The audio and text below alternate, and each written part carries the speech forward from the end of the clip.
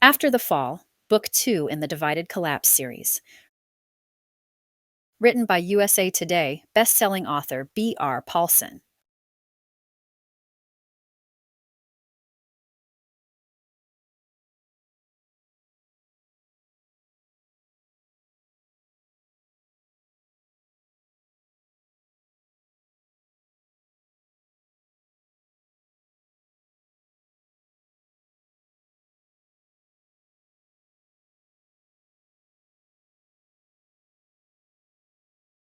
After the Fall.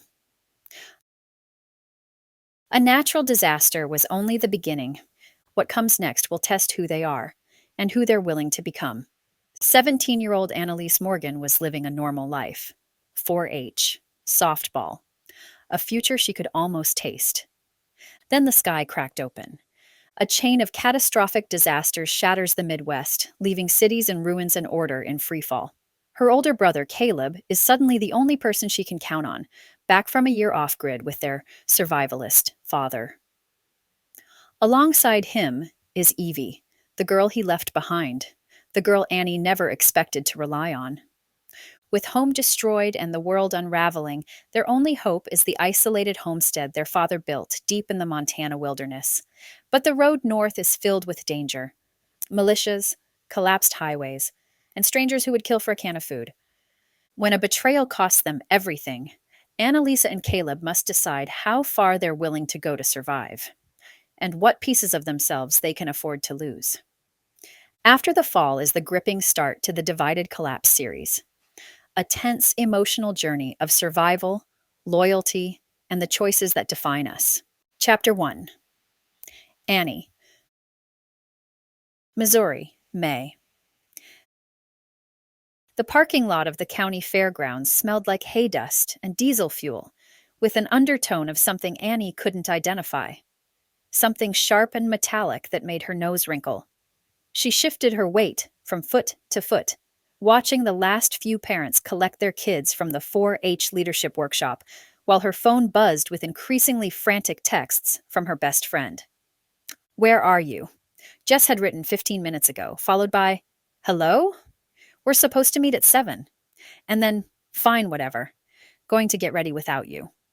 Annie typed back a quick apology and shoved the phone into her jacket pocket. Jess would forgive her. She always did. But the guilt still gnawed at her stomach. Senior year was supposed to be about memories and milestones, not standing in empty parking lots, trying to piece together whether the world was actually falling apart or if everyone had just gotten really good at pretending everything was normal again. Her mom was supposed to pick her up at 6:30. It was now 7:15, and Annie was one of only 3 people still waiting. The other 2 were freshmen whose parents at least had the courtesy to text explanations about traffic or late meetings. Annie's phone had been silent, except for Jess's increasingly dramatic messages. 2 months ago, that silence would have made her panic. 2 months ago, when the Ohio chemical disaster had dominated every news cycle, and her friend Marcus's dad had been packing emergency bags and talking about cascading failures. When power grids had flickered across 3 states, and grocery stores couldn't keep bottled water on the shelves. But that was before the government stepped in with their reassuring press conferences and emergency relief packages. Before the power companies issued statements about routine maintenance and grid modernization. Before the news cycle moved on to other things, like California's increasingly vocal independence movement and the ongoing political circus in Washington. Annie had spent those 2 months doing something her parents clearly hadn't expected. Research. Real research. Not just scrolling through social media or watching cable news. She dug into economic reports and infrastructure assessments, cross-referenced government statements with independent journalism, and slowly built a picture that made her stomach clench with anxiety. The Ohio disaster hadn't been an isolated incident. There had been others: a pipeline explosion in Texas, a train derailment in Illinois, a cyber attack on the eastern seaboard power grid that took 3 days to fully restore. Each one explained away as accidents, isolated incidents, routine maintenance gone wrong. But when you mapped them out, when you looked at the timing and the locations and the companies involved, patterns emerged. Patterns that suggested either the worst string of coincidences in history or something much more deliberate. She pulled out her phone again and scrolled to Mom's contact, thumb hovering over the call button. But what was the point? Mom would answer with that artificially bright voice she'd perfected over the past 2 months, the one that insisted everything was back to normal, while her eyes betrayed a fear she couldn't quite hide. She'd apologize profusely and promise to be there in 10 minutes, and Annie would spend those 10 minutes wondering which version of reality was real. The one where life had returned to normal, or the one where they were all just pretending while the ground shifted beneath their feet. Because despite the surface calm that had settled over their town, over their lives, things were still wrong. David had found work again, but it was contract work, temporary, the kind of job that could disappear overnight. The bank lines had gotten shorter, but only because they'd limited the number of people allowed inside at once. Gas prices had stabilized, but only after jumping 50% in 3 weeks. And then there was California. Annie had been following the secession movement since it exploded across social media 3 weeks ago, when Governor Martinez had given that incendiary speech about federal overreach and economic warfare against Western states. The hashtag #, CalExit had been trending ever since, splitting the country between those who thought it was political theater and those who were genuinely terrified about what it meant for national unity. Annie fell into the latter category. Not because she particularly cared about California politics, but because of what she'd learned about the state's role in the national economy. When the fifth largest economy in the world started talking about independence, the ripple effects didn't stop at state lines. A truck pulled into the parking lot, and Annie's heart lifted for a moment before she recognized the diesel rumble that was too deep, too aggressive, to be her mom's sedan.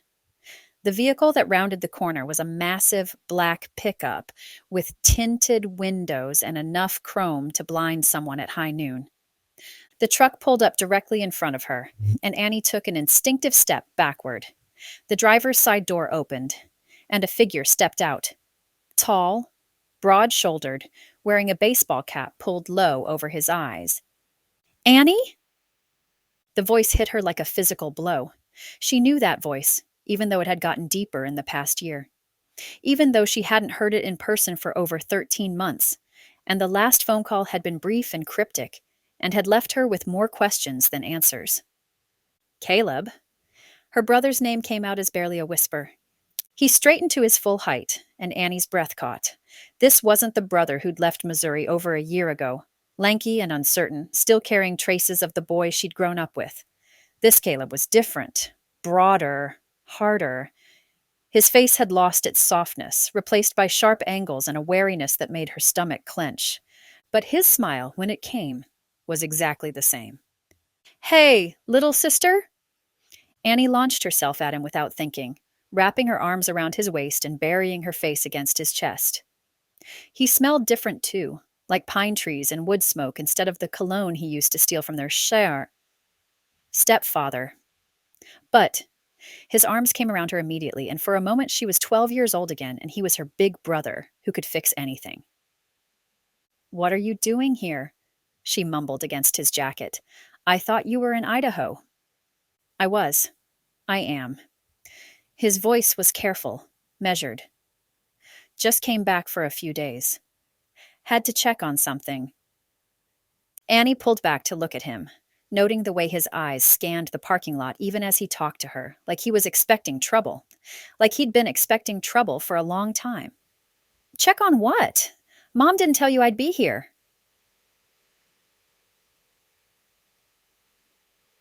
Something flickered across Caleb's face. Understanding, maybe, or confirmation of something he'd already suspected. "No, she didn't. But I figured you'd be at some school thing. You always are." "Since when do you know my schedule?" "Since I started paying attention." His expression grew serious. "Annie, how much do you know about what's been happening? The real story, not what they're saying on the news." The question caught her off guard. partly because it was so direct, but mostly because it suggested he knew she'd been digging. What makes you think I know anything? Caleb's smile was grim. Because you're my sister, and you've never been content to let other people think for you. He gestured toward the truck. Come on, let's get you home, and you can tell me what you figured out. Gasson. Annie grabbed her backpack and followed him to the truck, her mind racing. Caleb, I've been trying to figure out what's really going on for weeks. The Ohio thing wasn't an accident, was it? And all the other stuff, the power grid issues, the supply chain problems, California talking about secession. It's all connected, isn't it? Caleb's hand stilled on the truck door handle. When he looked at her, she saw surprise in his eyes, followed quickly by something that might have been pride. What have you figured out? He asked quietly. That either we're experiencing the most incredible string of coincidences in history, or someone's been very deliberately destabilizing critical infrastructure.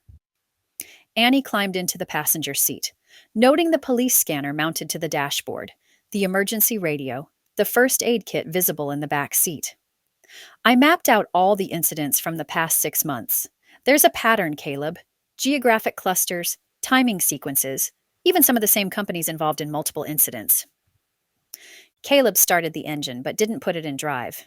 Instead, he turned to stare at her with an expression she couldn't read. Annie, where did you get that information? Government databases mostly. Infrastructure reports, SEC filings, insurance claims. It's all public record if you know where to look. She studied his face, noting the way his jaw had tightened.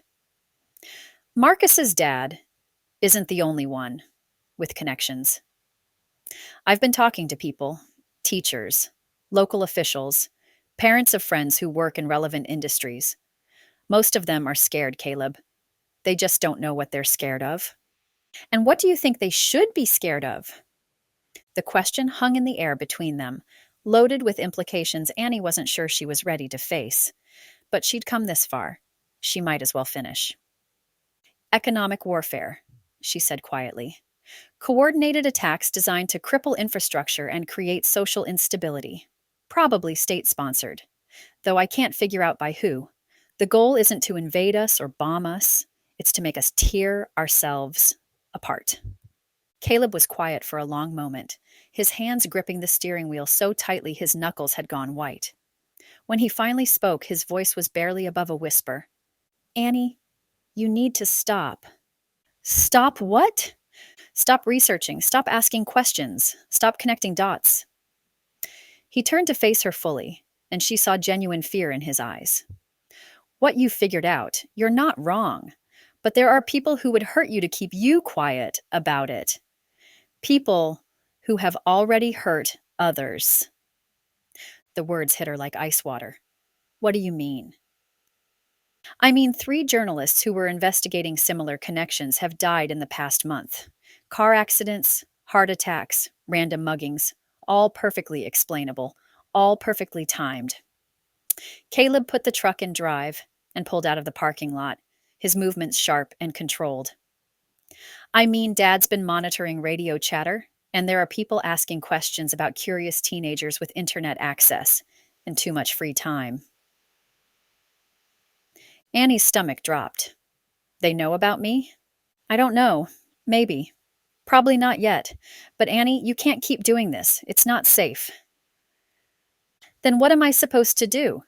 Just pretend everything's normal while the world falls apart around us.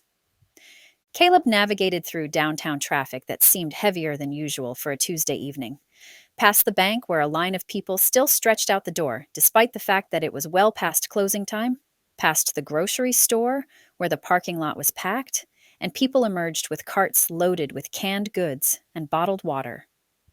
No, he said finally, you're supposed to be ready. Ready for what?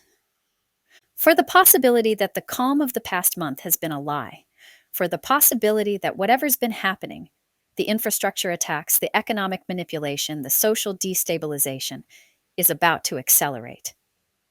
He turned onto their street, slowing as they passed Mrs. Henderson's house where every light was on and shadows moved behind the curtains. California's secession vote is tomorrow night, Annie. When it passes... When it passes what? When it passes, the federal government will have to make a choice immediately. Let them go and watch the Union dissolve, or use force to keep them in line. Caleb's voice was grim. Either way, it's the spark that lights the fuse. Annie stared at him, her mind racing through all the implications she hadn't wanted to consider. You think there's going to be another civil war? I think there's already a civil war. It's just been fought with economics and cyber attacks and carefully orchestrated disasters instead of armies. He pulled into their driveway and killed the engine, but he didn't get out. Instead, he turned to face her fully, his expression more serious than she'd ever seen it. But when California votes to secede tomorrow night, when other states are forced to choose sides, when the federal government decides whether to use military force to maintain the Union, then it becomes the kind of war people recognize. The words hit her like a physical blow.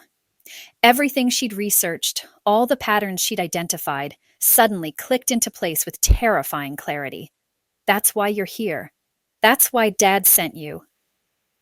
Dad sent me to get you. All of you. To bring you back to Idaho before everything falls apart.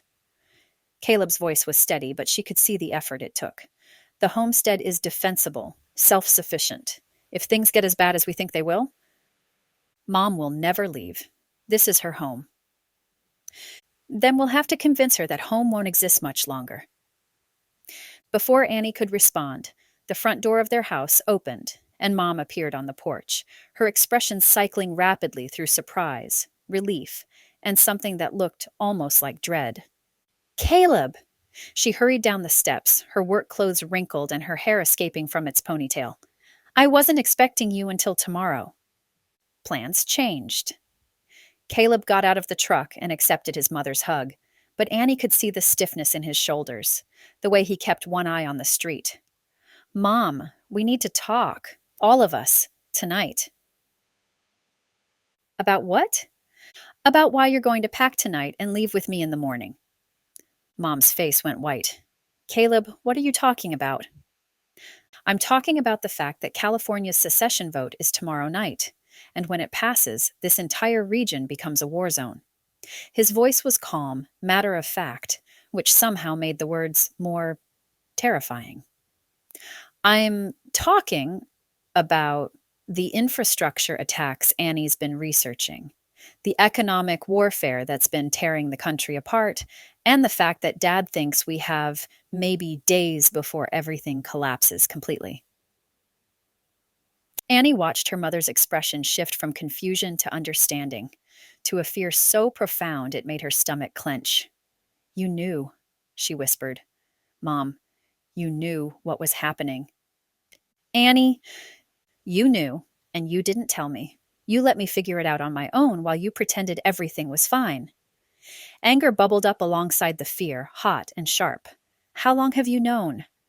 Mom's shoulders sagged, and suddenly she looked older than her 43 years. Since March. Your father called after the Ohio incident, told me to watch for signs of escalation. But honey, we thought maybe the situation would stabilize. Instead, it got worse, Caleb said grimly. Much worse, and now we're out of time. A siren wailed in the distance, followed by another, and another. Annie looked down the street and realized that Mrs. Henderson wasn't the only neighbor with every light blazing. Half the houses on the block were lit up like Christmas morning, and she could see people moving around inside with the frantic energy of ants whose hill had been disturbed. What's happening? She whispered. Caleb pulled out his phone, checking something that made his expression grow even grimmer. Emergency broadcasts. They're already mobilizing federal resources, getting ready for tomorrow night. The words hung in the air like a death sentence. Annie felt something fundamental shift inside her chest, like the world had tilted on its axis, and nothing would ever be the same again. Come inside, Mom said, her voice barely steady. We need to pack, and we need to figure out how to reach David. Annie followed them into the house, but she couldn't shake the feeling that she was walking into the end of everything she'd ever known. Couldn't shake the memory of all her research, all the patterns she'd identified, all the warnings, signs that had been building for months. The house felt smaller than she remembered, the walls seeming to press in around them as they settled into the familiar rhythm of crisis management. But underneath the normal sounds, the hum of the refrigerator, the tick of the kitchen clock, the distant murmur of the neighbor's TV, Annie could hear something else. Sirens, getting closer, getting louder, and somewhere in the back of her mind, a voice that sounded suspiciously like her own, whispered the words she'd been afraid to acknowledge for 2 months. It's starting. It's finally starting, and we're not ready. Chapter 2. Caleb, Missouri, same evening. Caleb stood in the doorway of his childhood bedroom, trying to reconcile the space with his memories. The twin bed with its faded blue comforter, the desk where he'd done homework and built model airplanes, the bookshelf lined with fantasy novels and baseball trophies. Everything exactly as he'd left it 15 months ago, like a museum exhibit of the boy he used to be. The boy who'd believed college applications mattered, who'd thought his biggest worry would be choosing between trade schools, who'd left Missouri thinking he'd come back in a year with some practical skills and a better sense of direction. That boy felt like a stranger now. Caleb pulled out his phone and scrolled through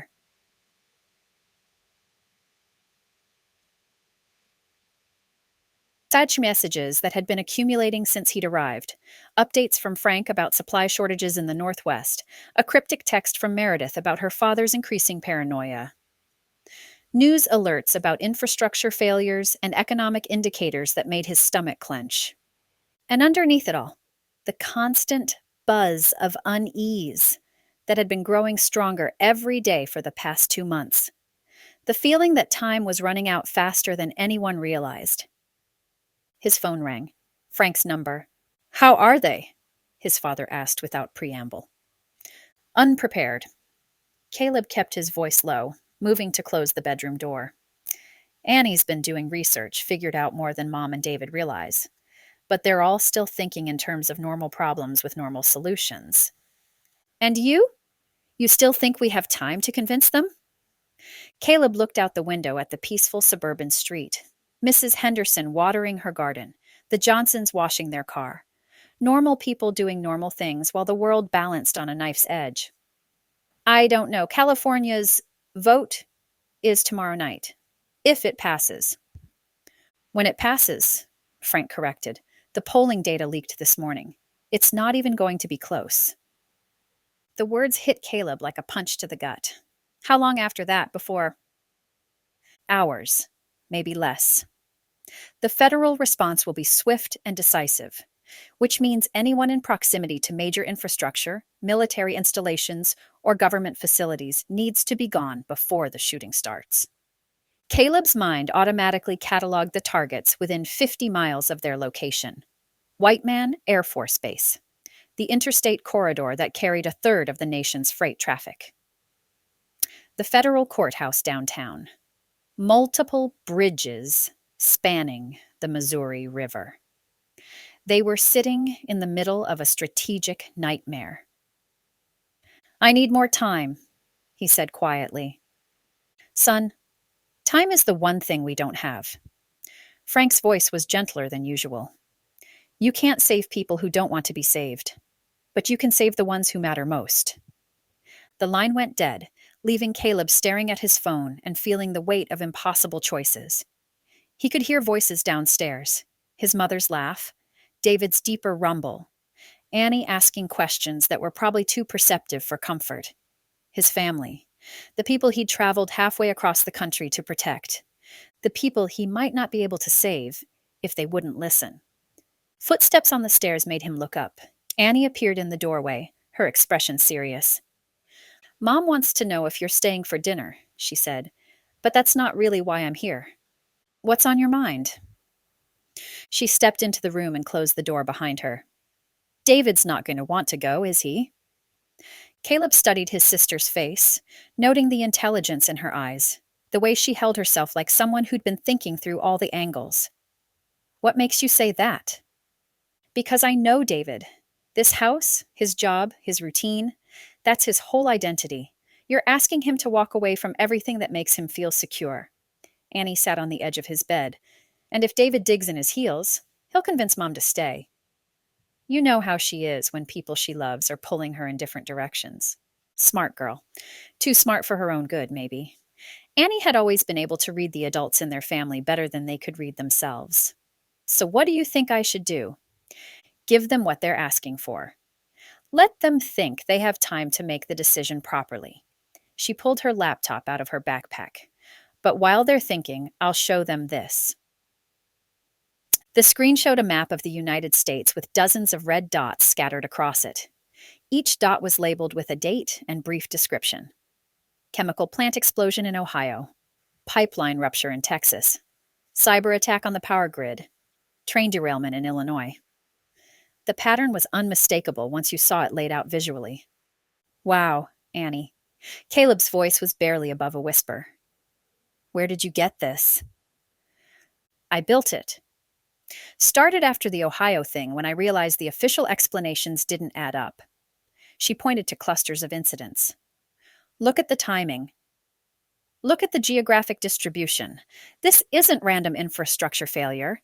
It's systematic targeting of critical nodes. Caleb felt a surge of pride mixed with terror. His 17-year-old sister had independently identified the same patterns that had taken Frank and his network of contacts months to piece together. Have you shown this to anyone else? Just you. I tried to talk to Mom about it, but she kept changing the subject. David thinks I'm being paranoid. Annie's voice dropped. But I'm not paranoid, am I? This is really happening. Yeah. The admission felt like stepping off a cliff. It's really happening. And it's about to get much worse. Annie closed the laptop and looked at him directly. How long do we have? She asked finally. If the vote passes tomorrow night? Maybe 12 hours before federal forces start moving. 24 before shooting starts in earnest. Caleb's voice was steady, but inside he was screaming. We need to leave tomorrow morning. Early. And if Mom and David won't go? The question he'd been dreading. Then I take you and leave them behind. Annie's eyes widened. Caleb, you can't. I can and I will. His voice was harder than he intended. Annie, I've spent the last year learning how to survive what's coming. I know what happens to people who stay in population centers when civil order breaks down. I won't watch you die because the adults in your life are too stubborn to face reality. She was quiet, absorbing this. What do you need me to do? Help me convince them. Not tonight. Tonight we eat dinner and pretend everything's normal. But tomorrow morning, you help me make them understand that this isn't a drill. Annie nodded, closing her laptop. I can do that. But Caleb. Yeah? I need to warn my friends. Jess, Marcus, the people who've been asking the same questions I have. I can't just disappear without giving them a chance. Caleb's chest tightened. Every instinct Frank had drilled into him screamed that loose lips got people killed, that information shared was security compromised. But looking at his sister's face, seeing the moral certainty there, he couldn't bring himself to say no. Be careful, he said finally, and be vague. Don't give them specifics. Just tell them to be ready for trouble. I will. She headed for the door, then turned back. Caleb, I'm glad you came home. The words hit harder than they should have, because this wasn't home anymore. Not really. Home was a place where tomorrow looked like today, where problems had solutions and families stayed together. Home was something they were about to lose forever. Yeah, he said quietly. Me too. Dinner was surreal in its normalcy. Mom had made pot roast. David told stories about his new contract work. Annie asked about life in Idaho with the careful politeness of someone trying not to spook easily frightened animals. Caleb played his part, describing Frank's homestead in general terms, mentioning trade school applications he had no intention of following through on. But underneath the surface pleasantries, he could feel the tension building. The way Mom's smile didn't quite reach her eyes. The way David kept checking his phone. The way Annie asked pointed questions about supply shortages and infrastructure resilience. They knew. Maybe not the specifics, maybe not the timeline, but deep down, they all knew something was coming. It was David who finally brought it up over coffee and Mom's apple pie. So, he said, stirring sugar into his cup with unnecessary concentration, this visit. It's not really about trade schools, is it? Caleb met his stepfather's eyes across the table.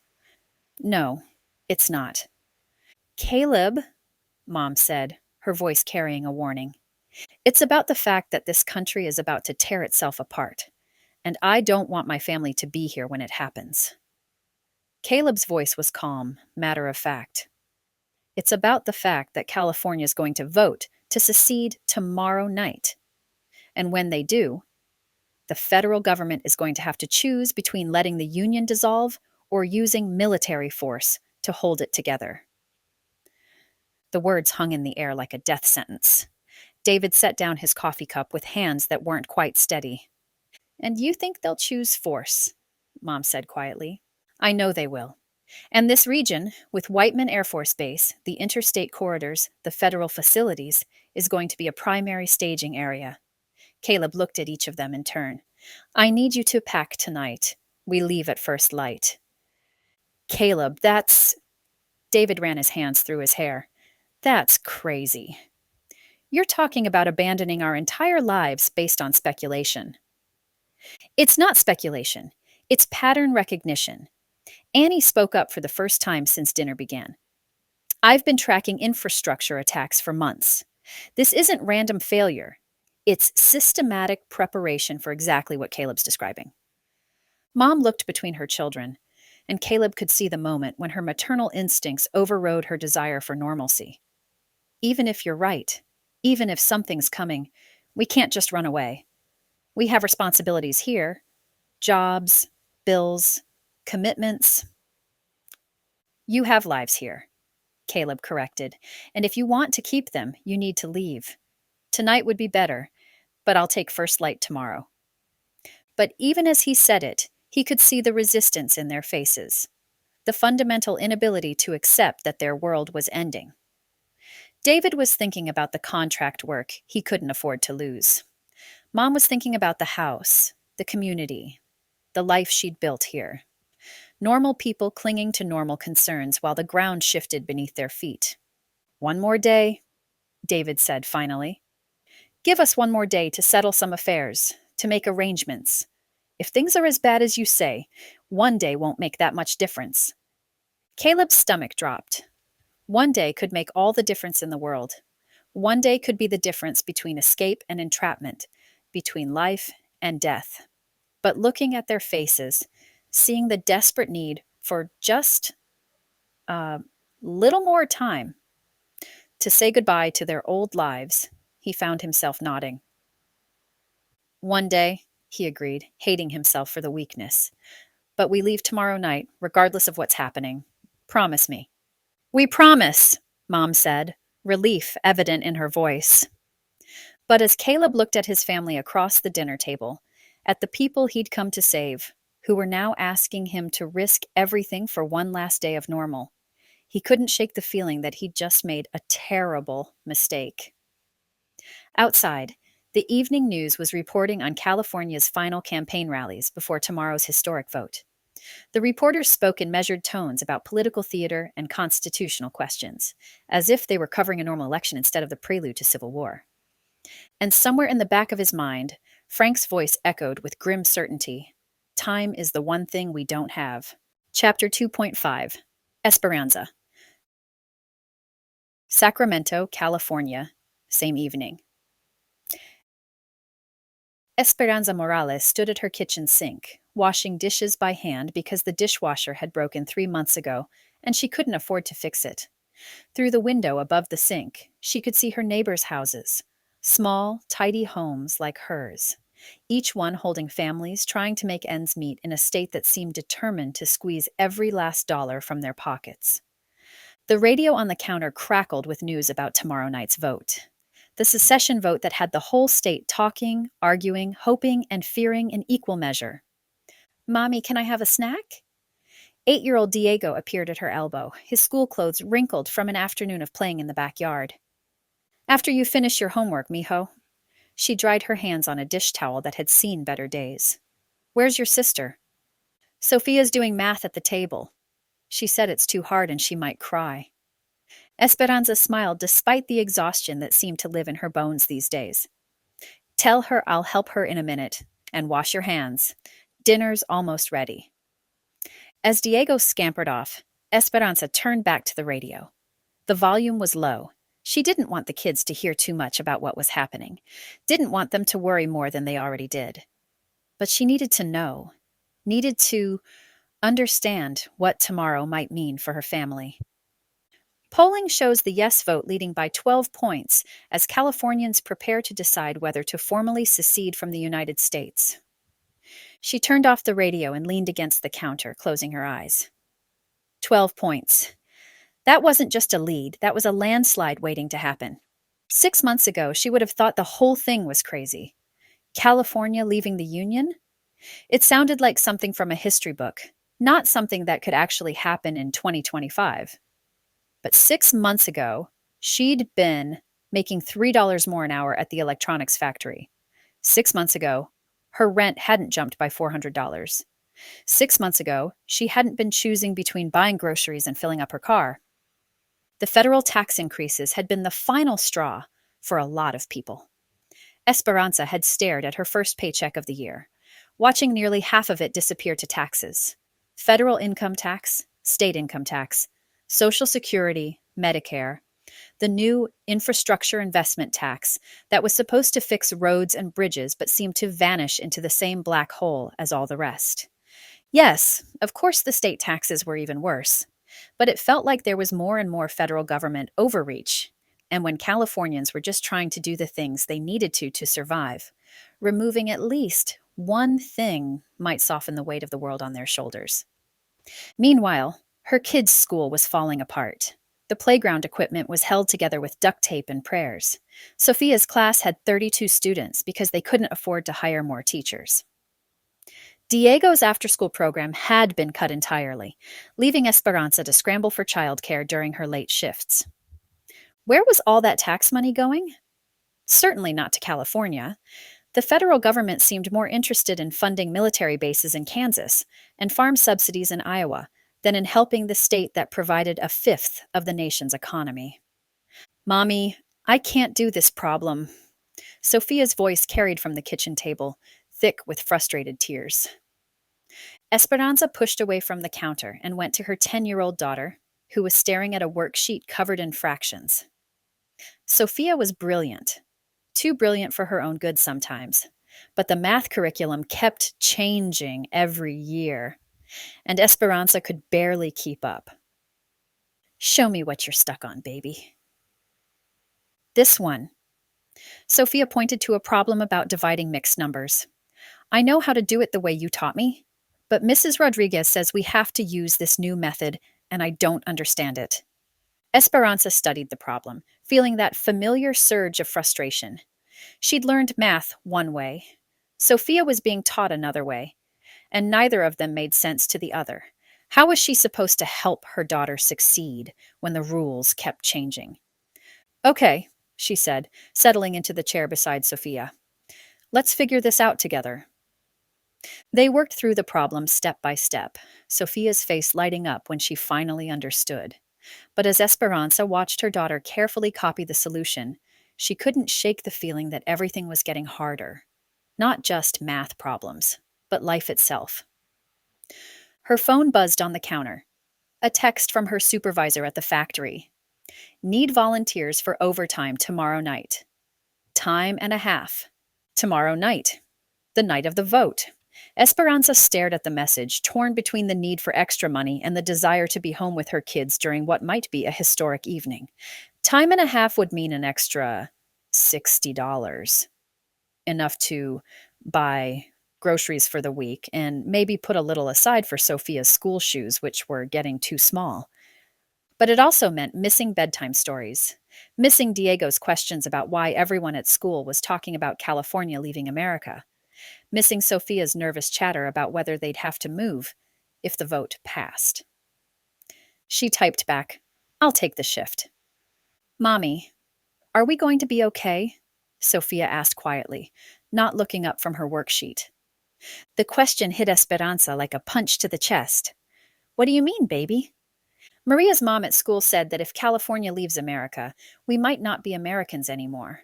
And Carlos said his dad thinks there's going to be a war." Sophia's voice was small, scared. "I don't want there to be a war."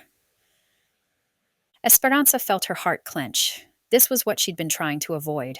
Her children absorbing the fear and uncertainty that seemed to permeate everything lately.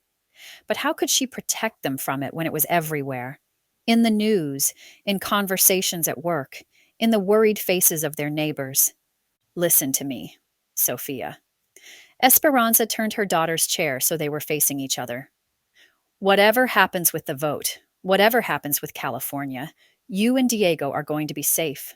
I promise you that." "But how do you know?" "Because I'm your mommy, and it's my job to keep you safe. That's what mamas do." She smoothed Sophia's dark hair back from her face. "Sometimes grown-ups have to make hard decisions about big things. But no matter what those decisions are, families stick together. We take care of each other." Sophia nodded, but Esperanza could see the worry still lingering in her daughter's eyes.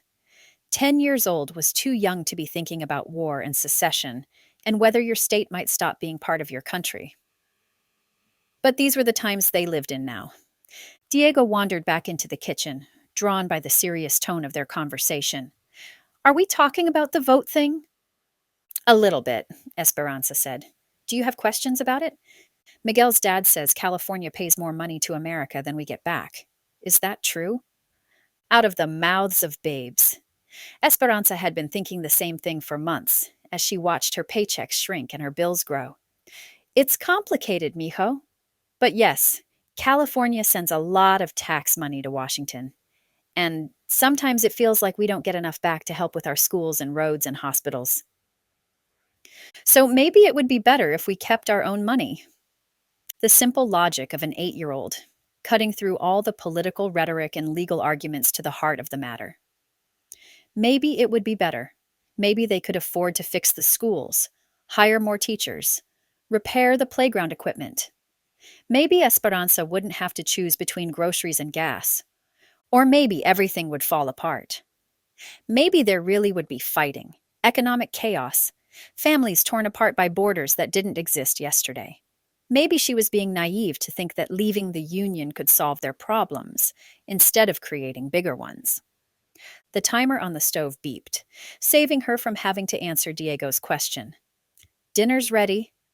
Go wash your hands, both of you." As her children raced to the bathroom, Esperanza stirred the pot of beans and rice. Cheap, filling, nutritious enough to keep growing kids healthy. She'd learned to stretch every dollar, to make meals that would last for days, to find joy in small things, even when the big things felt overwhelming. Tomorrow night, she'd be at the factory, running circuit boards through quality control while her state decided its future. She'd miss the historic vote, miss the celebrations or protests that would surely follow, miss her children's reactions to whatever happened. But she'd earn $60 extra, and in the morning, regardless of whether California was still part of the United States, she'd still be a mother who needed to feed her kids and pay her rent and help with homework. The big decisions were being made by people in suits, in offices she'd never see, based on considerations she could barely understand. But the small decisions, work extra shifts, help with math problems, promise her children they'd be safe, those were hers to make. And tomorrow, whatever tomorrow brought, she'd keep making them. One day at a time, $1 at a time, one family dinner at a time, because that's what mothers did. They held their families together, even when everything else was falling apart. "Mommy, the beans smell really good," Sophia called from the bathroom. "Thank you, baby. They'll be even better with love stirred in." Outside, the California sun was setting over Sacramento, painting the sky in shades of orange and pink. Beautiful, like always. Some things, at least, never changed, even when everything else did. Chapter 3. Annie. Missouri, next day. Annie woke to the frantic buzzing of her phone, the screen lighting up with a cascade of notifications that made her stomach drop before she was even fully conscious. Text after text, news alert after news alert. The digital equivalent of someone shaking her awake and screaming that the house was on fire. The digital clock on her nightstand read 5:32 a.m., but her phone showed 17 missed messages and 12 news alerts, all within the last hour. Urgent. Federal troops mobilizing everywhere. From Marcus. Annie, are you seeing this? They're voting in a few hours. From Jess. My dad is freaking out. Says they're closing highways. From Marcus again. California secession. Vote accelerated. Federal response imminent from every news app on her phone. Annie sat up, her heart hammering as she scrolled through the chaos. This wasn't the gradual escalation they'd been expecting. This was everything happening at once, faster than anyone had predicted. She could hear voices downstairs, her mother and David talking in urgent, hushed tones. Not arguing, but the kind of intense conversation that happened when normal people suddenly realized the world wasn't normal anymore. Annie threw on yesterday's clothes and padded barefoot to the kitchen, her phone still buzzing with new alerts. She found David and her mother hunched over his laptop at the kitchen table, both of them looking like they'd aged years overnight. Her phone buzzed on the counter. A text from Jess. Did you see? They're saying the California thing might actually pass tonight. My dad heard they might close the schools tomorrow as a precaution. Annie's stomach dropped. She quickly pulled up the news on her phone, scrolling through headlines that painted an increasingly grim picture. California secession. Vote expected to pass by wide margin. Federal officials warn of constitutional crisis. National Guard units mobilizing in multiple states. Markets plunge on secession fears. The coffee maker beeped, startling her. Annie poured herself a cup with shaking hands and tried to make sense of what she was reading. How had everything accelerated so quickly? Yesterday, secession had felt like a distant threat. Today, it felt inevitable. You're up early. Mom appeared in the doorway, her eyes red-rimmed and puffy. She'd tried to fix her hair and put on makeup, but she couldn't hide the hollow look in her eyes. Couldn't sleep. Annie held up her phone. Have you seen the news? Mom glanced at the screen and quickly looked away. It's probably not as bad as it sounds. You know how the media exaggerates everything. But there was something in her mother's voice, a brittle quality that suggested she was trying to convince herself as much as Annie. Mom, what's really going on? And don't say everything's fine, because I know it's not. Her mother gestured toward the laptop screen, where a live news feed showed crowds gathering outside the California state capitol. They're saying the vote could happen as early as noon, and there are reports of... She paused, searching for words. Military movements, federal agencies being put on high alert. Annie moved closer to see the screen. The reporter's voice was carefully controlled, but she could see the tension in his face. National Guard units have been activated in 7 states, with federal marshals reportedly moving to secure key infrastructure sites. Infrastructure sites, Annie repeated, her stomach clenching. Like what? Bridges? Power plants? Military bases? David's voice was hoarse as he moved into the doorway. They're preparing for the worst-case scenario. Annie thought about Whiteman Air Force Base, less than an hour away. About the interstate corridors that carried freight across the country. About all the federal facilities that made their region a strategic target. How close is the worst-case scenario? David and her mother exchanged a look that said everything. Mom. Annie's voice came out steadier than she felt. I think we need to take Caleb seriously. Her mother's expression hardened slightly. Annie, I know your brother means well, but running away isn't going to solve our problems. We have a life here. Responsibilities. What life? What responsibilities? The words came out harsher than Annie intended, but she couldn't stop them. David doesn't have a job.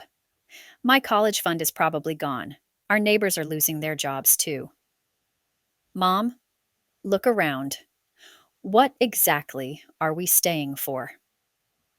Before her mother could answer, the sound of a truck in the driveway made them all freeze. Annie moved to the window and saw Caleb getting out of Frank's pickup, his face grim as he checked something on his phone. He's back, Mom said quietly. Annie watched her brother's movements. Sharp, efficient, like someone operating under extreme time pressure. Something's changed. Caleb came through the front door without knocking, moving with an urgency that made Annie's stomach clench. He took in the scene. David in his pajamas and robe, Mom still in yesterday's clothes, the laptop open to emergency broadcasts. Good, you're all awake. Caleb's voice was harder than Annie had ever heard it. California's voting in 6 hours, not tonight. We need to leave in 30 minutes. The words hit the kitchen like a bomb blast. Mom's coffee cup clattered against the table, and Annie felt the world tilt beneath her feet. 6 hours? Mom's voice was barely a whisper. The governor called an emergency session. They're voting at noon Pacific time. Caleb looked between them, his expression desperate. Which means we have maybe 10 hours before federal forces start moving. 12 before this entire region is locked down under martial law. Annie's mind raced through the implications. If California seceded in 6 hours, if other states followed, if the federal government responded with force. We need to leave. Now. Caleb's voice cut through her spiraling thoughts. Not this afternoon. Not in a few hours. Right now. Caleb, we need to make some calls first, Mom said, standing on unsteady legs. My work, David's family, we can't just disappear. Make them fast. You have 10 minutes. He pulled out his phone, showing them a news alert. Federal troops are already moving to staging areas. Emergency orders have been issued to all National Guard units. This isn't a drill anymore. This is it. Annie read the news alert over his shoulder, her heart pounding. Federal emergency response teams deployed to major infrastructure sites. National Guard activated in 7 states. Emergency broadcast system testing across Midwest. We'll take both vehicles, David said suddenly, his voice stronger now that he had something concrete to focus on. Load gas cans in the truck bed. Fill them on the way out of town, if one vehicle breaks down. Right. Good thinking. Caleb nodded approvingly. Mom, you and David handle the calls. 10 minutes, then we're gone, whether you're ready or not. As her parents hurried off to make their urgent phone calls, Annie turned to her brother. How bad is it, really? Caleb met her eyes, and she saw something there that made her chest tighten. Not just fear, but certainty. The look of someone who knew exactly how this was going to end. Remember what you asked me yesterday? About warning your friends? His voice was quiet, urgent. You need to do that now, right now. Tell them to get out of the cities, get somewhere rural, and do it today. Annie's throat felt dry, and if they don't listen, then they're going to die. The words hung in the air between them, brutal in their simplicity. Upstairs, Annie could hear Mom's voice on the phone, trying to explain the unexplainable to her supervisor. David was in the living room, his voice carrying as he called his brother. What about us? Annie asked. Are we going to make it? Caleb looked out the kitchen window at the peaceful suburban street, at the neighbors who were probably just starting their morning routines, oblivious to what was coming. I don't know, he said quietly, but we're going to try. A siren wailed in the distance, followed by another, and another. Annie could see people emerging from houses now, gathering in yards, pointing toward downtown where smoke was beginning to rise.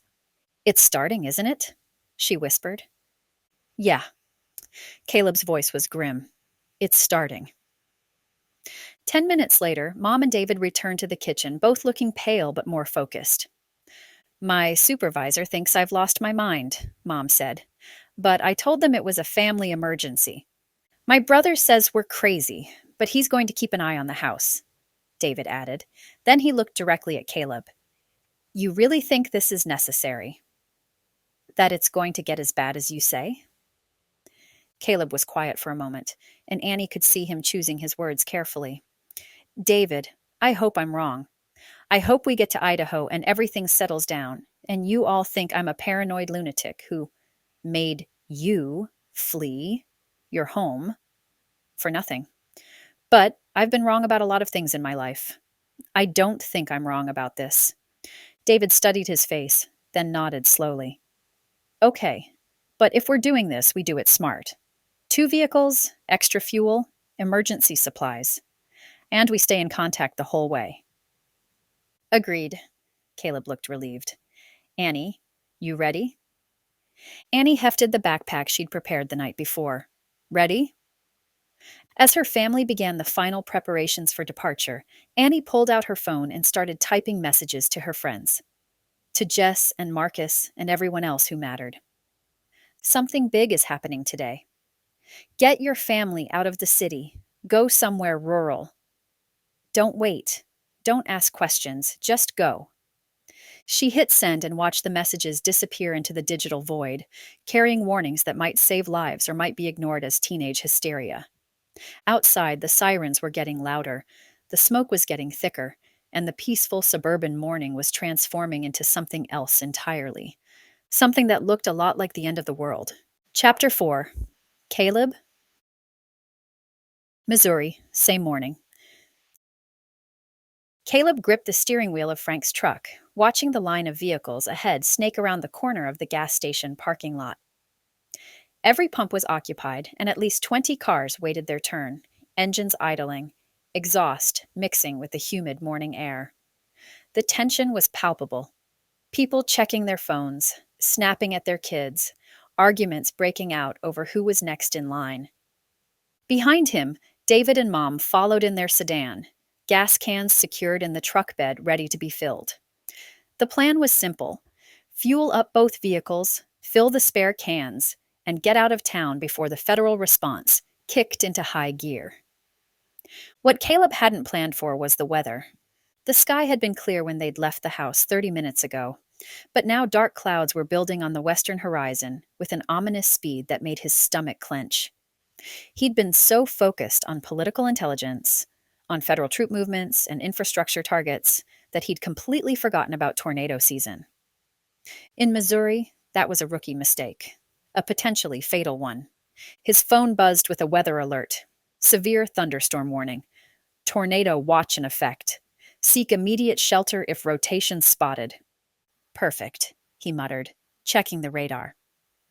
A massive storm system was bearing down on them, and they were stuck in a gas station parking lot with nowhere to run. The line inched forward. Caleb pulled up behind a rusted pickup truck, whose driver kept getting out to yell at people cutting in line. Tempers were running high. Everyone could feel it in the air, the electric tension that came before storms. Political storms. Weather storms. The kind that changed everything. Annie rolled down her window from the passenger seat. How much longer? 5 minutes, maybe 10. Caleb watched a woman at pump 3 arguing with the attendant, her voice shrill with panic. Stay alert. People are on edge. As if to prove his point, a shouting match erupted 2 pumps over. A man in a business suit was screaming at a teenager who'd apparently cut in line, their voices carrying across the parking lot. Other customers were choosing sides, the crowd beginning to polarize around the conflict. That's not good, Annie observed. Caleb was about to agree when the tornado siren began to wail. The sound cut through the morning air like a knife, that distinctive rising and falling tone that every Midwesterner knew by heart. Conversation stopped. Car doors slammed. People looked up at the sky with the practiced eye of those who'd lived through tornado season their entire lives. Oh, hell, Caleb breathed, following their gaze. The western sky had turned an ominous green-black, and beneath the storm clouds, a wall of rain and wind was advancing toward them like a living thing. He could see debris already caught up in the system, trees bending, pieces of roofing material spinning through the air. Caleb? Annie's voice was tight with fear. I see it. He threw the truck into park and jumped out, not caring about his place in line anymore. Mom! David! He waved at the sedan behind them. We need to move. David was already getting out of his car, his face pale as he took in the approaching storm. Should we take shelter in the building? No! Caleb shouted over the increasing wind. We need to get out of here! Now! But even as he said it, he could see they were trapped. The line of cars ahead of them stretched to the street, and behind them more vehicles had piled up. They were boxed in, with nowhere to go and a tornado bearing down on them. The storm hit with terrifying suddenness. One moment the air was still and heavy. The next, winds were howling at 60 miles per hour, turning the gas station into chaos. The canopy over the pumps began to shake and groan, metal straining against metal. People screamed and ran for their cars, abandoning their positions in line. Caleb managed to get the truck to a pump just as the wind tore the roof clean off the canopy structure. The twisted metal came down like a giant's fist, crushing David's sedan with a sound like thunder. "Mom!" Annie screamed, jumping out of the truck. But their mother wasn't in the car. Caleb saw her through the gas station's windows, pressed against the glass with David and a dozen other customers who'd sought shelter inside. They were safe, for now. The real danger was outside. "Annie, get back in the truck!" Caleb yelled, but his sister was already running toward a family near the destroyed sedan. The Hendersons from down the street, parents and two small kids who'd been thrown clear when the canopy collapsed, but were now trapped under a section of twisted metal. That's when he saw her. Through the chaos of wind and debris, through the panicked crowd of people running for cover, he spotted a familiar figure crouched beside an overturned car near the auto parts store next door. Long dark hair whipping in the wind, small hands trying to pull someone, from beneath the wreckage. Evie. Without thinking, Caleb abandoned his truck and ran toward her, fighting against wind that tried to knock him sideways. Debris flew past his head. Chunks of insulation, pieces of signage, a lawn chair that tumbled end over end like a deadly projectile. "Evie!" he shouted, but the wind swallowed his voice. She looked up as he approached, her face streaked with dirt and tears. A little boy, maybe 5 years old, was pinned beneath the overturned car's front end. Not crushed. The vehicle was resting on its bumper in a concrete parking barrier, but trapped, terrified, crying for his mother. "I can't get him out," Evie yelled over the storm. "The car's too heavy." Caleb dropped to his knees beside her, assessing the situation. The boy was wedged under the front of the car, protected by the space created by the bumper and concrete barrier, but there was no way to pull him free without lifting the vehicle. "On 3!" Caleb positioned himself to lift the front end. "You grab him. 1, 2, 3! Exclamation mark. Caleb strained against the weight of the car, his muscles screaming as he managed to lift it just enough for Evie to drag the boy clear. The child was shaken but uninjured, clinging to Evie like she was the only solid thing in a world gone mad. "Where's his family?" Caleb shouted. Evie pointed toward the gas station. "Inside.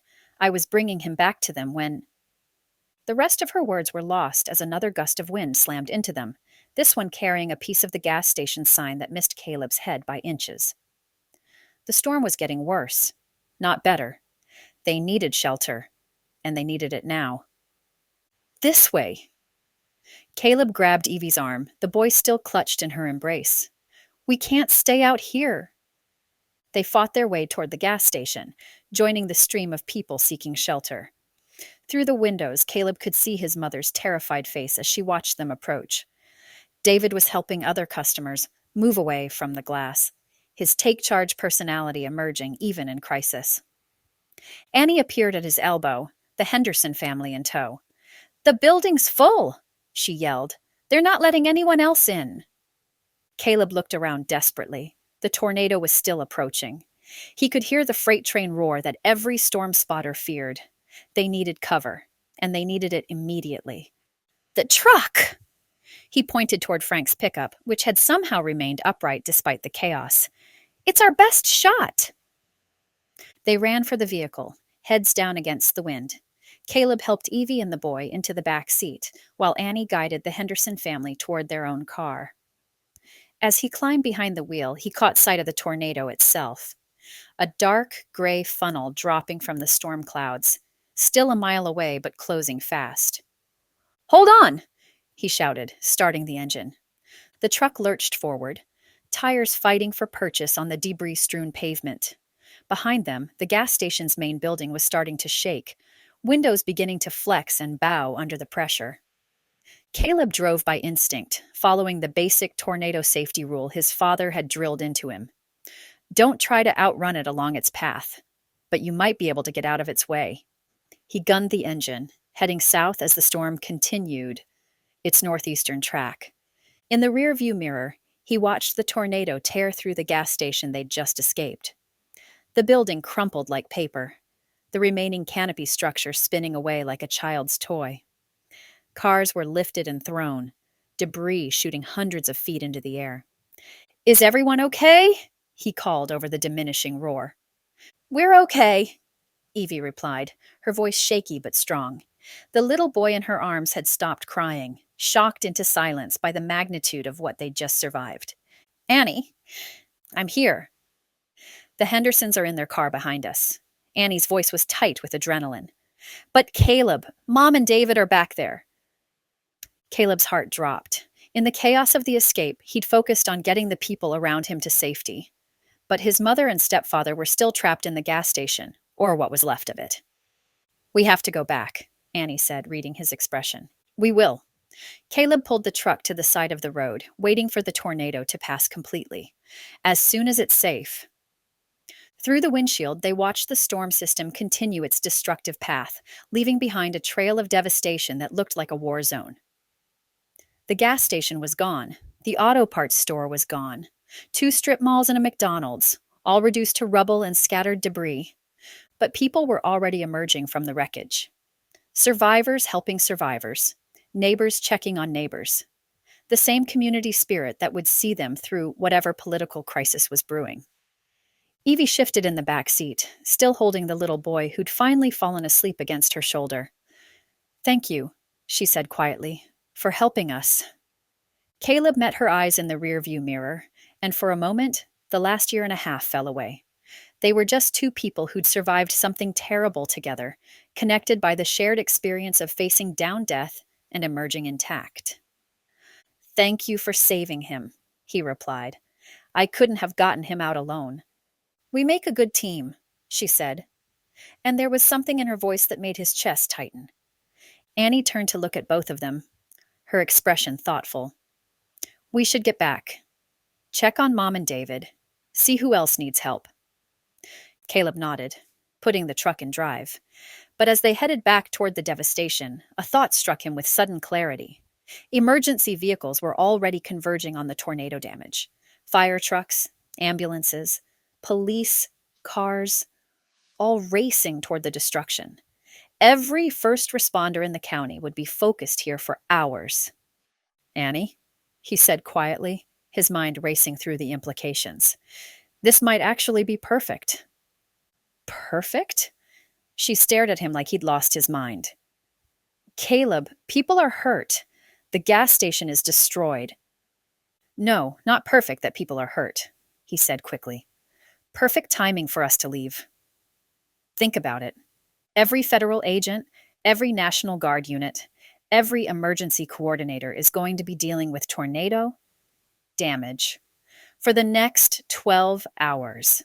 They won't be watching the highways, won't be setting up checkpoints." He could see understanding dawn in her eyes. The natural disaster had inadvertently given them exactly what they needed: chaos and distraction that would mask their escape. "We get Mom and David, we help where we can for maybe an hour, and then we leave," Caleb continued. "By the time federal forces finish responding to this, we'll be halfway to Idaho." But as they headed back toward the devastation, he couldn't shake the feeling that the tornado had been more than just a random weather event. It felt like a sign, a warning of the chaos that was about to engulf them all.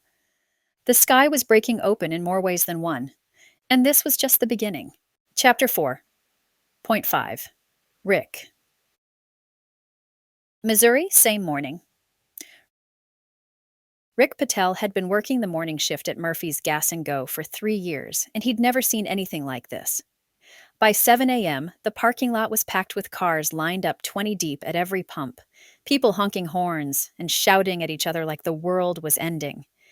Which, according to the news playing on the little TV behind the counter, it might be. "California's really gonna do it," muttered Jim Henderson, sliding a 20 across the counter for his usual coffee and scratch-offs. "Gonna vote themselves right out of the union." Rick rang him up, keeping one eye on the chaos outside. "Think it'll pass?" "Son, I've lived through 3 recessions, 2 wars, and a pandemic that shut down the whole world for 2 years. But this?" Jim gestured toward the packed parking lot. "This feels different. This feels like the end of something." Through the windows, Rick could see tempers flaring. A woman in a minivan was screaming at some teenager in a beat-up Honda about cutting in line. Near Pump 4, 2 men were squaring off over who'd been waiting longer, their voices carrying, even through the thick glass. Rick's phone buzzed with a text from his wife. "Lines at the grocery store are around the block. Kids are scared. Come home as soon as you can." He typed back, "Can't leave yet. Store's crazy busy. We'll try to get home early." The bell above the door chimed as more customers pushed inside. David Morgan and his wife entered, both looking pale and shaken, followed by several travelers Rick didn't recognize. "Rick, thank God you're open," David said, approaching the counter. "We need to fill up some gas cans. How many can I buy?" "Policy says 2 per customer, but..." Rick looked around at the crowd of familiar faces, people he'd served coffee to every morning for 3 years, neighbors whose kids went to school with his own. Today's not really a policy kind of day, is it?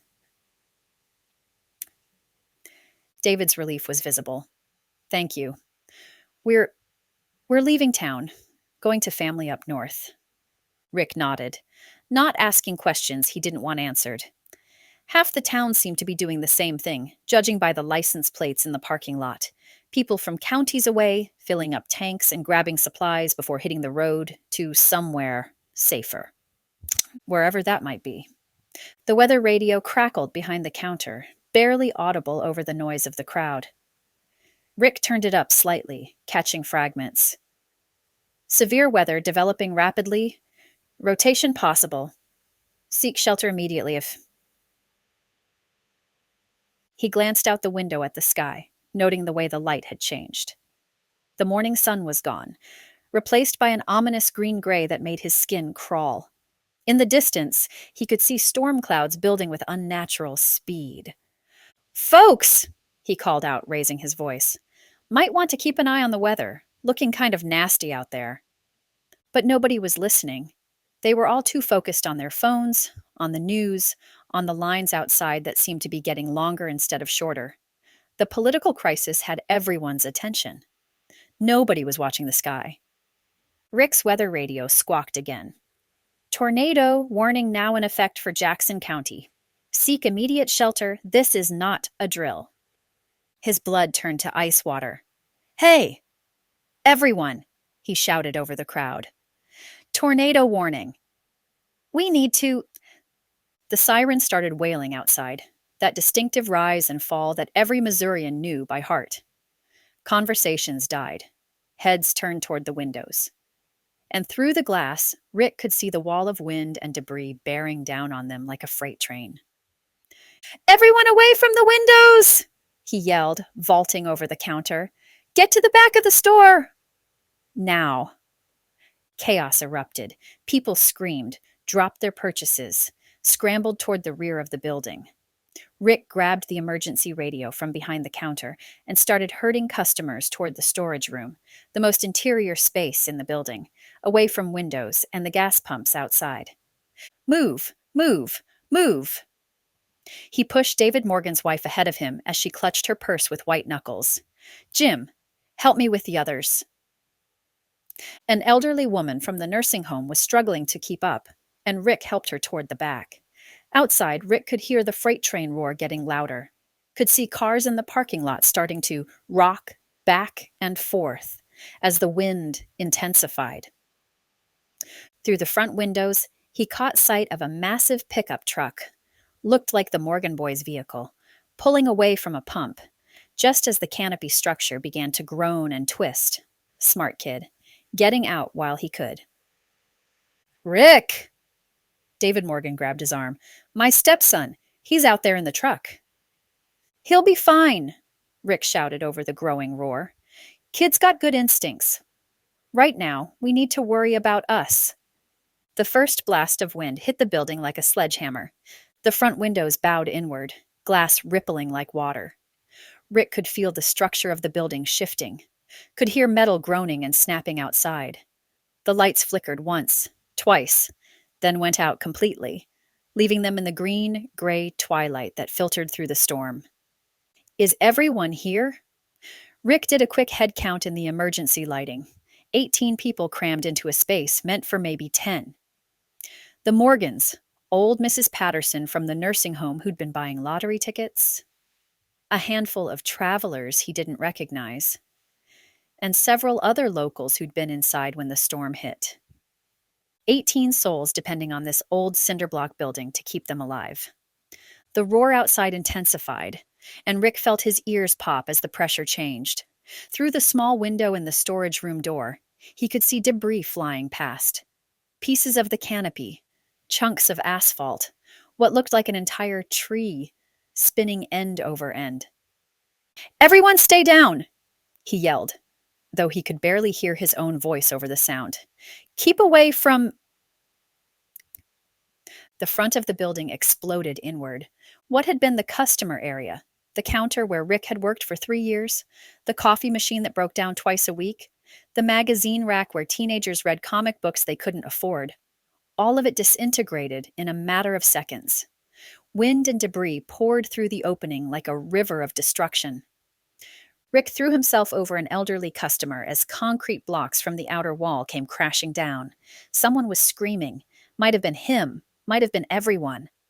The noise was beyond comprehension, beyond anything the human ear was meant to process. And then, as suddenly as it had begun, the roar started to fade. Rick raised his head cautiously, his ears ringing in the sudden relative quiet. Half the building was gone. Just gone. Where the front wall had been, there was nothing but twisted metal and scattered debris. Sunlight was streaming in through the gaps, and he could see blue sky where moments before there had been a ceiling. Sound off, he called, his voice hoarse. Everyone okay? Voices answered from around the storage room. Shaken, scared, but alive. David Morgan had a cut on his forehead from flying glass. Mrs. Patterson was crying quietly, but she was sitting up. The other customers were traumatized but uninjured. 18 people, all alive. We need to get out of here, David said, struggling to his feet. Building's not stable? Rick nodded, looking around at what was left of his workplace. 3 years of his life, reduced to rubble in 30 seconds. The lottery ticket dispenser was embedded in the far wall like a spear.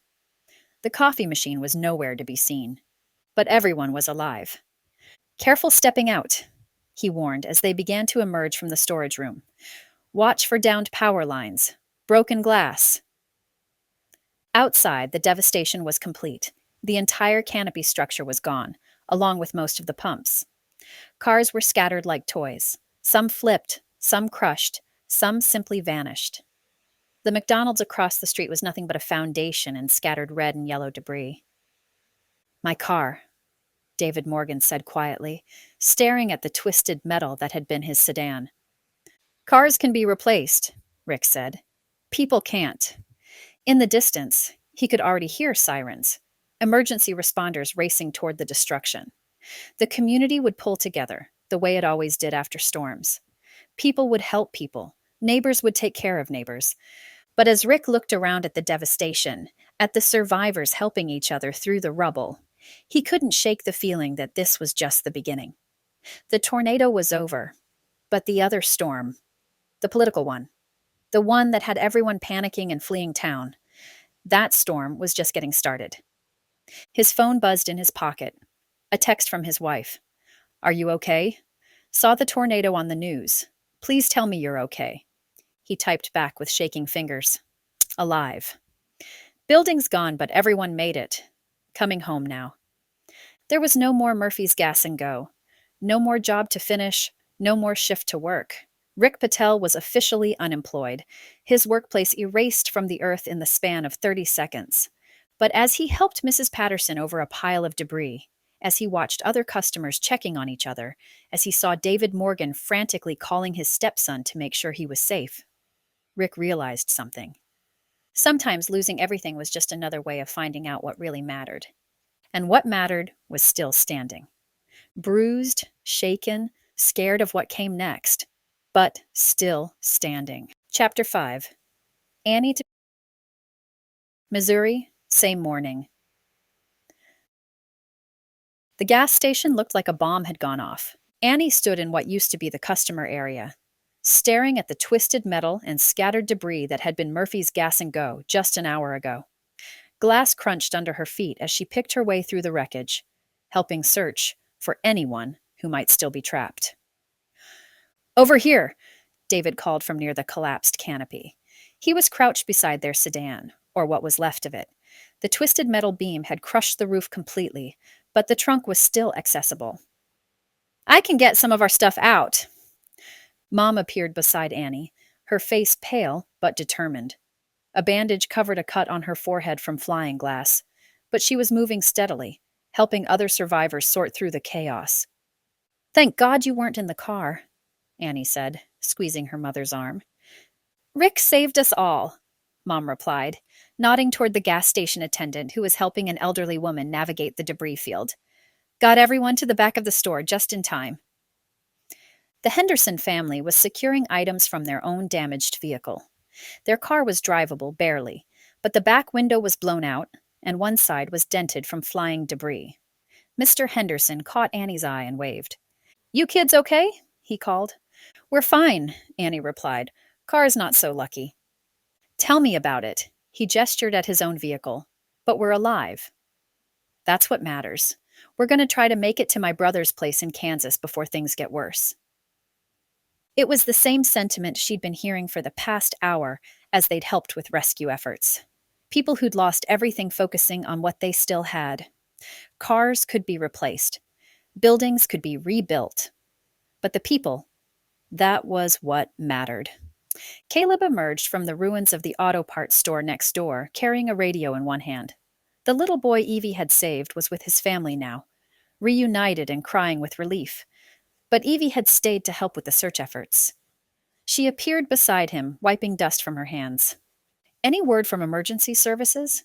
David asked as Caleb approached. That's the problem, Caleb said grimly. Listen to this. He turned up the volume on the radio, and Annie heard the crackle of official communications bleeding through the static. Redirect all available units to tornado response. Federal mandate, effective immediately. Roadblock establishment on Interstate 70 postponed due to weather emergency. National Guard deployment delayed. Repeat. Deployment delayed pending disaster assessment. Annie felt a chill that had nothing to do with the weather. They're setting up roadblocks? We're going to, Caleb corrected. But the tornado bought us time. Every agency that was supposed to be watching the highways is now focused on disaster response. It was exactly what Caleb had predicted yesterday. Federal forces mobilizing, checkpoints being established, the region locked down. Annie realized with growing dread that her brother had been right about everything. Mrs. Patterson, the elderly woman from the nursing home, shuffled over with the help of a walking stick someone had found for her. You young people talking about leaving town? We might be, Mom said carefully. Good. Mrs. Patterson's voice was firm despite her age. I've lived through enough to know when the wind's changing. This storm, she gestured at the destruction around them. This was just weather. What's coming next is going to be worse. The old woman's words echoed Caleb's from the truck, and Annie felt that familiar chill again. Mrs. Patterson had lived through the Great Depression, World War II, the Cold War. If she was scared... What do you mean? Annie asked. I mean, I've been listening to that radio too, dear. Federal troops moving, states choosing sides, people talking about war like it's something that happens to other people. Mrs. Patterson's eyes were sharp and clear. But it doesn't happen to other people. It happens to all of us. A new voice crackled over the radio, clearer than the others. California secession vote confirmed passed at 12:47 p.m. Pacific Time. Repeat, California has voted to secede from the United States. The words hit the group like a physical blow. Annie watched the faces around her cycle, through shock, confusion, and a growing understanding of what this meant. It's done, David said quietly. They actually did it. And now it starts, Caleb added, his voice grim. Federal response will be immediate. Military deployment, martial law declarations, emergency powers. Anyone trying to move between states is going to be stopped, questioned, possibly detained. The radio crackled again. Emergency broadcast system activation in progress. All civilian air traffic grounded immediately. Interstate highway checkpoints to be established within 6 hours. 6 hours, Mom whispered. Less than that for this region, Caleb said. We're too close to Whiteman Air Force Base, too close to major transportation corridors. They'll lock this area down first. Annie looked around at the tornado damage, at the people helping each other, at the emergency vehicles that were just now arriving on scene.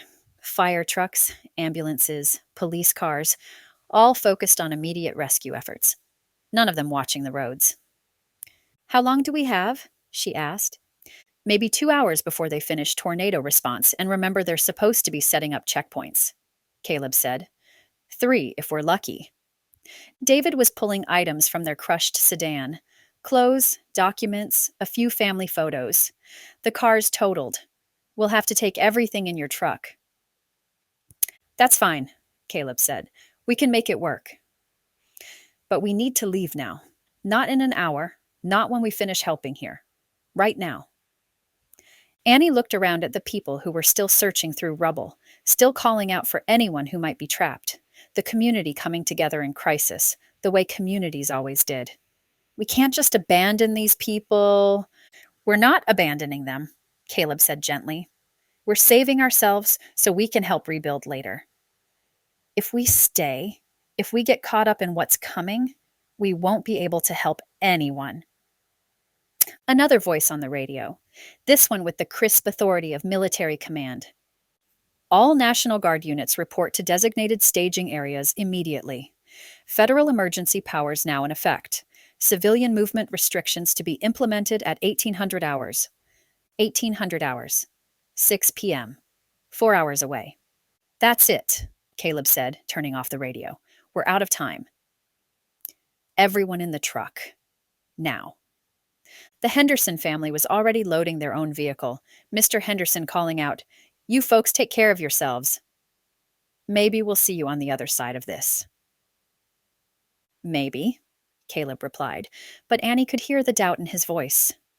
As they loaded their remaining possessions into Frank's truck, everything they could carry from their old life compressed into bags and boxes, Annie took one last look at the destroyed gas station. Rick was still helping other survivors, still putting other people's needs ahead of his own loss. "Rick!" she called out. "You should come with us. Get out of town while you can." The gas station attendant looked up from helping Mrs. Patterson into a Red Cross van. "Can't do it, Annie. Got my own family to look after. But you kids be safe out there." Annie nodded, understanding. Everyone had their own choices to make, their own people to protect. As they climbed into the truck, Mom and David in the back seat, Evie squeezed in beside them, Annie in front with Caleb. She couldn't shake the feeling that they were leaving more than just a town behind. They were leaving behind the world they'd known.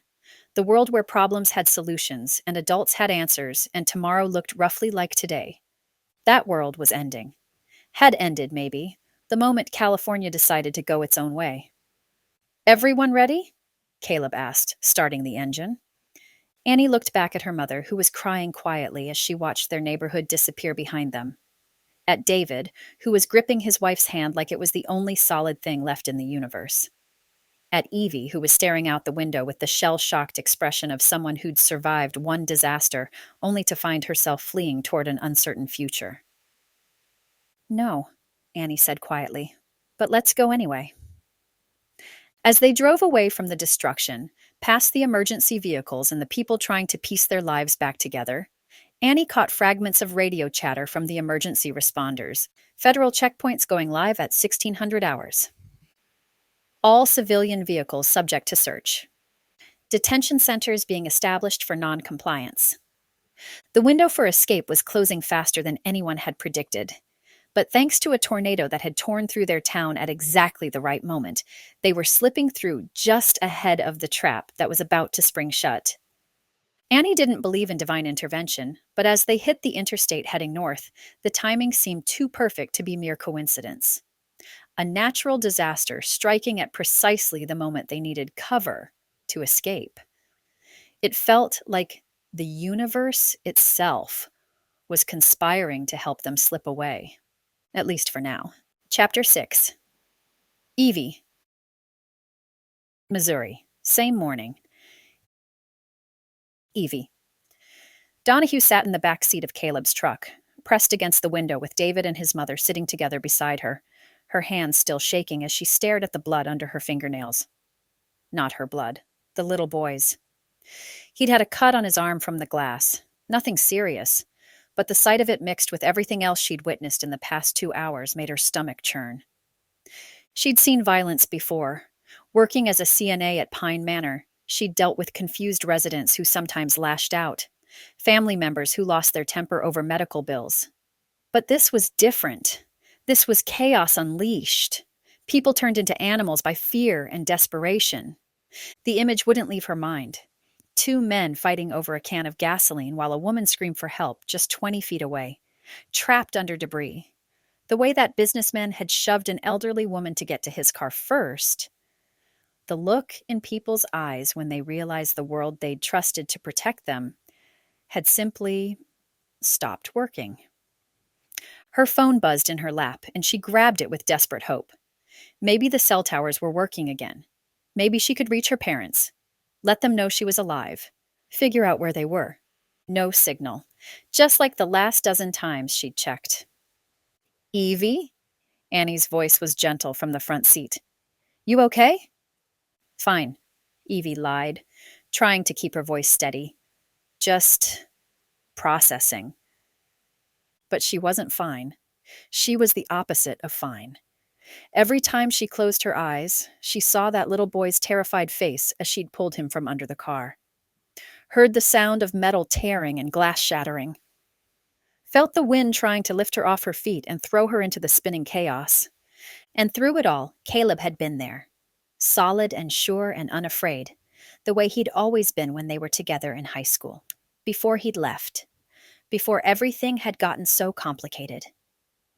Now she was sitting in his truck, fleeing her hometown with his family, heading toward a future she couldn't begin to imagine. It felt surreal, like something that happened to other people in movies or books, not to Evie Donahue, who'd never lived more than 10 miles from where she was born. Where exactly are we going? She asked, needing something concrete to focus on. Idaho, Caleb said, his eyes fixed on the road ahead. My dad's place. It's remote, defensible. We can wait out whatever's coming.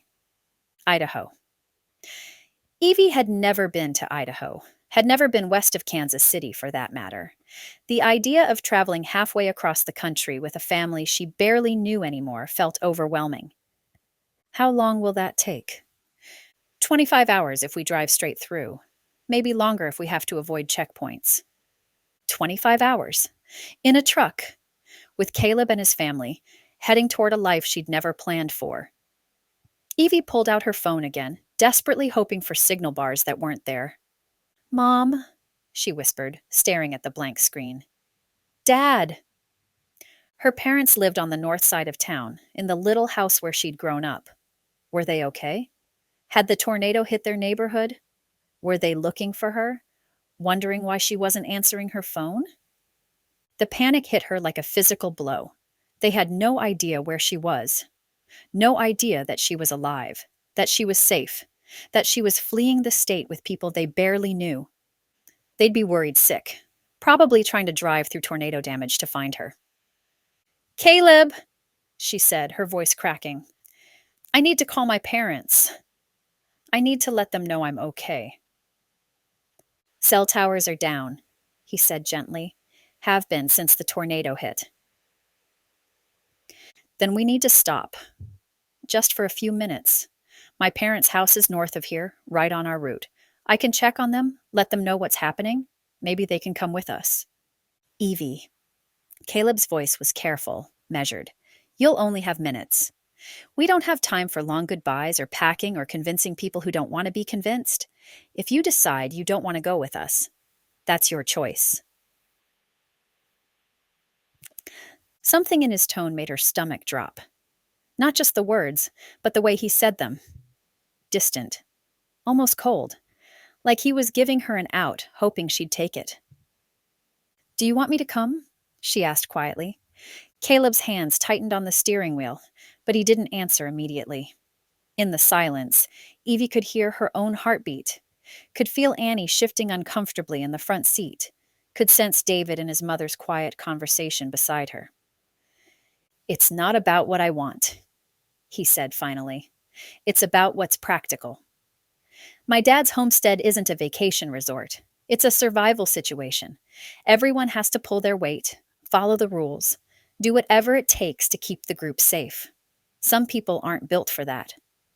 The words stung more than they should have, because underneath them, Evie heard the real message. You're not built for that. You're too soft, too gentle, too much of a liability. Maybe he was right. Maybe she was fooling herself thinking she could handle whatever was coming. She was a CNA who took care of elderly people and cried during sad movies. What did she know about survival? But then she thought about the little boy. About how she'd crawled under that car without thinking. How she'd pulled him to safety while debris rained down around them. About how she'd stayed to help with search and rescue, even when her hands were shaking and her legs felt like water. Maybe she was stronger than Caleb thought. Maybe she was stronger than she thought. "Pull over at the next turn," she said. "My parents' street." "Evie." "Please. I need 5 minutes to check on my parents, to let them know I'm alive." Her voice was steadier now, more determined. "Then I'll make my choice." Caleb glanced at her in the rearview mirror, and for a moment she saw something flicker across his face. Surprise, maybe. Or concern. "When you left before... when you went to live with your dad? Was it because you thought I wasn't strong enough for whatever you were becoming?" she asked quietly. The question hung in the air between them, loaded with 18 months of hurt and confusion and unanswered questions. Caleb stared straight ahead, his jaw tight. "I left because I thought you deserved better than what I was turning into," he said quietly. It wasn't really an answer, but as Evie settled back in her seat, she realized it might be the only one she was going to get for now. As they continued north on the interstate, she pulled out her phone one more time. Still no signal. The old world, the world of cell phones and safety nets and parents who could fix everything, was slipping further away with every mile. Time to find out what came next. Chapter 7. Caleb. Missouri, same morning. Caleb's hands moved automatically on the steering wheel as they merged onto Highway 36. Muscle memory taking over while his mind wandered to dangerous places. The truck felt smaller with 5 people crammed inside. The weight of their combined grief and fear pressing down like a physical thing. Behind him, he could hear the quiet conversations of people trying to process the impossible. David and Mom sat together, speaking in hushed tones about fuel and routes and whether they'd ever see their house again. Evie sat on the far side, silent and staring out the window, probably second-guessing every choice that had led her to this moment. And Annie, riding shotgun beside him, scrolling through news alerts on her phone with the focused intensity of someone trying to understand how the world had ended while they weren't paying attention. "Anything new?" he asked, though he wasn't sure he wanted to know. "Oregon's calling an emergency legislative session," Annie said without looking up. Washington state, too. And there are reports of. She paused, frowning at the screen. Federal forces moving toward the California border. It says, to maintain constitutional order. Constitutional order. The kind of phrase that sounded official and reasonable until you realized it meant tanks rolling through American cities and soldiers pointing guns at American citizens. Caleb had spent enough time listening to Frank's radio contacts to know what maintaining order looked like when governments got desperate. His phone sat silent in the cup holder beside him, and that silence was becoming harder to ignore with each passing mile. Meredith should have texted by now, should have called to check on him, to make sure he'd gotten his family out safely. The fact that she hadn't. Caleb? Annie's voice cut through his spiraling thoughts. You okay? You've been gripping the wheel like you're trying to strangle it. He forced his hands to relax, rolling his shoulders to ease the tension that had been building since they'd left the tornado wreckage. Just thinking. About what?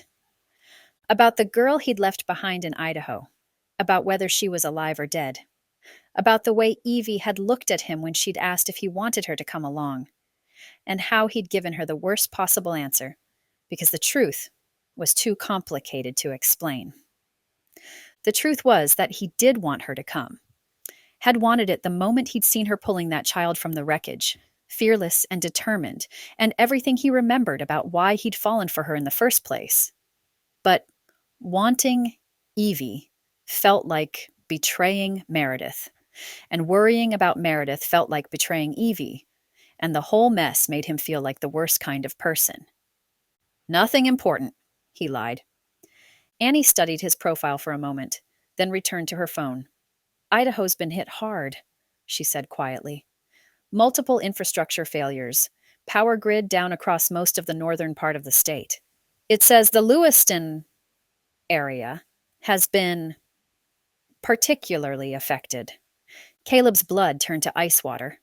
Lewiston, where Meredith's family lived, where she'd been visiting her grandmother when this all started. How hard? The question came out sharper than he'd intended. Hard. Annie glanced at him with concern.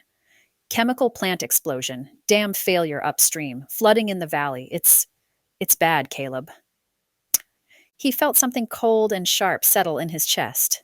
If there had been flooding, if the infrastructure had failed, maybe. But Caleb had spent too much time with Frank, had learned too much about how quickly things could go wrong to believe in maybes. When communications went down, when infrastructure failed, when entire regions went dark, people died. Good people. People who deserved better than the world they'd been given. The radio crackled with another update, this one from a ham operator somewhere in the Northwest. Confirm multiple bridges down on the Snake River. Evacuation routes compromised. If anyone's listening in the Lewiston area, recommend immediate movement to higher ground. Higher ground, as if there was anywhere high enough to escape what was coming. Caleb caught Evie's eyes in the rearview mirror and saw his own worry reflected there.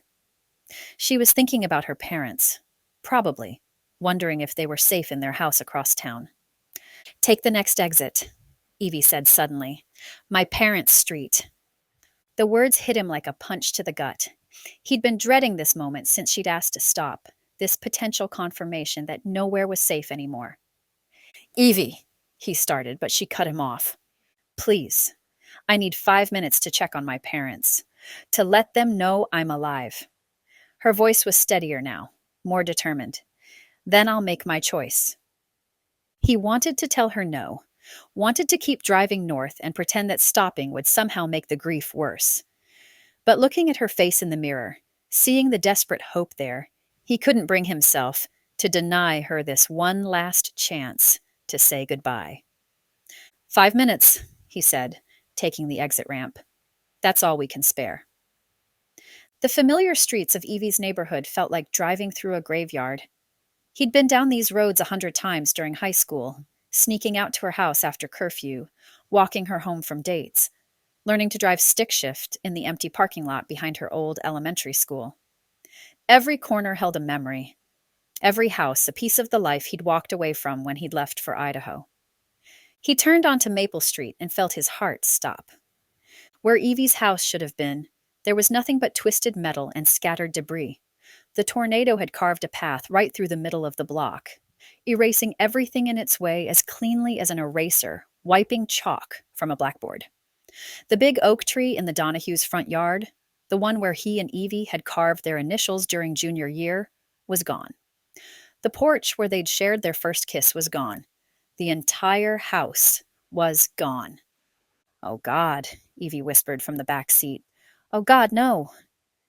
Caleb pulled into what used to be the driveway, gravel crunching under the tires. Through the windshield, they could see other neighbors emerging from damaged houses, walking through the debris field with the shell-shocked expressions of people trying to understand how their world had disappeared in minutes. "Mom," Evie breathed, her voice breaking. "Dad." She stumbled out of the truck before Caleb could stop her, running toward the wreckage with desperate, unsteady steps. He followed without thinking, catching up to her as she reached the foundation where the front door used to be. "They're not here," she said, spinning in circles, her voice rising toward hysteria. "They're not here. They're not here. Oh, God. Where are they?" "Evie!" Caleb caught her shoulders, trying to ground her before the panic took over completely. "Look at me. Look at me." She turned to face him, tears streaming down her cheeks, her whole body shaking. "They were here. They were home when I called. They were supposed to be safe. Maybe they got out.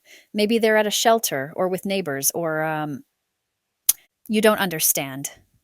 Evie's voice was barely a whisper. "I left them. I left them here to die while I ran away to save myself." The words hit Caleb like a physical blow, partly because he could hear the echo of his own guilt in them. How many times had he wondered the same thing about Meredith? How many nights had he lain awake thinking about all the people he'd abandoned when he'd chosen to follow Frank into the mountains? Without thinking, he pulled Evie against his chest, holding her while she sobbed into his jacket. She felt so small in his arms, so fragile, like she might break apart if he let go. And maybe she would. Maybe they all would before this was over. "I'm sorry," he whispered into her hair. "I'm so sorry." He wasn't sure if he was apologizing for her parents, or for bringing her into this nightmare, or for all the ways he'd failed the people he was supposed to protect. Maybe it didn't matter. Maybe sorry was just the sound people made when the world ended, and there was nothing left to say. Over Evie's shoulder, he could see Annie approaching with David and Mom, all of them moving carefully through the debris field. Their faces were pale with shock, but underneath the grief, he could see something else. Understanding, maybe. The final acceptance that there was no going back. This was what the new world looked like. This was what they'd saved themselves from, and what they'd condemned everyone else to. "We need to go," he said softly, still holding Evie as her sobs gradually quieted. "I know it's hard, but we need to keep moving." She pulled back to look at him, her eyes red-rimmed and hollow. "How do you do it? How do you just keep going when everything's gone?" It was the question he'd been asking himself for months, the question that had no good answer. "I don't know," he admitted, "but I know that stopping doesn't bring them back. And it doesn't save the people we still have a chance to protect." Evie nodded slowly, wiping her eyes with the back of her hand. Okay, let's go." As they walked back to the truck, Caleb's phone finally buzzed. A text message, the first one to get through since the towers had gone down. He pulled it out with shaking hands, hoping against hope that it would be from Meredith. It was from Frank. "Lewiston gone. Meredith's family confirmed lost. Get home fast. Things falling apart faster than expected." Caleb stared at the screen until the words blurred together, his hands shaking so badly he almost dropped the phone. Confirmed, lost. The euphemism couldn't hide what it really meant. Meredith was dead. He looked up to find Evie watching him, her face etched with new worry. "Bad news?" "Yeah," His voice came out as a croak. Really bad news. She reached out and took his hand, squeezing gently. I'm sorry. And somehow, standing in the ruins of her childhood home, holding the hand of the girl he'd left behind, mourning the girl he'd thought he might love, Caleb realized that this was how the world ended. Not with explosions or grand speeches or dramatic last stands. With quiet grief and whispered apologies and the terrible understanding that all you could do was keep moving forward, even when forward felt like falling off the edge of the earth. Come on, he said, guiding Evie back toward the truck. Let's go home. Even though home was a place none of them had ever been, and the people waiting there were strangers who might not want them. But it was all they had left. Chapter 7.5 Marcus. Outside Kansas City, Missouri, same morning. Specialist Marcus Rodriguez knelt beside the overturned minivan, his hands moving automatically through the motions he'd trained for but hoped he'd never have to use. Check for pulse, clear the airway. Stop the bleeding. Basic combat. Lifesaver skills that translated all too well to tornado aftermath. The woman inside was unconscious, but breathing. Cuts on her forehead from the shattered windshield, but nothing that looked immediately life-threatening. He could hear other members of his unit calling out from different parts of the debris field. Voices carrying across the destruction that had been a suburban neighborhood just hours ago. Got 2 survivors here? Sergeant Chen's voice carried from somewhere near what used to be a 2-story house. Need a medic? Marcus pressed his radio key. Copy, Sarge. Got one here too. Stable but needs transport. His voice sounded steady, professional, like he was handling this just fine. He wasn't handling it fine. His phone had been buzzing against his chest for the past 20 minutes, tucked inside his tactical vest where his squad leader couldn't see it. He knew he shouldn't check it. They were in the middle of search and rescue operations. People were depending on them, and Sergeant Chen had been clear about maintaining focus on the mission. But the buzzing wouldn't stop. And in his gut, Marcus knew it was bad news. The woman in the van stirred, her eyes fluttering open. My kids, she whispered, trying to sit up. Where are my kids? Ma'am, I need you to stay still, Marcus said, gently pressing her back down. We're going to get you help. Can you tell me your name? Sarah Mitchell. My kids were in the back seat. Tommy's 8. Emma's 6. Please, you have to find them. Marcus looked through the rear window of the van. Empty car seats, twisted metal, broken glass. No sign of children. They could have been thrown clear during the crash. Could be anywhere in the debris field. Could be hurt. Could be worse. We're searching the whole area, ma'am. My team will find them. The lie came easily. They would search, but with 3 square miles of destruction and only 12 soldiers, the odds weren't good. Not for everyone. His phone buzzed again, more insistent this time. Marcus glanced around, checking that none of his squad mates were watching, then pulled it out. 7 missed calls, all from his sister Elena. 12 text messages starting 3 hours ago. Marcus, call me. Emergency. Hospital won't tell me anything over phone. You need to get here. It's Danny. The tornado hit his school. Marcus, please. I can't do this alone. They found him. He's hurt bad. Surgery. They're saying it doesn't look good. Call me. Please. The phone slipped from Marcus's numb fingers, clattering against the twisted metal of the van. Danny, his baby brother, the kid who still asked Marcus to check under his bed for monsters when he came home on leave. 8 years old and afraid of the dark and the bravest little person Marcus had ever known. 8 years old. Same age as this woman's son, Tommy. Sir? Sarah Mitchell's voice seemed to come from very far away. Sir, are you okay? Marcus picked up his phone with shaking hands and scrolled to the last message, sent 15 minutes ago. I'm sorry. Danny didn't make it. Come home. The words blurred together on the screen. Didn't make it. Didn't make it. like Danny had been trying to catch a bus instead of fighting for his life in some sterile hospital room while Marcus played soldier in a field of broken houses. "We have to find my kids," Sarah was saying, her voice getting stronger. "Please, they're all I have." Marcus stared at her. This woman whose world had been torn apart by wind and debris, who was lying in a wrecked vehicle begging him to save the children she couldn't save herself. Just like Elena had been begging him to come home and save the brother he couldn't save either. "You can't save everyone." The thought came unbidden, in Sergeant Chen's voice from 100 training exercises. "In combat, you prioritize. Worst injuries first. Highest chance of survival. Greatest good for the greatest number." Cold calculations that made sense when you weren't the one making them. But what about when it was your own family?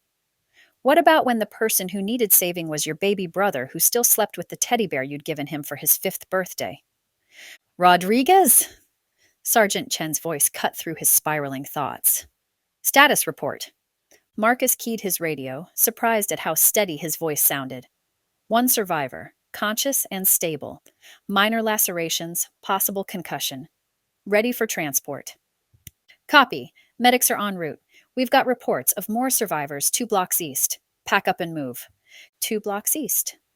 Away from his truck. Away from the highway that would take him home to Elena, to Danny's funeral, to the family that needed him more than these strangers ever could. Marcus looked down at Sarah Mitchell, at this woman who trusted him to save her children while his own brother lay dead in a morgue 50 miles away. The irony was brutal. He was supposed to be a protector, a rescuer, someone who ran toward danger instead of away from it. But how could he help anyone else when he couldn't even help the people who mattered most? "Sir?" Sarah's voice was smaller now, uncertain. Are you okay?" Number. He wasn't okay. He would never be okay again. Danny was dead, and Marcus had been out here playing soldier while his brother bled out in some hospital bed, probably calling for the big brother who was too busy to save him. "I have to go," Marcus said quietly, standing up from beside the van. "What?" "No, wait. My children. The medics will be here in 5 minutes. They'll take care of you. They'll keep looking for Tommy and Emma." The words felt like ash in his mouth. Maybe they would keep looking. Maybe they'd find them. Maybe they'd even find them alive. Maybe. Marcus started walking toward the edge of the debris field, toward where he'd parked his personal truck when they'd first arrived on scene. Behind him, he could hear Sarah calling out, her voice desperate and confused. Ahead, he could hear Sergeant Chen coordinating the search efforts, directing his soldiers with the calm efficiency of someone who believed they could actually make a difference. His radio crackled. "Rodriguez, where the hell are you going?" Marcus pulled the radio from his belt and stared at it for a long moment. Then he turned it off and kept walking. He'd spent 2 years in the National Guard believing that service meant something. That putting on the uniform made him part of something bigger than himself. Something that mattered. That when disaster struck, he'd be there to help. To save people. To be the kind of hero his little brother thought he was. But heroes didn't let their baby brothers die alone in hospital rooms. Heroes didn't choose strangers over family. Heroes didn't walk away from people who needed them. Maybe that's what made him not a hero after all. Marcus reached his truck and climbed inside, his hands shaking as he started the engine. Through the windshield, he could see his unit still working the debris field, still searching for survivors, still believing they could put the world back together, one rescue at a time. Maybe they could. Maybe Sarah Mitchell's kids were alive and would be found. Maybe the woman in the van would recover and rebuild and find a way to be grateful for the soldiers who'd saved her life. But Danny would still be dead, and Marcus would still be the brother who wasn't there when it mattered most. He put the truck in drive and headed toward the highway, toward home, toward a funeral he should have been there to prevent. In his rearview mirror, the disaster area grew smaller, the sounds of rescue operations fading into the distance. Behind him, people who needed help. Ahead of him, a family that needed him more. Sometimes there was no right choice. Sometimes you just had to choose which wrong you could live with. Marcus pressed harder on the accelerator and tried not to think about 8-year-old boys named Tommy and Danny, and all the ways the world could break your heart in a single morning. Chapter 8. Annie's Missouri same morning. Annie sat in the front seat of Caleb's truck, staring at the empty highway ahead while the weight of everything that had happened settled over her like a suffocating blanket. Behind her, she could hear Evie's quiet breathing, the occasional sniffle, the rustle of fabric as she shifted against the window. No words. What words could possibly be adequate for what they'd just witnessed? The image wouldn't leave Annie's mind. Evie standing in the ruins of her childhood home, calling out for parents who would never answer. The way her voice had cracked when she'd realized they were gone. The sound Caleb had made, half sob, half growl, when he'd gotten that text, whatever devastating news it had contained. In the span of an hour, both of them had lost something precious. Everything that had anchored them to their old lives was simply gone. Annie felt like she should say something, should offer comfort or wisdom, or at least acknowledgement of their loss. But what could a 17-year-old who still had her family intact possibly say to people who'd just watched their worlds burn? "I'm sorry," she whispered, not sure if she was talking to Evie or Caleb or both of them. "I'm so sorry." Caleb's hands tightened on the steering wheel. "Not your fault."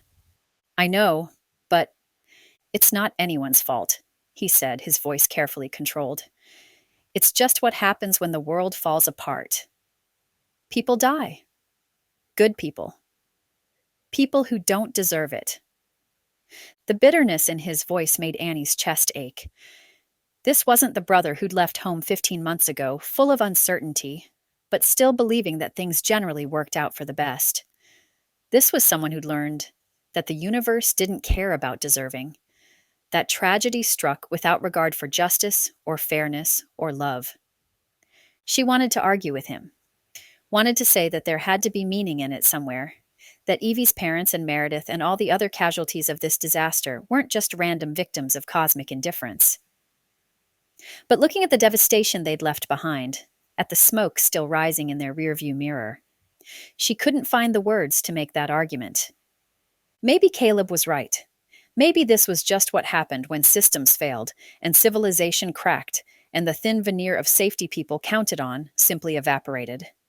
Maybe they were all just trying to survive in a world that had stopped making sense. Are we doing the right thing? The question slipped out before Annie could stop it. Running away while people are still trapped, still hurt, still needing help? Yes. Caleb's answer was immediate. Certain. We are. But what if... Annie! His voice was gentle but firm. Look behind us. Look at what we left. The gas station is gone. The auto parts store is gone. Half the neighborhood where we lived for 6 years is flattened. And that's just from the tornado. What do you think is going to happen when federal troops start moving through? When martial law gets declared? When people get desperate enough to fight over food and water? She looked back, seeing the column of smoke that marked their hometown growing smaller in the distance.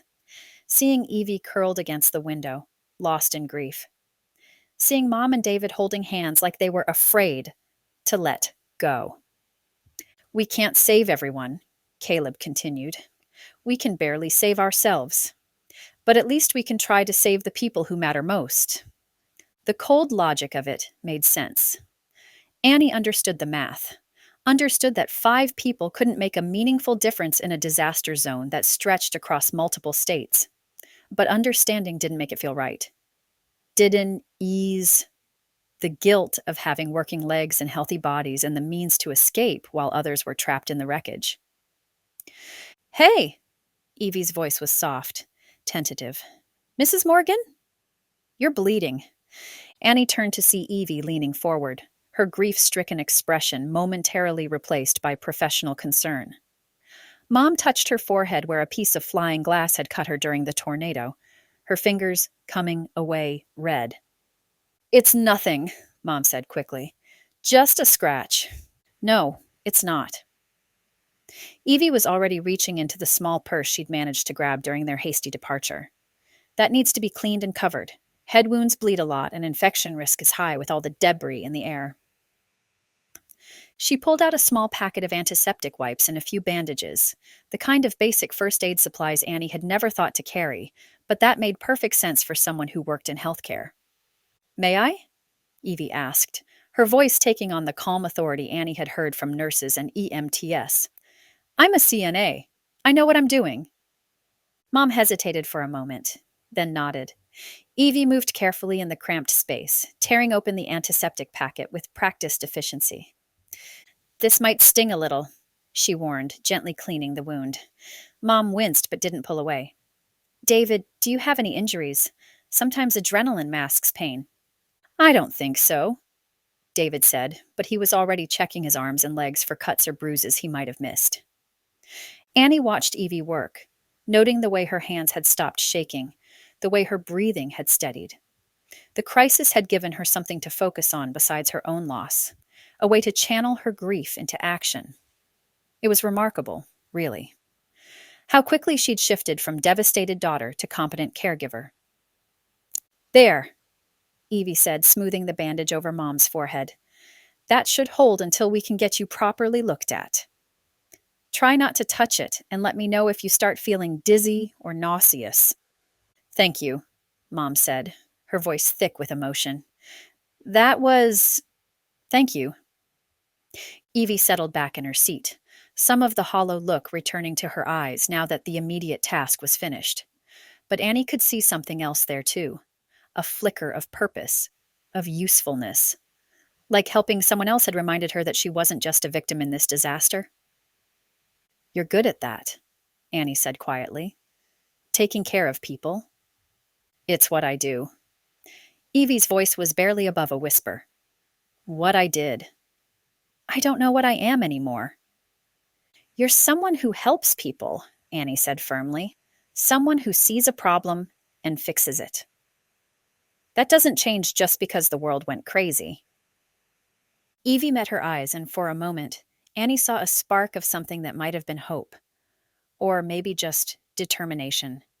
The resolve to keep going, even when everything felt impossible. Your mom needs to stay hydrated, Evie said, turning to practical matters. And all of us should be careful about shock. It can set in hours after trauma, especially with everything we've been through. What should we watch for? Annie asked, genuinely curious. She'd never thought much about medical care beyond basic first aid, but if they were heading into an uncertain future, knowing how to take care of each other seemed crucial. Confusion, rapid pulse, shallow breathing, excessive sweating, or feeling cold. Evie ticked off the symptoms on her fingers. If someone starts showing those signs, we need to get them lying down with their feet elevated and keep them warm. Annie filed the information away, adding it to the growing list of things she was learning about survival. How to read infrastructure patterns. How to recognize the signs of systemic collapse. How to care for people when normal medical help wasn't available. Skills she'd never wanted to learn, for a world she'd never wanted to live in. Thank you, she said to Evie, for helping Mom, for coming with us. Evie's smile was sad but genuine. Thank you for not making me feel like an outsider. I know this is your family, and You're not just anything, Annie interrupted. You saved a child's life today. You're taking care of my mother.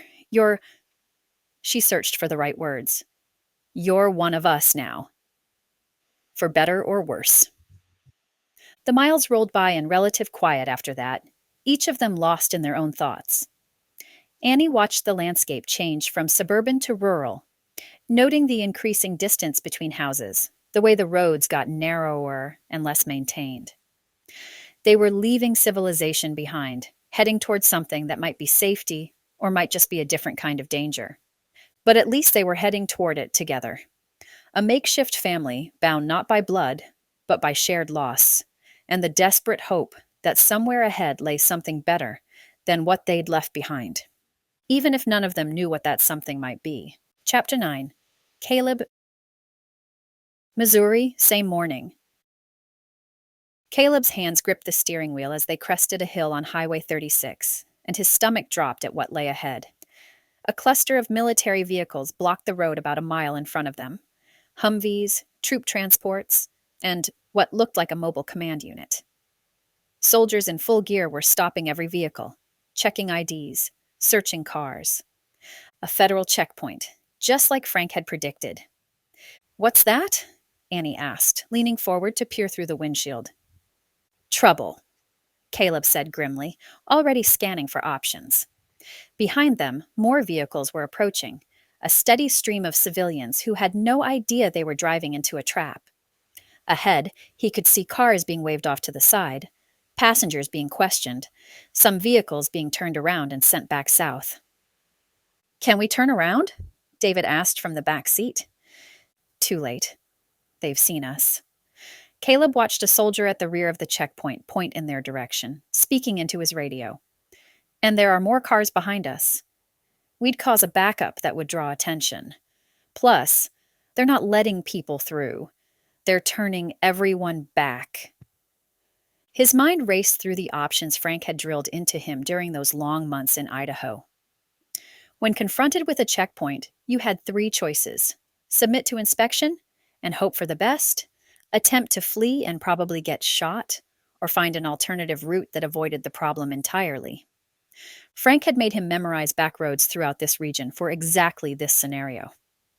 "Everyone stay calm," Caleb said, slowing their approach but not stopping. "Act natural. We're just travelers trying to get home."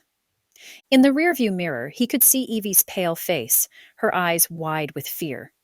Mom and David were holding hands, knuckles white with tension.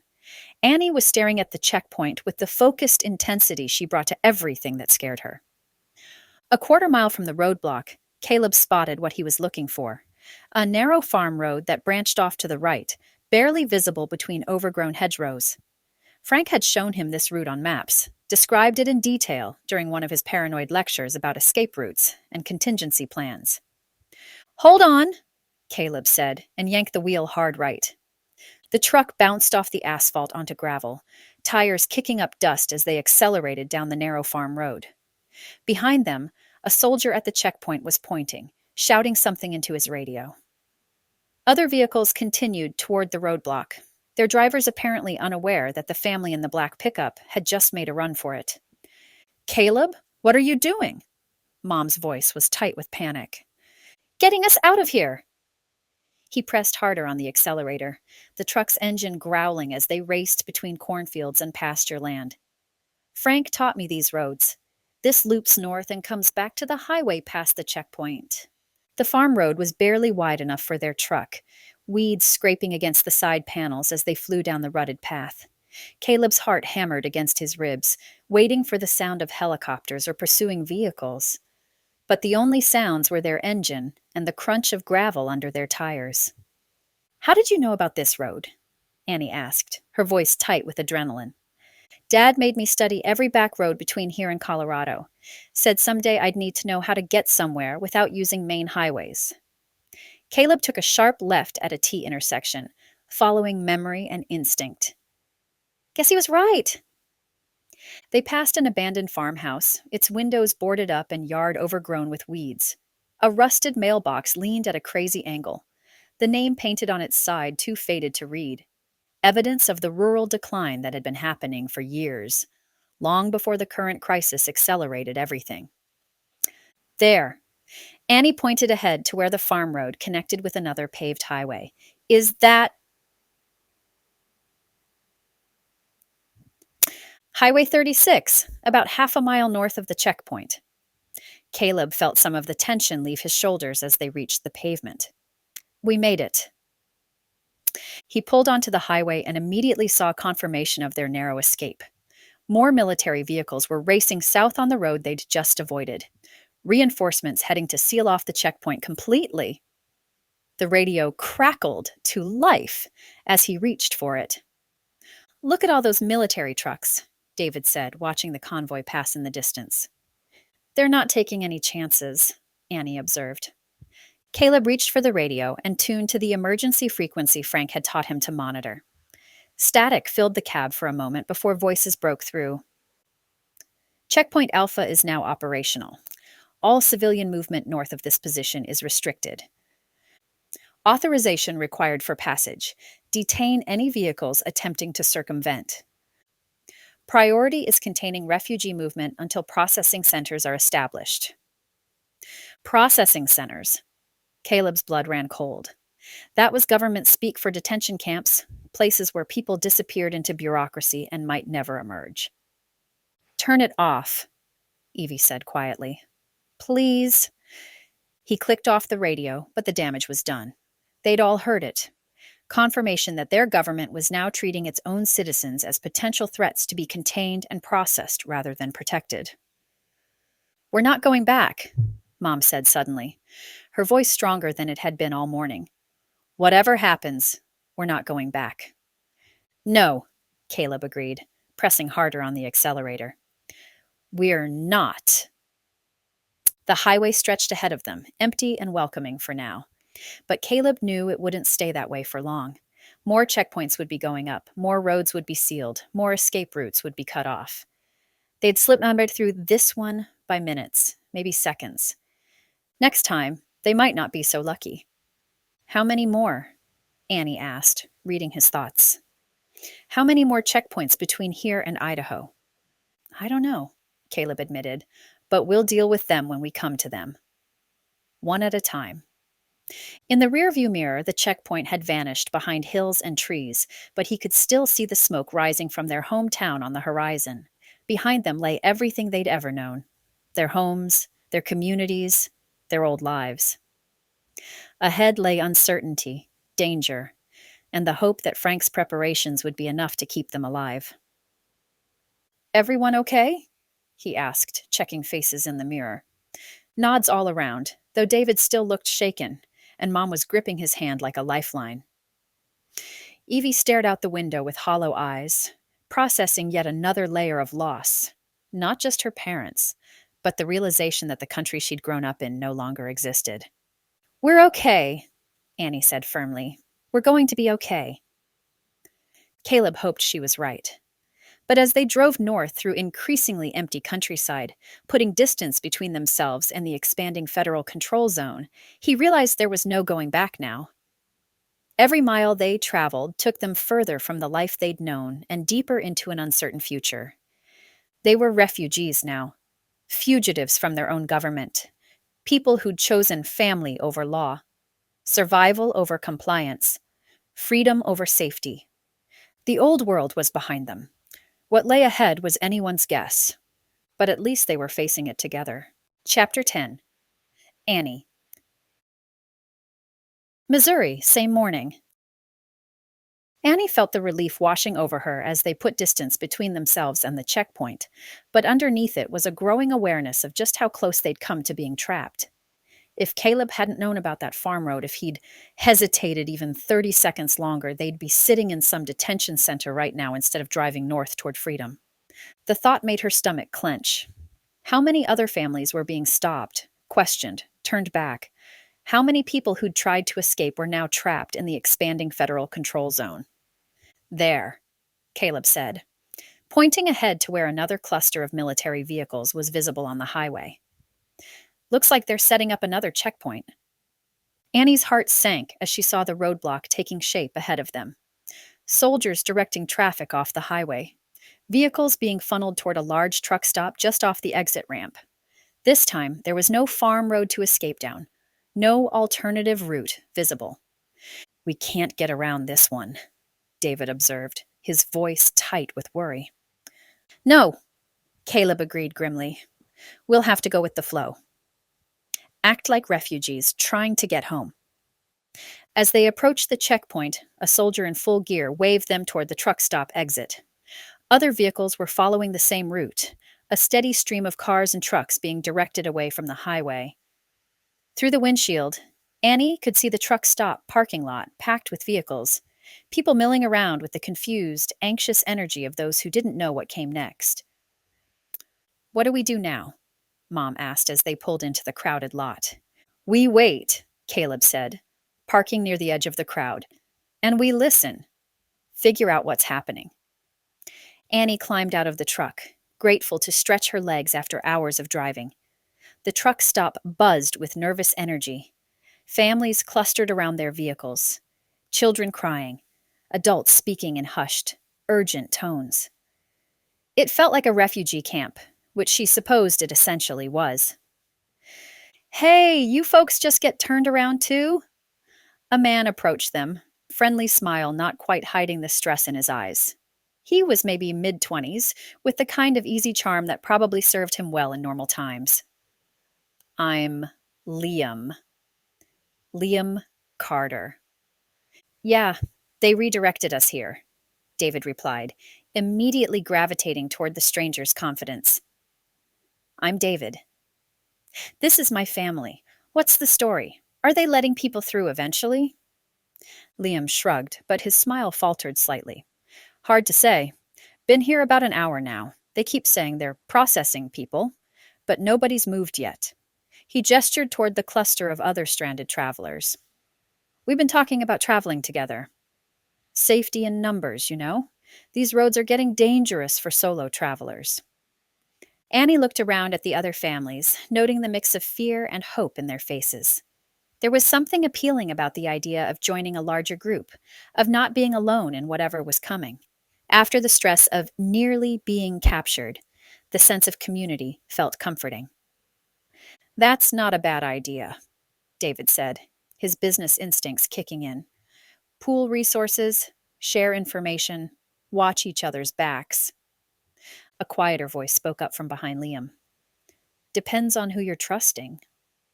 Annie turned to see another young man, maybe Caleb's age, with dark hair and watchful eyes. Where Liam was all easy charm and quick smiles, this one radiated a different kind of competence, the kind that came from experience rather than charisma. "This is Dax," Liam said, his tone suggesting they weren't exactly friends. "He's not much for conversation, but he knows these roads." Dax nodded politely, but said nothing, his gaze moving over their group with the same careful assessment Annie had seen in Caleb. These two had clearly learned to read people and situations quickly. "Where are you folks headed?" Liam asked. "North," Caleb said vaguely. "Family up there." "Same here. Well, sort of." Liam's grin was infectious. "Figure anywhere's better than where we came from, right? The way things are falling apart back there."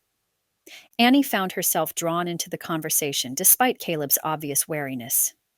There was something energizing about being around other people who understood what they were going through, who'd made the same hard choices to leave everything behind. "How many people are we talking about?" David asked. "For traveling together?" "Maybe 15. 20 people total. 4 families. Couple of singles." Liam gestured toward the various groups scattered around the parking lot. "The Hendersons over there. The Johnsons with the 3 kids. Old Mr. Patterson who used to run the hardware store. Good people."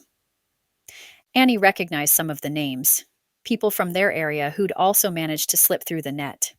The idea of traveling with familiar faces made the prospect even more appealing. "What do you think?" David asked Caleb quietly. But Caleb was watching Dax, who was studying the checkpoint operations with the focused attention of someone looking for patterns. "What's your read on this?" Caleb asked him directly. Dax considered for a moment before answering. "They're not processing anyone. They're stalling. Keeping people here while they figure out what to do with us." His voice was quiet but certain. "Question is whether they're planning to let us go or start making arrests." The blunt assessment sent a chill through Annie. She looked back at the checkpoint, noting the way more soldiers kept arriving, the way the barriers were being reinforced rather than opened.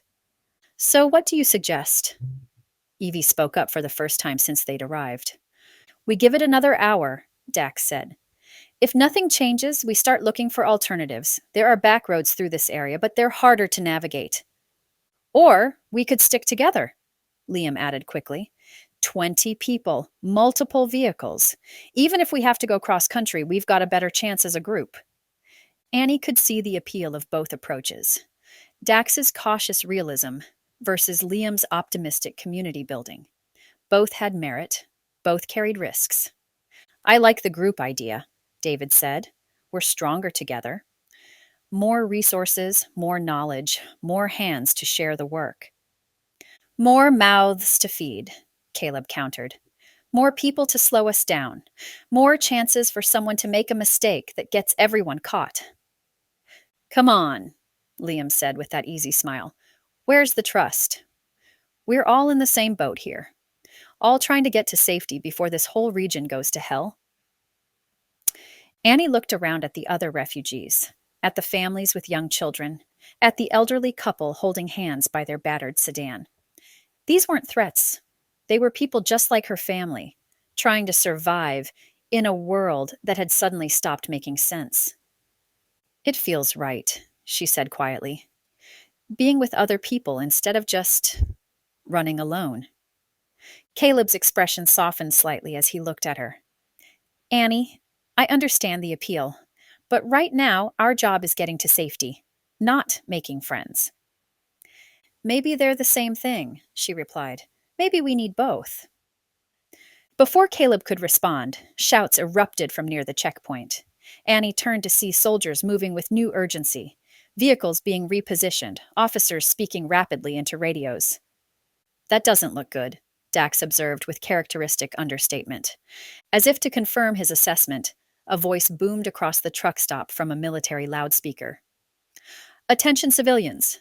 This area is now under federal emergency authority. All vehicles and passengers will be processed for security screening. Do not attempt to leave the area. The words hit the crowd like a physical blow. People who'd been milling around anxiously now looked genuinely frightened. Children started crying. Adults moved closer to their families. And the easy chatter died away into worried whispers. Well, Liam said, his smile finally faltering completely. Looks like we're all stuck here together, whether we want to be or not. Annie felt the walls closing in around them, the trap they'd narrowly avoided at the first checkpoint finally springing shut. But looking around at the other families, at the mix of fear and determination in their faces, she realized Liam was right about one thing. They were all in this together now, for better or worse. Chapter 11. Caleb on Missouri, same evening. Caleb stood at the edge of the makeshift camp they'd established in the truck stop parking lot, his eyes constantly scanning the tree line beyond the fence. 50 yards to the east, thick woods that could hide an entire company of soldiers. To the west, open fields that offered no cover but clear sight lines. North, the highway they should be on, blocked by military vehicles and razor wire. Every instinct Frank had drilled into him screamed that they needed to keep moving. Find another route. Push north toward Idaho before the net closed completely. But his family had other ideas. Caleb, come eat something, Mom called from where she sat with the Henderson family around a small camp stove. You've been standing there for an hour. An hour of watching, an hour of counting soldiers, an hour of memorizing the patrol patterns and noting which direction the officers kept looking when they checked their radios. An hour of feeling more trapped by the minute. Not hungry, he said, not taking his eyes off the checkpoint. The military presence had tripled since afternoon, and they weren't just stopping traffic anymore. They were setting up for a long-term operation. Tents going up. Communication arrays being installed. The kind of infrastructure you built when you planned to stay.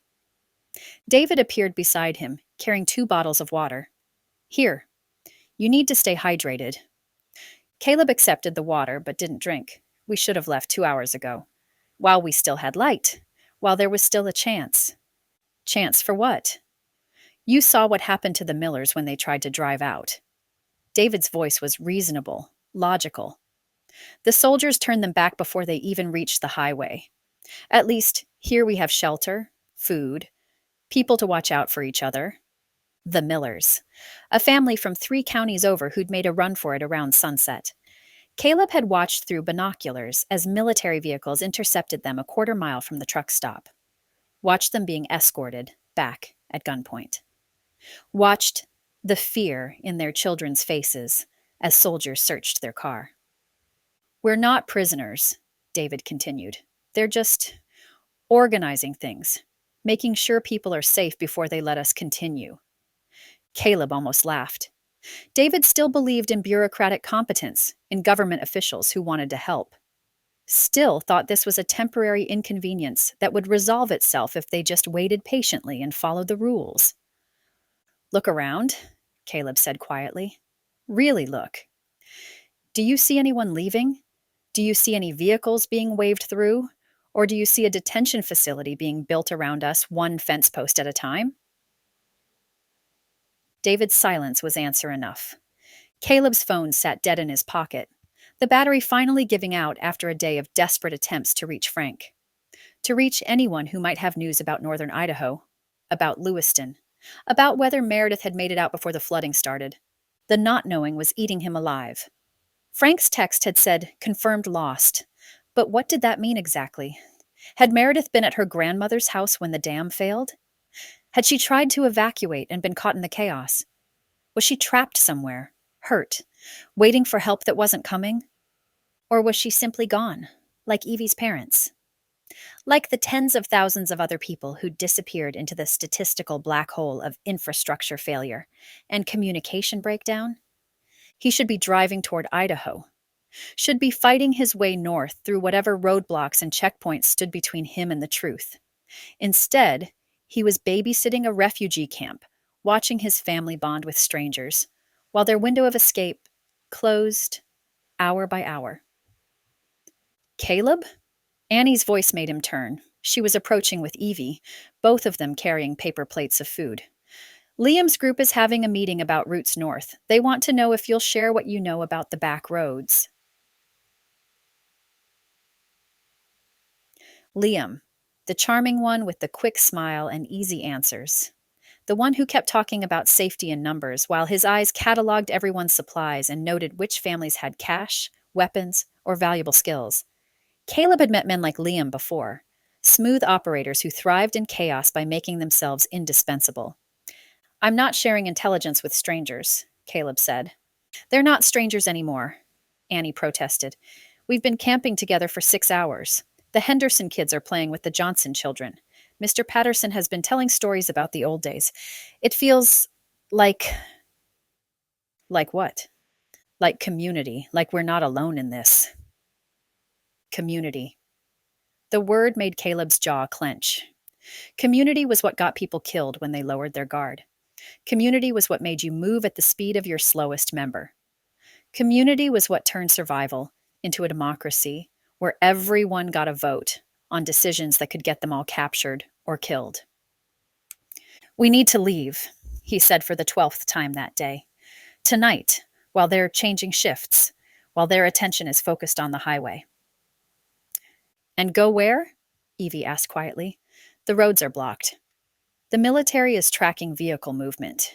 Even if we could slip away, where would we go that's safer than here? Evie, who'd lost everything and was still trying to be reasonable, still trying to find the middle ground between Caleb's paranoia and everyone else's denial. She was probably right that escaping would be nearly impossible now. But sitting here, waiting for the government to decide their fate, felt like surrendering without a fight. His radio crackled with intercepted military communications, fragments of conversations about processing schedules and transport coordination and facility capacity, the language of bureaucracy applied to human beings, the vocabulary of efficiency that reduced families to numbers and individuals to logistics problems. They're not planning to let us go, he said, more to himself than to the others. This isn't temporary. This is the new normal. You don't know that, Annie said, but her voice lacked conviction. Look at the patterns. Look at what they're building. Look at how they're organizing us. Caleb gestured toward the camp, where families had naturally clustered into groups based on where they'd come from, how much money they had, whether they had children. They're creating social structures, hierarchies, dependencies, making it harder to leave, easier to control. Annie and Evie exchanged a look that made his chest tighten, the look of people who thought he was becoming paranoid, who thought grief and stress were making him see threats that weren't there. Maybe they were right. Maybe he was losing his grip on reality. Maybe the constant hypervigilance and worst case scenario thinking were symptoms of something breaking inside his head rather than accurate threat assessment. But Frank's voice echoed in his memory. Trust your instincts. When something feels wrong, it usually is. I'm going to check the perimeter, he said, walking away before they could argue. The truth was, he needed space, needed silence, needed time to think without his family's worried faces reminding him of all the ways he was failing them. Evie's parents were dead. Meredith was probably dead. Their hometown was under military occupation. And here he was, trapped in a parking lot, watching his mother make friends with strangers while federal agents planned their future. He'd trained for survival, learned to hunt, fight, navigate, endure. But no one had taught him how to handle the crushing weight of being responsible for people who didn't want to be saved, who preferred the illusion of safety to the hard work of staying alive. The numbness was spreading again, the emotional shutdown that had carried him through the worst moments of the past year. When you felt too much, you felt nothing. When everything hurt, you stopped feeling pain. It was a mercy in its way. A protective mechanism that let you keep functioning when functioning was all that mattered. Behind him, he could hear laughter from the camp, children playing games, adults sharing stories and comparing theories about when they'd be allowed to continue their journeys, the sounds of people adapting, accepting, making the best of a bad situation. Normal human responses to abnormal circumstances, the kind of resilience that let communities survive disasters and rebuild afterward. But this wasn't a disaster they could rebuild from. This was the disaster that never ended, the crisis that became the new reality. And adapting to it meant accepting a cage with comfortable bars and familiar faces. Caleb pulled out his dead phone and stared at the black screen, trying to remember the last thing Meredith had texted him. Something about staying safe. Something about trusting his father's judgment. Something that felt like goodbye, though neither of them had known it at the time. Tomorrow, he would make a choice. Push his family to run, knowing they'd probably refuse and hate him for it. Or stay, and watch them disappear into the bureaucratic machinery that was already grinding other families into statistical dust. Neither option felt like winning. But maybe winning was no longer the point. Maybe survival was enough. Chapter 11. Point 5. Lieutenant Torres. Redding, California, same evening. Lieutenant Maria Torres stood at the intersection of Cypress Avenue and Pine Street, watching a line of federal Humvees roll through downtown Redding like an occupying army, which she supposed was exactly what they were. The irony wasn't lost on her. She'd grown up 6 blocks from here, graduated from Shasta High School just down the road, joined the army to serve her country. Now that same country had sent her back home to enforce martial law against her own neighbors. Torres, we need you at the courthouse, crackled through her radio. Sergeant Martinez's voice carried the strain they were all feeling after 18 hours of continuous operations. More protesters gathering. Mayors requesting additional security. She keyed her mic. Copy, en route. The streets felt wrong under her boots. These sidewalks where she'd learned to ride a bike, where she'd walked to school every morning for 12 years, where she'd held hands with her first boyfriend, all of it transformed into a militarized zone with checkpoints and armored vehicles and soldiers carrying live ammunition. The courthouse square was packed. Maybe 300 people, mostly older residents she recognized from her childhood. Mrs. Chen from the corner market. Mr. Rodriguez, who'd coached her little league team. The pastor from Mount Calvary Baptist, where her grandmother still attended services. They weren't violent. They weren't even particularly angry. They just looked confused, like they couldn't understand how their quiet mountain town had become the front line of a constitutional crisis. Attention, citizens! Boomed from the loudspeakers mounted on the federal command vehicle. This gathering is in violation of Emergency Order 7 Alpha. Disperse immediately or face arrest under federal authority. Maria watched the crowd's reaction. The way elderly couples looked at each other with bewildered expressions. The way parents pulled their children closer. The way American flags hung limp in hands that had held them proudly just yesterday. "They voted!" called out a voice from the crowd. Maria turned to see Bill Patterson, who'd taught her 8th grade civics class. "California voted to secede. That's democracy. That's what you swore an oath to protect." The loudspeaker crackled again. "Federal law supersedes state actions. The Union is indivisible. Return to your homes immediately." Indivisible. Maria remembered reciting those words in Mr. Patterson's classroom. One nation, under God, indivisible, with liberty and justice for all. Funny how the liberty and justice part seemed to have gotten lost somewhere. Her radio buzzed. "Torres, status report." Peaceful assembly. No weapons visible, mostly elderly residents. She paused, watching a woman about her grandmother's age slowly folding an American flag with tears in her eyes. "Sir, these aren't insurgents. These are just people." "Copy that. Maintain perimeter. Orders are to detain anyone who refuses to disperse." Detain. Such a clean word for what was about to happen to people whose only crime was standing in their own town square, holding flags and asking questions about democracy. A commotion near the courthouse steps caught her attention. Federal agents in tactical gear were zip-tying the hands of a man in his 70s, Frank Morrison, who'd run the hardware store for 40 years. His crime? Refusing to move when ordered to clear the steps. "This is wrong," said a voice beside her. Maria turned to see Corporal Jackson, a kid from Nebraska who'd joined up straight out of high school. He was staring at the scene with the same sick expression she felt in her own stomach. "Orders are orders," she said automatically, but the words tasted like ash.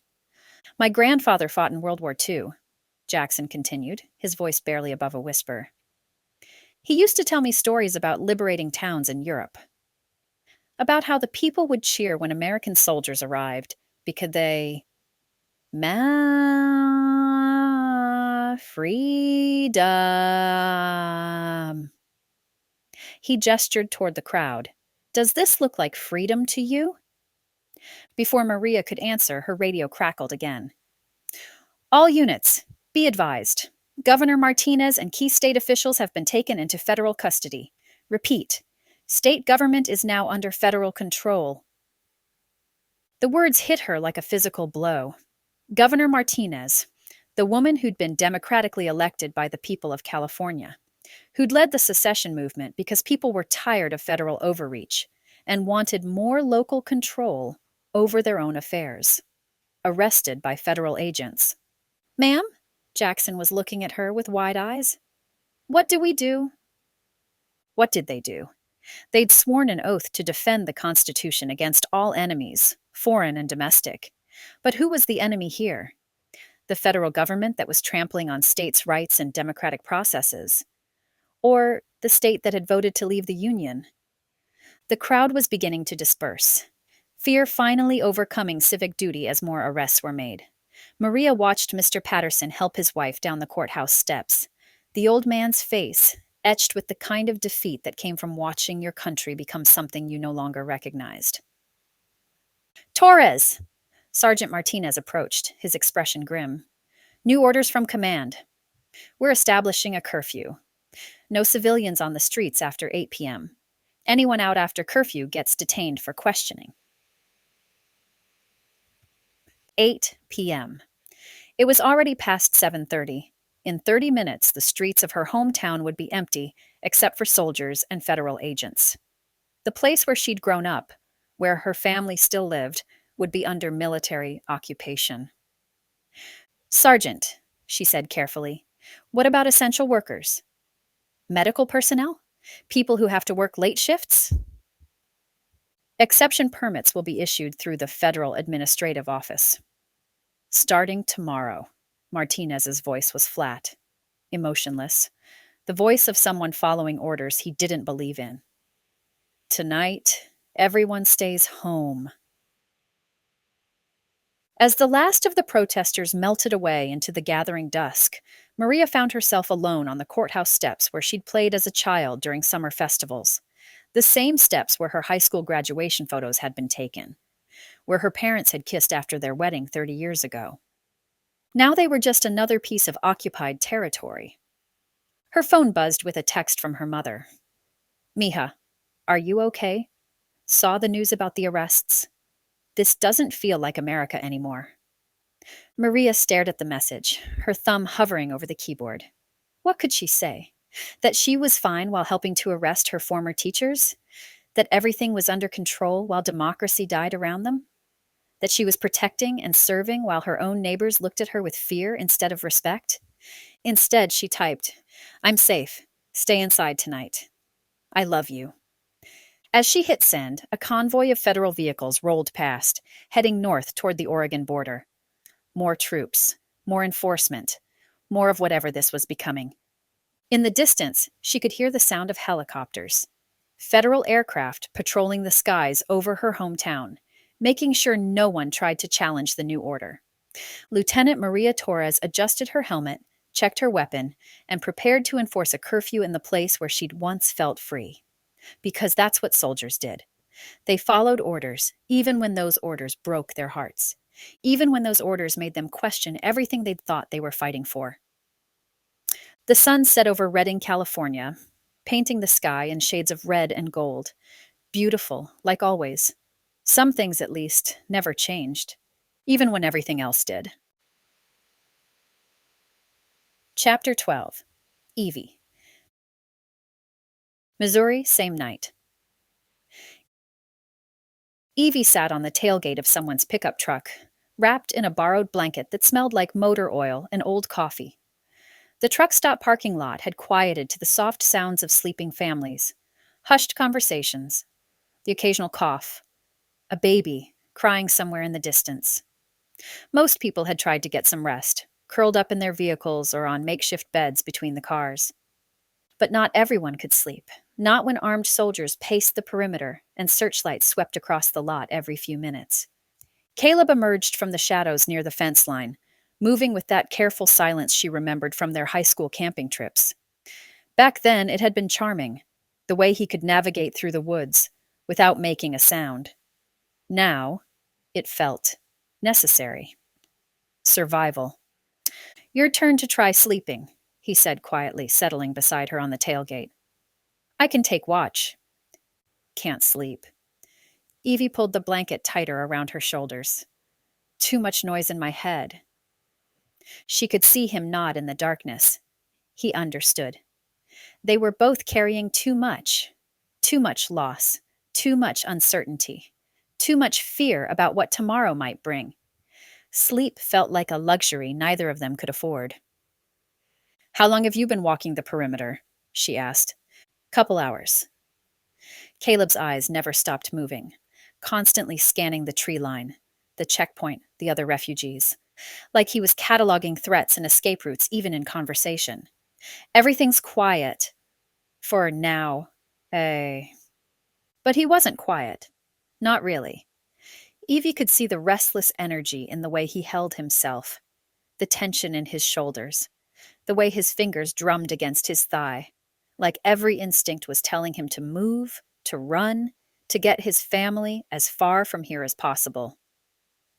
You're somewhere else, she said softly. Even when you're sitting right here, you're somewhere else. Caleb's laugh was bitter. Yeah, well, somewhere else is probably burning down too. The words hung between them, heavy with meaning she was only beginning to understand. There were pieces of Caleb's story she didn't have, gaps in the past year and a half that felt important, but that he'd never shared. Idaho, she said carefully. When you talk about getting to your dad's place, that's not all you're thinking about, is it? He was quiet for so long she thought he wouldn't answer. When he finally spoke, his voice was barely above a whisper. There was someone there. Is someone there? Maybe. He ran his hands through his hair, a gesture she remembered from when they were 17, and he was trying to work through a problem too big for words. Her name's Meredith. I cared about her. A lot. Evie felt something twist in her chest. Not quite jealousy, not quite relief. Just another layer of complicated feelings she didn't know how to process. What happened to her? I don't know. The admission seemed to cost him something. Idaho got hit hard. Lewiston, where her family lives, there was flooding, infrastructure collapse. My dad sent word that. He stopped, swallowed hard. That her family was confirmed lost, but I don't know if she was with them. Don't know if she got out. Don't know if I should be driving north to find her instead of sitting here watching federal agents decide our future. The pain in his voice was raw, unguarded. This was the grief she'd seen glimpses of. Not just the general devastation of watching the world fall apart, but the specific agony of not knowing whether someone you loved was alive or dead. Is that why you left? The question slipped out before she could stop it. Before all this, did you leave because of her? Caleb turned to look at her then, really look at her, and she could see the answer in his eyes before he said it. No, I left because of you. The words hit her like a physical blow. What? I left because I was 18 and stupid, and I thought if I stayed, I'd ruin everything good about you. His voice was steady but hollow, like he was reciting facts from a distance. I thought if I became someone stronger, someone who could handle whatever the world threw at us, maybe I'd deserve to come back. Maybe I'd be worth waiting for. Evie stared at him, feeling like the ground had shifted beneath her feet. Caleb. But then I met Meredith, and she understood the world I was learning to live in. She didn't need me to be someone different. She accepted who I was becoming. He looked back toward the fence, toward the soldiers who held their freedom in their hands. And now she might be dead, and you're here, and I don't know how to feel about any of it. The honesty in his voice was devastating. Evie wanted to reach for him, wanted to say something that would ease the pain she could see eating at him. But what could she say? That she'd waited? That she'd spent 18 months wondering what she'd done wrong? That seeing him again had awakened feelings she'd thought she'd buried? I don't know how to feel about anything anymore, Caleb continued, his voice dropping even lower. I don't know if I can feel anything anymore. There's too much loss, too much fear, too much responsibility for people I can't protect. It's easier to just shut it off. Evie understood that instinct, the emotional numbness that crept in when everything hurt too much. She'd felt it herself when she'd realized her parents were gone, when she'd climbed into this truck not knowing if she'd ever see her hometown again. There was a mercy in feeling nothing, in letting the protective walls go up. But there was also a cost. The boy, she said quietly, at the gas station. When you helped me pull him out of that car, did you feel anything then? Caleb considered this relief, that we got him out alive. Nothing then. No, he admitted, nothing. They sat in silence for a while, watching the searchlight sweep across the parking lot, listening to the distant murmur of other people's conversations. Evie found herself cataloging the feeling of sitting next to him, the warmth of his presence, the familiar rhythm of his breathing, the way her heart beat just a little faster when his shoulder brushed against hers. Dangerous feelings, complicated feelings, the kind that had no place in a world where tomorrow was uncertain and survival was all that mattered. But they were there anyway, stubborn and real and impossible to ignore completely. I don't know what I'm supposed to do with this, she said finally. With any of this. I don't know how to mourn my parents while worrying about Meredith. I don't know how to figure out what I feel about you when feeling anything seems selfish. Maybe that's okay, Caleb said. Maybe not knowing is all any of us can handle right now. Is it enough? Just existing in the uncertainty? It has to be. He looked at her again, and she saw something flicker in his eyes. Not quite hope, but not complete despair either. Because the alternative is giving up, and I'm not ready to do that yet. Neither was she, Evie realized. Despite everything, the loss, the fear, the impossible situation they were trapped in, there was still something in her that wanted to fight. That wanted to believe they could get through this, whatever this was.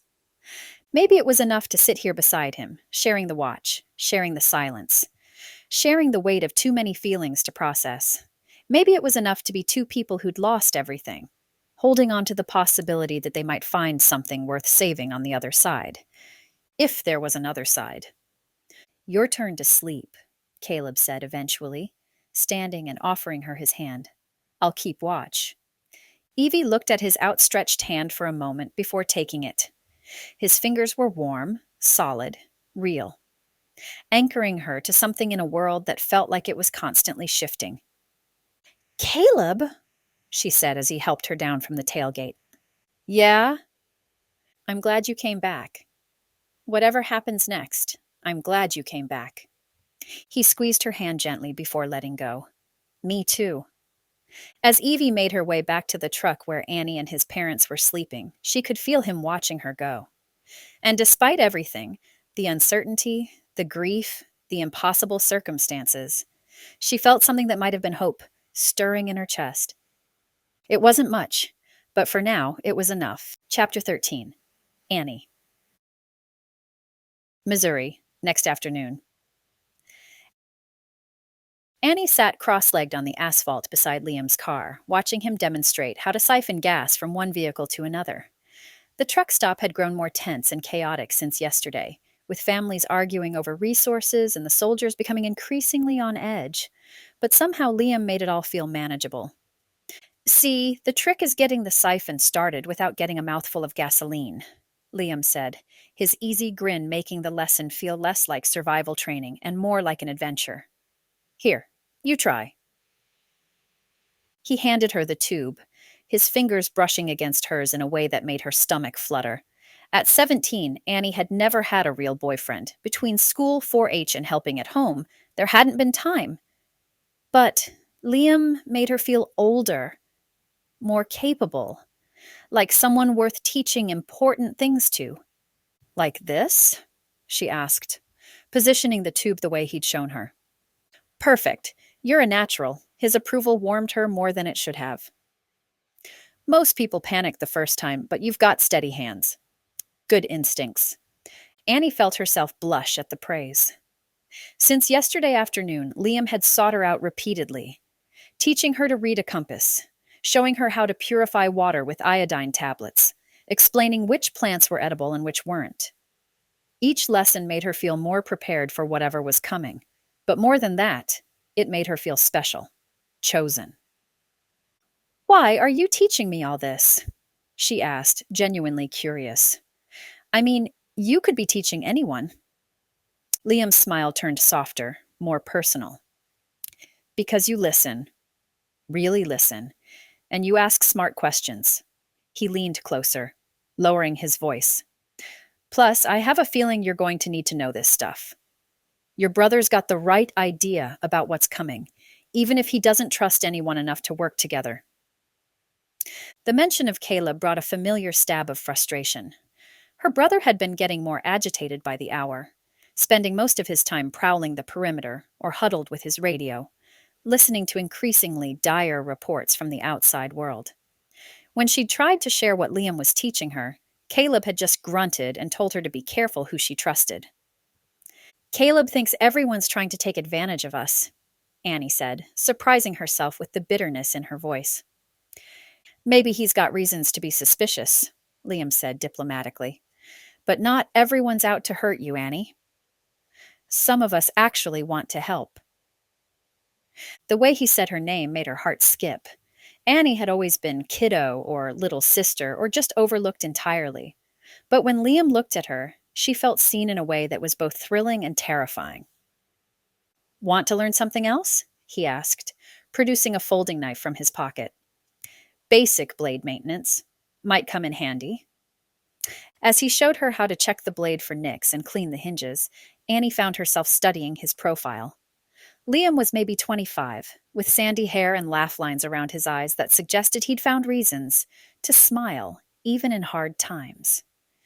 There was something magnetic about his confidence, the way he moved through the camp like he belonged, wherever he was. Annie. Evie's voice made her look up.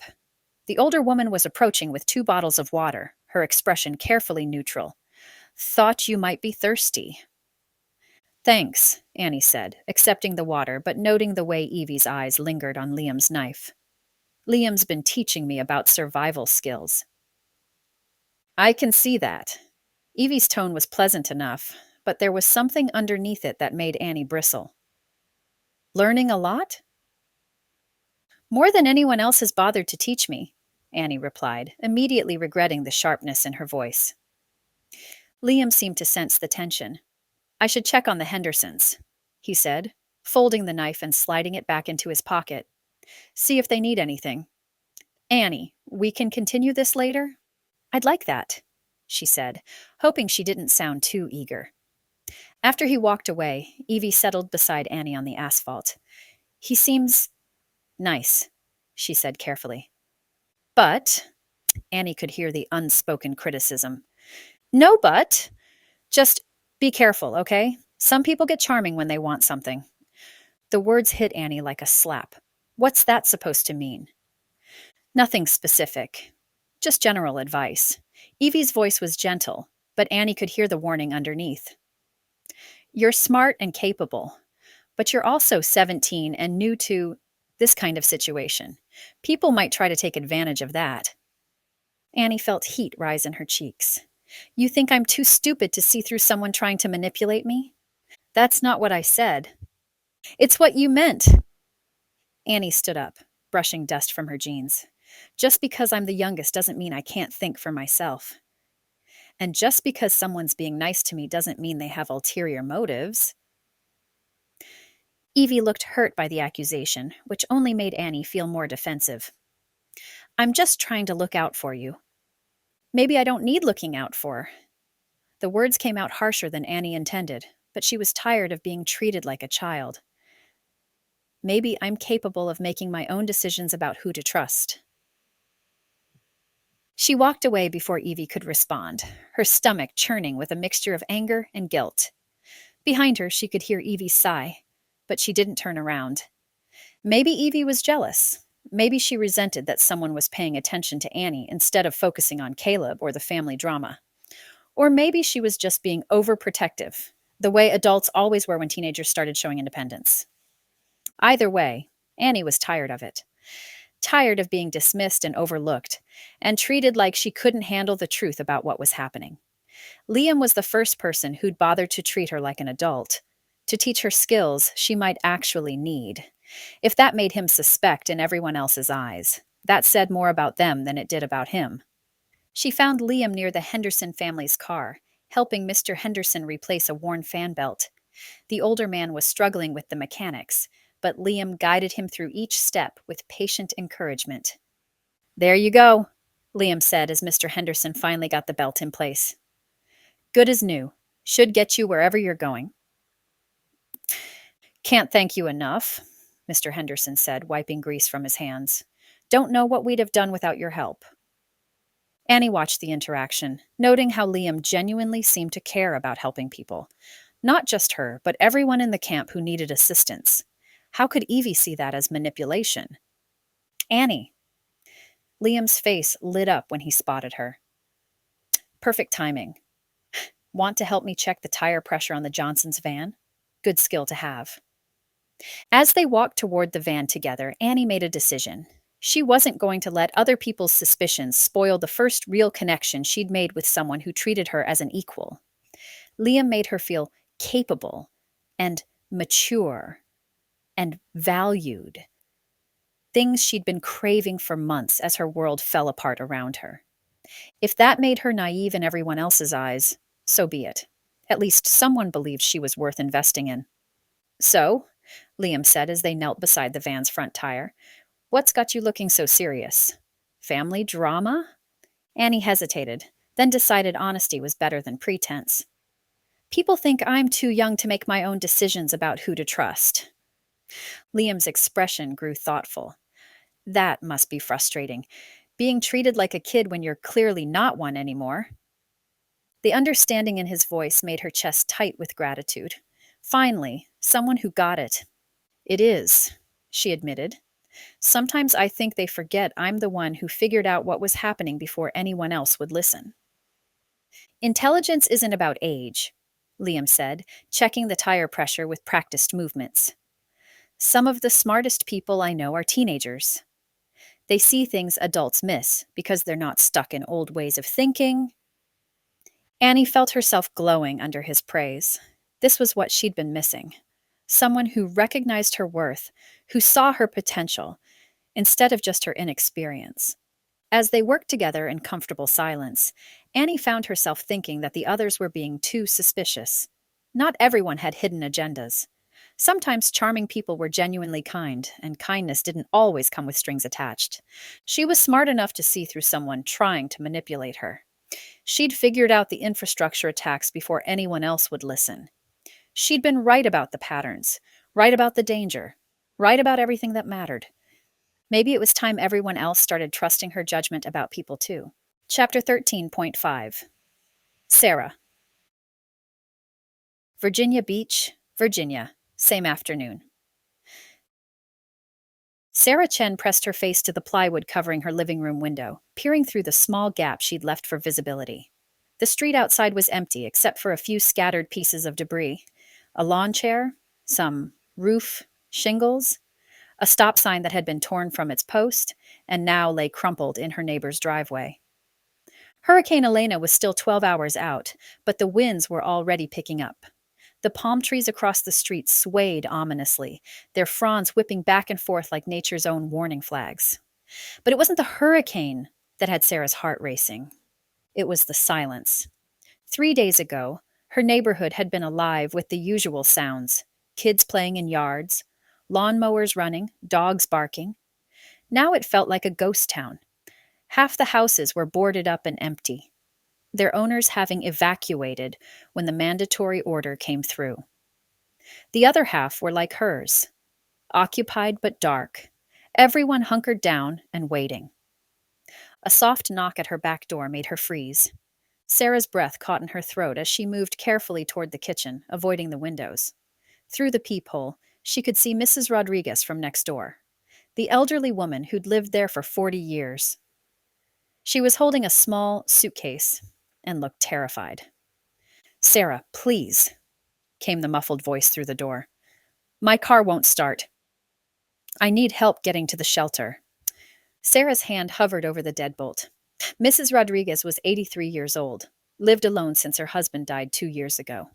Under normal circumstances, Sarah wouldn't hesitate to help. She'd driven the woman to doctor's appointments, brought her groceries during the pandemic, shoveled her walk after snowstorms. But these weren't normal circumstances. "I'm sorry," Sarah whispered, just loud enough to be heard through the door. "I can't. I'm not supposed to open the door for anyone." "Please, mija, you know me. I just need a ride to the high school. 20 minutes, that's all." Sarah closed her eyes, fighting back tears.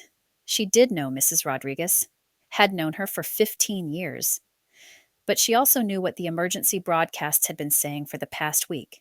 Don't trust anyone. Don't open your doors. Don't travel unless absolutely necessary. Avoid contact with others. The federal emergency orders weren't just about the hurricane. They were about everything else that was falling apart. The violence in the cities, the infrastructure failures, the reports of armed groups taking advantage of the chaos. California's secession had triggered something dark across the country, and now even neighbors couldn't trust neighbors. "Mrs. Rodriguez, you need to call 911. They'll send someone to help you." "I tried. The lines are busy." "Please, Sarah, the storm is coming." Through the peephole, Sarah could see the old woman's shoulders shaking. She was crying now, probably terrified of riding out a Category 3 hurricane alone in her little house. But opening that door felt like opening Pandora's box. What if someone was watching? What if this was some kind of test? What if helping Mrs. Rodriguez led to more people showing up, demanding help, bringing trouble? Sarah had two daughters, 16 and 14, huddled upstairs with enough food and water to last a week. Her husband was deployed overseas, wouldn't be back for 6 months. She was responsible for keeping her family safe, and that meant following the rules, even when the rules felt wrong. "I'm sorry," she said again, backing away from the door. "I can't help you." The silence that followed was worse than the pleading had been. Sarah returned to her living room window, watching through the gap as Mrs. Rodriguez slowly made her way back to her own house, shoulders bent with defeat.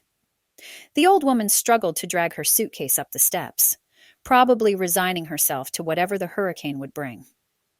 Sarah's phone buzzed, a text from her neighbor across the street. "Did you see Rodriguez asking for help? Told her the same thing I told everyone else. Can't risk it. Family comes first." Another buzz, this time from her sister in Richmond. "How are you holding up? News is saying Elena's going to be bad. Stay safe and don't do anything stupid like trying to help people. You've got your own family to worry about." Everyone saying the same thing. Everyone making the same choice. Everyone choosing fear over compassion, safety over community. And maybe they were right. Maybe this was what survival looked like in a world where the rules had changed overnight. But watching Mrs. Rodriguez disappear into her dark house, Sarah felt something die inside her chest. Something that had to do with who she used to be, who she thought she was, the kind of person who helped elderly neighbors, the kind of person who did the right thing even when it was scary. The wind picked up outside, rattling her boarded windows. In a few hours, Hurricane Elena would make landfall, bringing with it winds that could tear apart buildings and storm surge that could flood entire neighborhoods. People would need help, would need rescue, would need neighbors who were willing to risk something to save lives. But Sarah knew she wouldn't be one of them. She'd made her choice just like everyone else. Family first, safety first. Trust no one. She pulled out her phone and texted her daughters upstairs. "Stay in your room. Don't answer the door for anyone. Don't look out the windows. We wait this out together." Outside, the storm was coming. Inside, Sarah Chen had become someone she didn't recognize. Someone who could listen to an 83-year-old woman beg for help and do nothing. Someone who had learned that survival sometimes meant choosing fear over love. The worst part was, she wasn't sure she'd made the wrong choice. And that scared her more than any hurricane ever could. Chapter 13.75. Miguel. Jacksonville, Florida, same evening. Miguel Santos ignored the emergency broadcast crackling from his truck radio as he pulled into the parking lot of Mercy General Hospital. The same voice that had been warning people to stay home, avoid contact with others, trust no one. The same federal authority that seemed more interested in keeping people isolated than actually helping anyone. Hurricane Elena was bearing down on the coast, and the hospital was overwhelmed with people who had nowhere else to go. "Turn around, sir," called a security guard as Miguel climbed out of his pickup. "Hospital's not accepting visitors, emergency personnel only." Miguel hefted the cases of bottled water from his truck bed, along with the boxes of sandwiches his wife Carmen had been making all afternoon. "I'm not visiting anyone. These folks are going to be here all night. Figured they might get hungry." The guard looked uncertain. "Sir, I have orders to turn away help?" Miguel's voice was gentle but firm. "Son, I've been bringing supplies to this hospital for 15 years every time there's a storm. Tonight's not going to be any different." Behind the guard, Miguel could see the hospital's front entrance packed with people. Families with small children, elderly residents from nursing homes that had lost power, homeless individuals who had no other shelter. The kind of people who got forgotten when the official evacuation plans fell apart. "Let him through, Danny." Dr. Martinez appeared in the doorway, her scrubs already stained from a long shift. "Miguel, thank God. We've got about 200 people in here, and the cafeteria ran out of food hours ago." Miguel grinned and handed the first case of water to the security guard, who took it automatically. "Carmen's making more sandwiches as we speak, and I called my brother. He's bringing supplies from his restaurant. Miguel, you shouldn't be driving in this weather, Dr. Martinez protested, but she was already directing volunteers to help unload his truck. The roads are getting dangerous. Roads have been dangerous my whole life, Doc. Doesn't mean you stop helping people. Inside the hospital, the scene was controlled chaos. Families camped out in waiting areas, children sleeping on blankets spread across floors, medical staff working double shifts to care for both storm refugees and regular patients. The air conditioning was struggling, and the backup generators hummed ominously in the background. Miguel moved through the crowd, distributing water bottles and sandwiches, stopping to chat with people he recognized from the neighborhood. Mrs. Delgado from the corner grocery store, whose shop had flooded that morning. The Johnson family, whose trailer park had been evacuated. Father Timothy from St. Anthony's, who was comforting a group of scared kids. Miguel! 8-year-old Isabella Reyes ran up to him, her face lighting up despite the circumstances. Did you bring peanut butter sandwiches? Of course, mija. Your favorite. He handed her a sandwich wrapped in Carmen's careful packaging. Where's your mama? Over there with baby Luis. He's been crying because he's hungry, but Mama gave him all her food. Miguel looked over to see Maria Reyes holding her infant son, dark circles under her eyes. Their apartment building had lost power 2 days ago, and she'd been living on whatever food she could carry when they evacuated. Maria! Miguel called out, approaching with a bag of sandwiches and a bottle of formula Carmen had thought to include. How's the little man doing? Maria's eyes filled with tears of relief. Miguel, we don't have money to... Who said anything about money?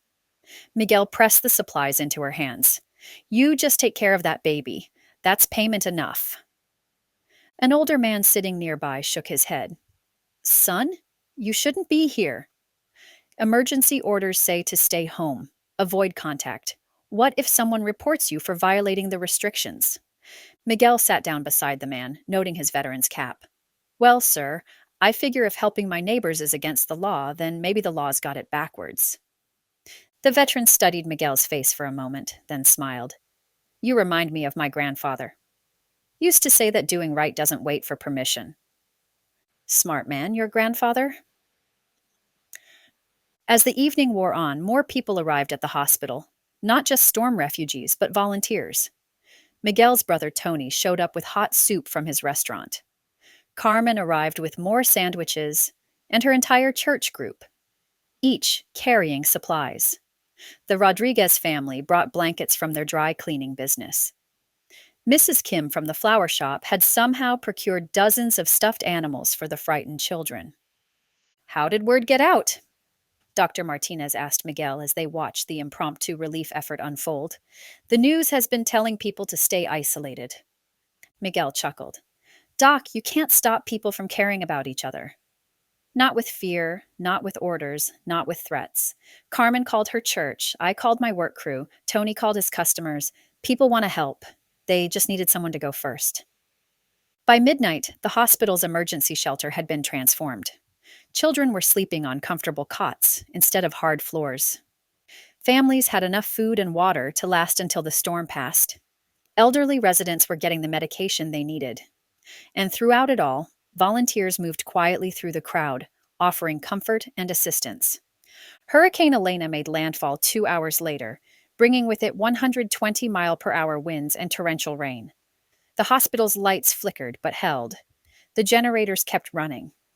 And inside, 200 people rode out the storm together, surrounded by neighbors who had chosen love over fear.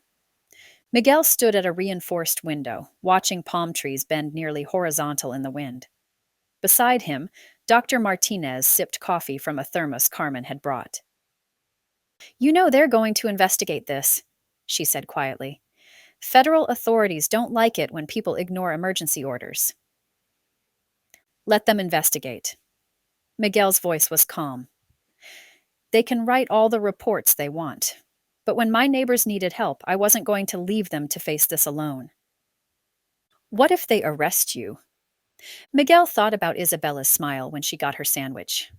About Maria's relief when her baby finally stopped crying from hunger. About the way the veteran had straightened his shoulders when he started helping distribute blankets. Then they arrest me, he said simply. But tonight, nobody went hungry. Nobody faced the storm alone. That's worth whatever comes next. Outside, Hurricane Elena raged against the building. Inside, Miguel Santos had helped create something the storm couldn't destroy. A community that refused to abandon each other, no matter what the authorities commanded. And in the morning, when the winds died down and the sun came out, they would all still be together. That was enough. Chapter 14. Caleb the Missouri next morning. Caleb woke before dawn to the sound of engines starting. Not unusual in itself. People had been coming and going from the truck stop since they'd arrived. But something about the timing felt wrong. Too early, too quiet, too deliberate. He slipped out of the truck without waking the others and moved toward the sound, his bare feet silent on the cold asphalt. Through the pre-dawn gloom, he could see taillights disappearing down the access road. Multiple vehicles leaving in convoy formation. Professional. Organized. Purposeful. A sick feeling settled in his stomach as he counted the missing cars. Liam's sedan. The white van the Patterson family had been using. 2 other vehicles he'd seen around the makeshift camp. All gone, along with their occupants, sometime between midnight and 5 a.m. Son of a... He cut himself off and jogged back toward their truck, already knowing what he'd find, but hoping he was wrong. He wasn't. The supply cache they'd established with the other families, pooled resources of food, water, medical supplies, and fuel, had been systematically looted. Not everything, he noted with growing anger, but the best stuff. The military M.R.E.S. David had brought. The water purification tablets. Most of the first aid supplies. The spare batteries for their radios. Liam and his community had taken what they wanted and vanished into the night like the thieves they'd always been. Caleb? Evie's voice made him turn. She was approaching from the direction of the tree line, moving fast, carrying a backpack that looked suspiciously familiar. I saw them leaving. Followed them about a mile before they saw us twice.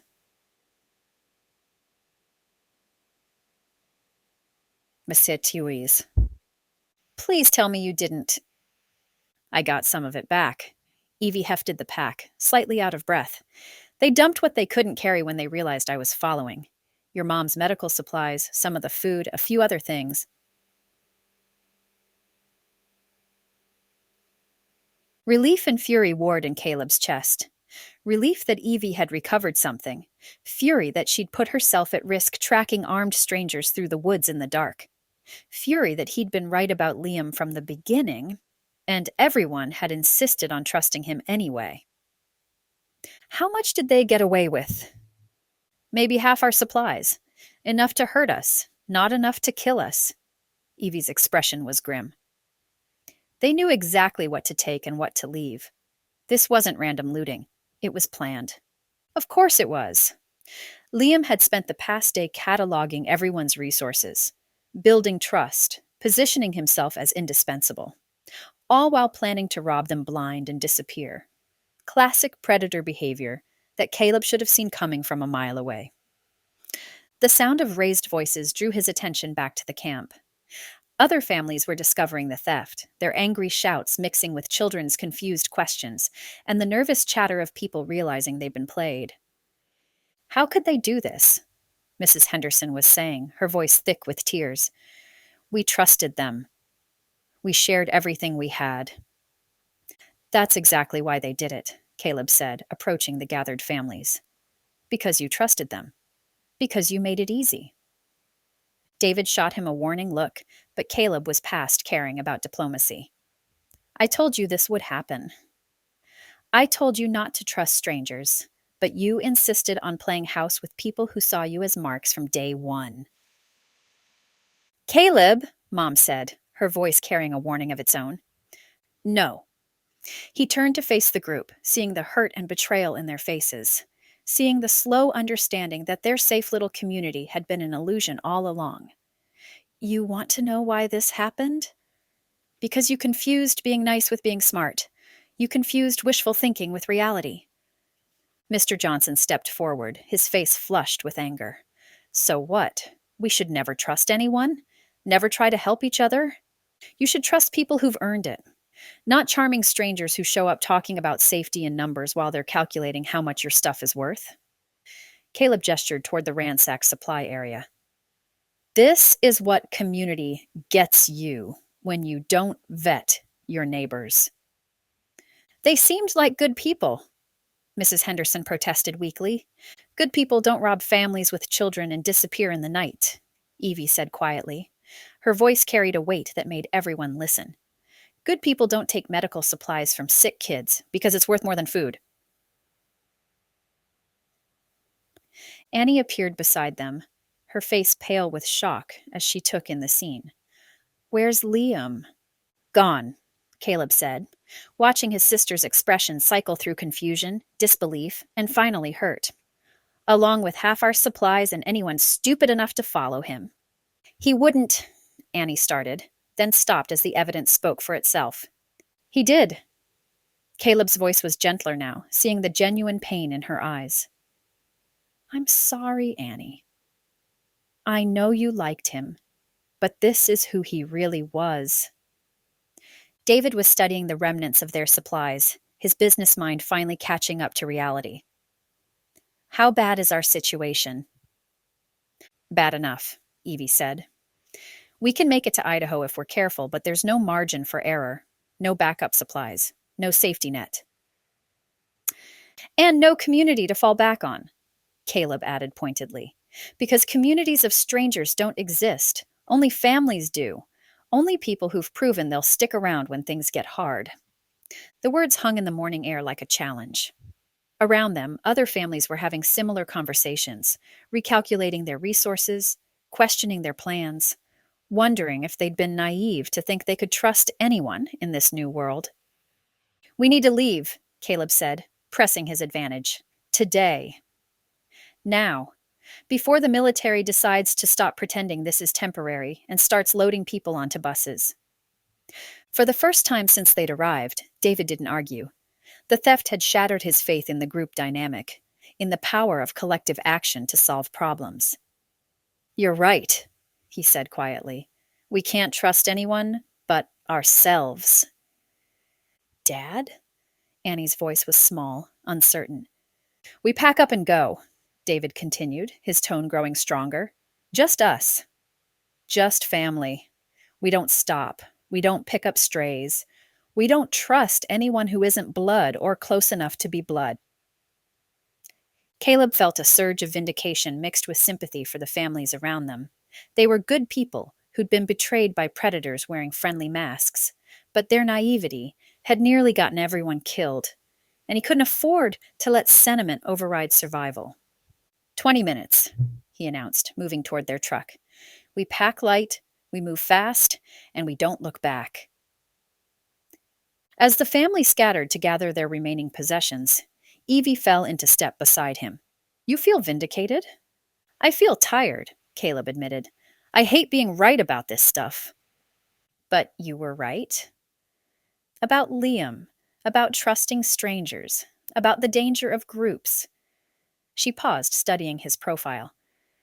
What does that make me? Caleb stopped walking and looked at her. Really looked at her. Evie, who'd lost everything and still risked her safety to recover their stolen supplies. Who'd earned her place in their family through actions rather than words. Who'd proven her loyalty when it cost her something. That makes you family, he said simply. Relief flickered across her face, followed by something that might have been gratitude, or affection, or both. Come on, Caleb said, resuming his walk toward the truck. Let's get out of here before anyone else decides to rob us. Behind them, the remnants of their temporary community continued to pick through the wreckage of their trust, trying to figure out how to survive in a world where kindness was a liability, and strangers were threats wearing helpful smiles. Caleb didn't look back. He'd warned them. they hadn't listened.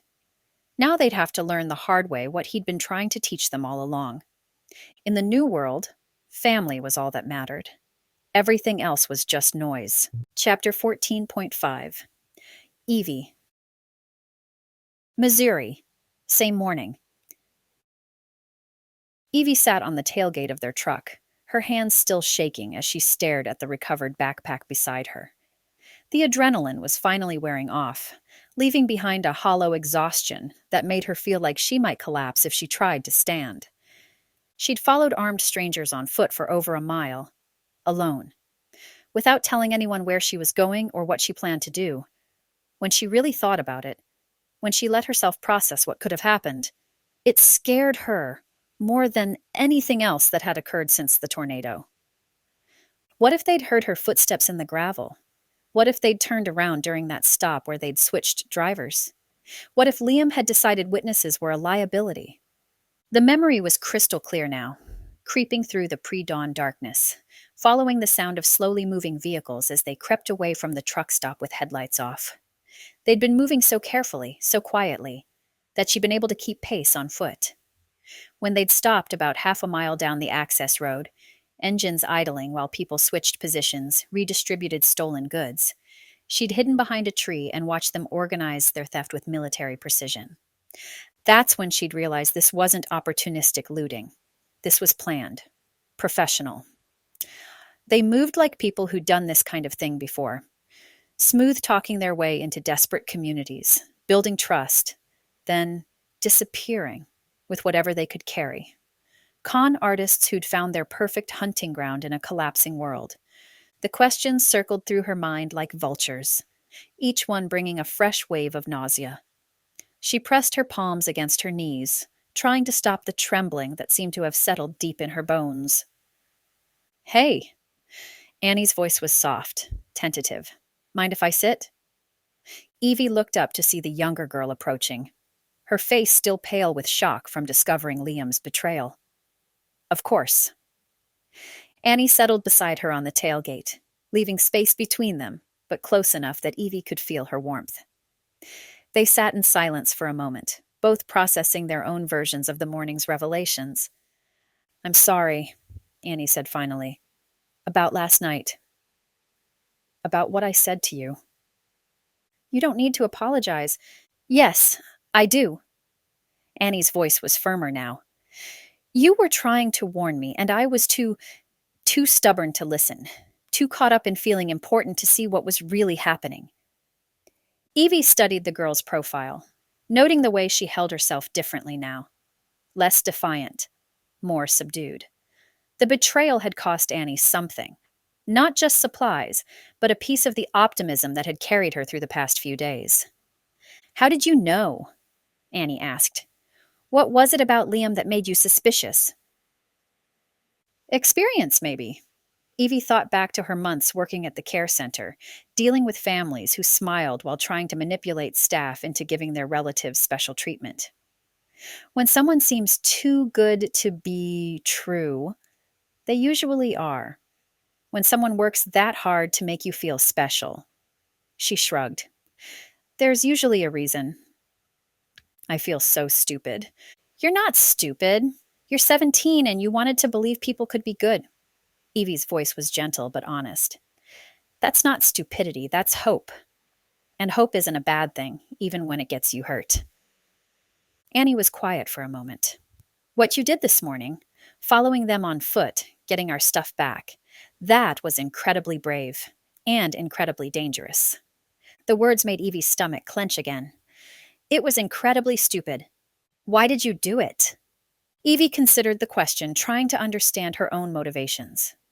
Why had she slipped out of the truck in the pre-dawn darkness?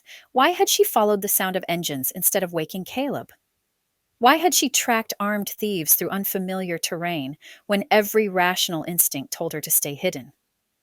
"Because they took things we needed to survive," she said finally. "And because—" She paused, searching for words that felt true. "Because this family, your family, took me in when I had nothing. When my whole world was gone. I couldn't just let someone steal from you without trying to fight back." The image flashed through her mind again, crouching behind that oak tree, watching them divide up stolen supplies by the light of a small flashlight. Medical supplies in one pile, food in another, anything valuable in a third. She'd counted 4 people, maybe 5, all moving with the efficiency of a practiced crew. When they'd started their engines again and pulled away, she'd waited until their taillights disappeared before approaching the spot where they'd stopped. That's where she'd found the backpack. Probably dropped when they fry. Rush. Yusodomer. Nor us to transfer the most valuable items to a single vehicle. Caleb said you were family now, Annie said quietly. When we were packing up. He said that made you family. The words hit Evie like a physical blow, bringing unexpected tears to her eyes. Family. After losing her parents, after watching her childhood home disappear in a pile of rubble, the idea of belonging somewhere again felt both precious and terrifying. I heard him, she admitted. I wasn't sure if he meant it. He meant it. Caleb doesn't say things he doesn't mean. Annie shifted on the tailgate, turning to face her more directly. But, Evie, you can't keep risking yourself like that. We can't lose anyone else. The concern in Annie's voice was genuine, sisterly in a way that made Evie's chest tight. I know. I wasn't thinking clearly. I saw them leaving and I reacted. Promise me you won't do something like that again. Not without backup. Not without telling someone where you're going. Evie met Annie's eyes and saw herself reflected there, not as an outsider or a burden, but as someone worth protecting. Someone whose safety mattered to this makeshift family that had gathered around shared loss and uncertain hope. I promise, she said, and meant it. The sound of approaching footsteps made them both look up. Caleb was heading their way, his expression softer than it had been during his confrontation with the other families. When he reached the truck, he leaned against the tailgate beside them. How are you doing? He asked Evie, his voice carrying a concern that hadn't been there before. Really doing, not the brave face version. The question caught her off guard. She started to give the automatic answer. Fine. Okay. Managing. Then stopped herself. I'm scared. About what could have happened. About what almost happened. They stopped to reorganize, and I was maybe 50 feet away, hiding behind a tree. If they'd heard me... Caleb nodded like he'd expected that answer. Good. Being scared means you understand how dangerous that was. But I'd do it again, Evie said, surprising herself with the certainty in her voice. If someone tried to hurt this family, I'd do it again. Something flickered across Caleb's face. Pride, maybe, or recognition. That's what makes you dangerous, he said quietly, and what makes you one of us. The words settled into Evie's chest like a warm stone, solid and reassuring. She'd lost her parents, her home, her old life. But sitting here between Annie and Caleb, part of something that felt real and permanent despite the chaos around them, she realized she'd gained something too. A place to belong. People who would fight for her the way she'd fight for them. A family bound not by blood, but by choice and shared survival. Ready to get out of here? Caleb asked, pushing off from the tailgate. Evie looked around the truck stop one more time, at the other families still arguing over what to do next, at the soldiers manning their checkpoint, at the remnants of the community that had never really existed in the first place. More than ready, she said, sliding down from the tailgate. As they finished loading their remaining supplies into the truck, Evie caught herself studying the faces of her new family. David, trying to project confidence while clearly shaken by the morning's betrayal. Mom, holding herself together through sheer force of will. Annie, older somehow, after learning that kindness could be a weapon used against her. And Caleb, moving with the controlled efficiency of someone who'd been preparing for exactly this scenario. Someone who'd been right about the dangers even when everyone else had wanted to trust. They were all damaged now, all carrying scars from the past few days, but they were carrying them together. And that Evie thought as she climbed into the truck for what she hoped would be the last time at this place. Made all the difference. The engine started with a low rumble, and they pulled away from the truck stop without looking back. Behind them, the temporary community continued its slow dissolution. Families realizing too late that strangers weren't family and hope wasn't strategy. Ahead lay the open road, uncertain but free. And whatever waited for them in Idaho, they'd face it as a family. Bruised, wary, but unbroken. Together. Chapter 15. Annie. Missouri, same morning. Annie stood in the truck stop's grimy bathroom, staring at her reflection in the cracked mirror above the sink. Her hair hung past her shoulders in waves that caught the fluorescent light, the same honey blonde color her mother had always complimented, the same length she'd maintained since middle school because everyone said it looked pretty. Pretty. The word felt like a joke now. Pretty was what had made Liam notice her. Pretty was what had made her feel special, chosen, worth teaching. Pretty was what had blinded her to the calculating look in his eyes when he'd cataloged their supplies, their weaknesses, their trust. She pulled the small pair of scissors from her backpack, part of a sewing kit her mother had insisted on packing. The metal felt cold and substantial in her hands, heavier than it should have been for such a simple tool. Annie? Evie's voice came from behind the bathroom door. You okay in there? Fine, Annie called back, her voice steadier than she felt. Just cleaning up. But she wasn't fine. She felt hollow, scraped out, like someone had reached inside her chest and removed something essential. The worst part wasn't even the theft, though losing half their supplies was devastating. The worst part was the realization that she'd been so desperate to feel mature, so hungry for someone to treat her like an adult, that she'd ignored every warning sign. Evie had tried to warn her, had been gentle about it, diplomatic, but the message had been clear. Be careful who you trust.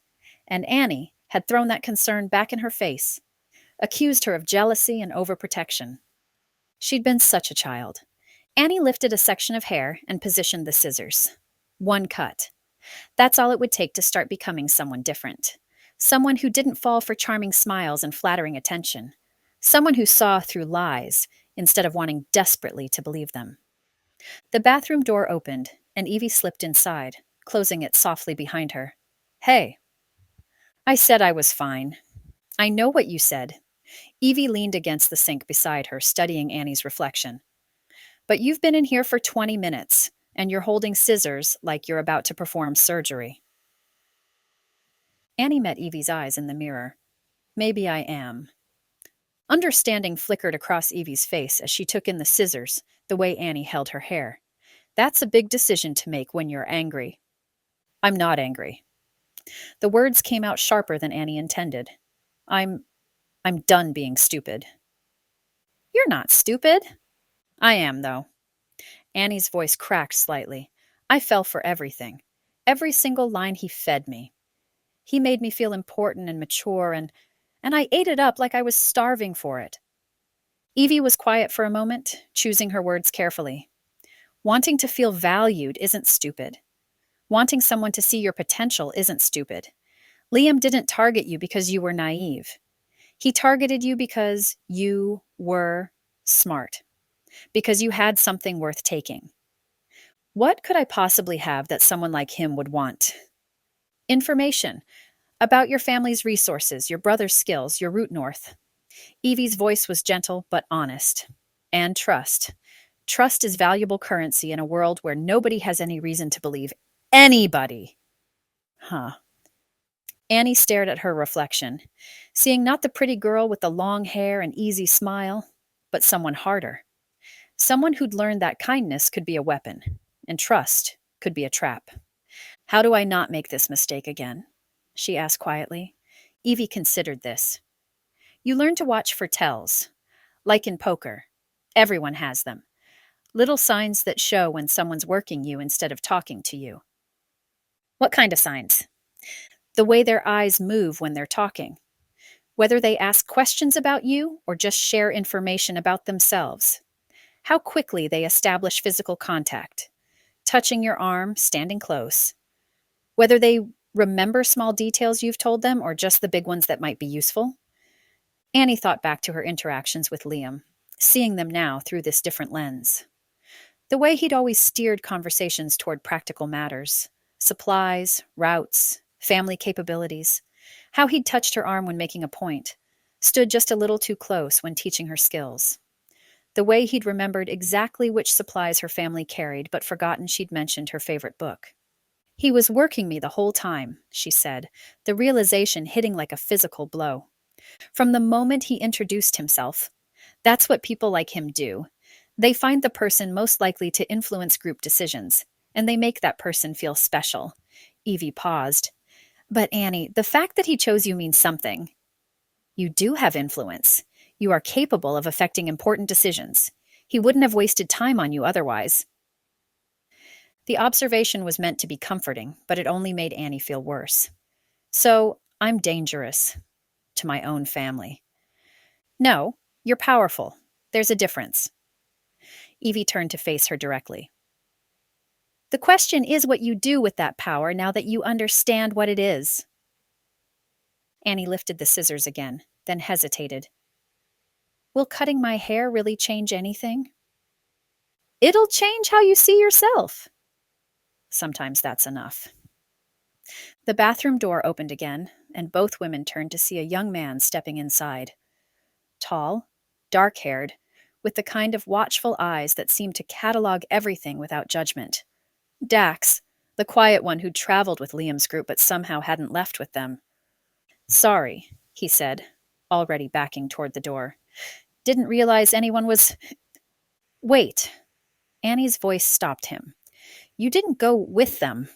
Dax paused, his hand on the door handle. No. Why not? He was quiet for a long moment, and Annie thought he might not answer. When he finally spoke, his voice was carefully controlled. Because I've seen what happens to people who trust too easily. And I've seen what happens to people who take advantage of that trust. You knew, Annie said, understanding flooding through her. You knew what Liam was planning. I suspected. Dax stepped fully into the bathroom, closing the door behind him. The way he cataloged resources. The questions he asked. The way he positioned himself in conversations. It felt familiar. Familiar how? I used to run with people like him, before. Dax's expression was unreadable. Different world, same tactics. Find desperate people. Offer help. Build trust. Take what you can carry. The words hit Annie like a slap. And you didn't warn anyone? Would you have listened?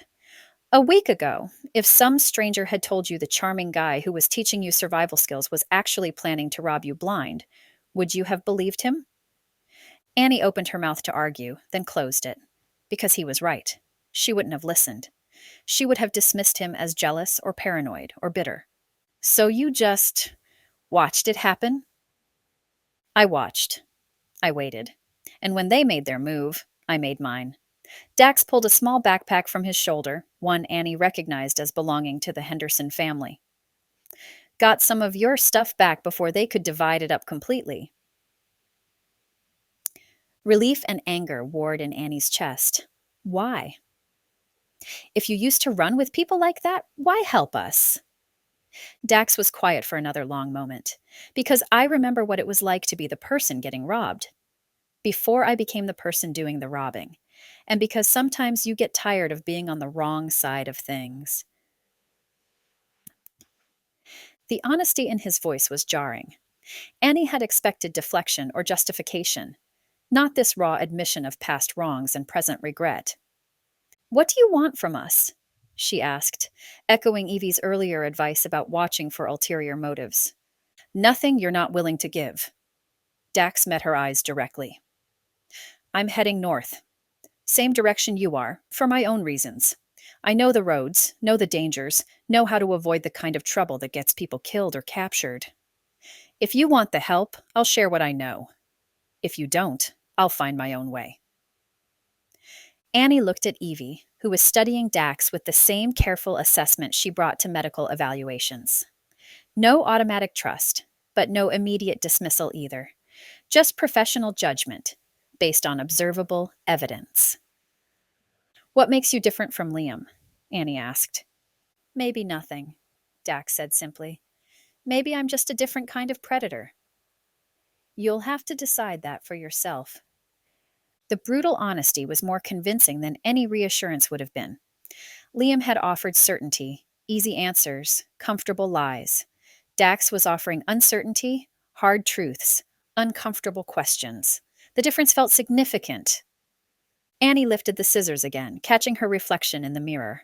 Long hair, young face, eyes that had learned too much too fast. Will you teach me? She asked without turning around. How to read people. How to spot the lies. If you want to learn, I do.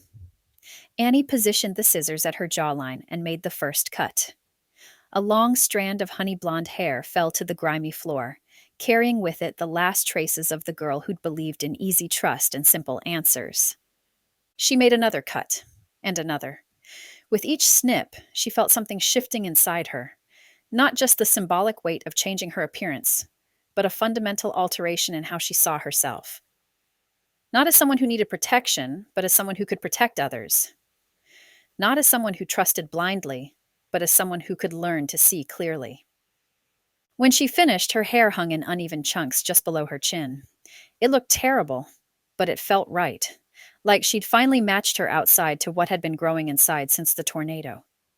Better, Evie said quietly, pulling a small comb from her purse. But let me even it out before your mother sees you. As Evie worked to fix the worst of Annie's amateur barbering, Dax leaned against the bathroom wall, watching the process with something that might have been approval. First lesson, he said quietly.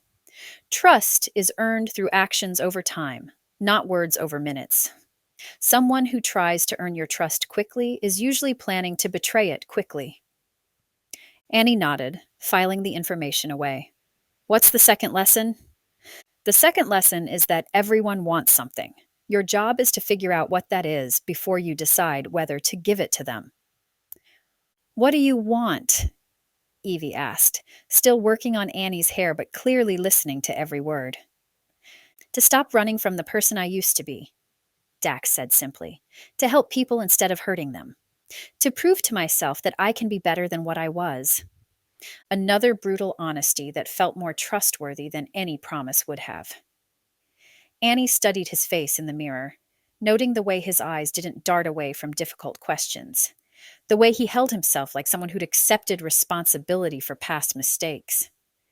There, Evie said, stepping back to examine her work. Much better. You look different, Annie finished, studying her reflection. The shorter hair changed the shape of her face, made her look older, but also more serious. Like someone who'd learned that the world was darker than she'd wanted to believe. Stronger, Evie corrected. You look stronger.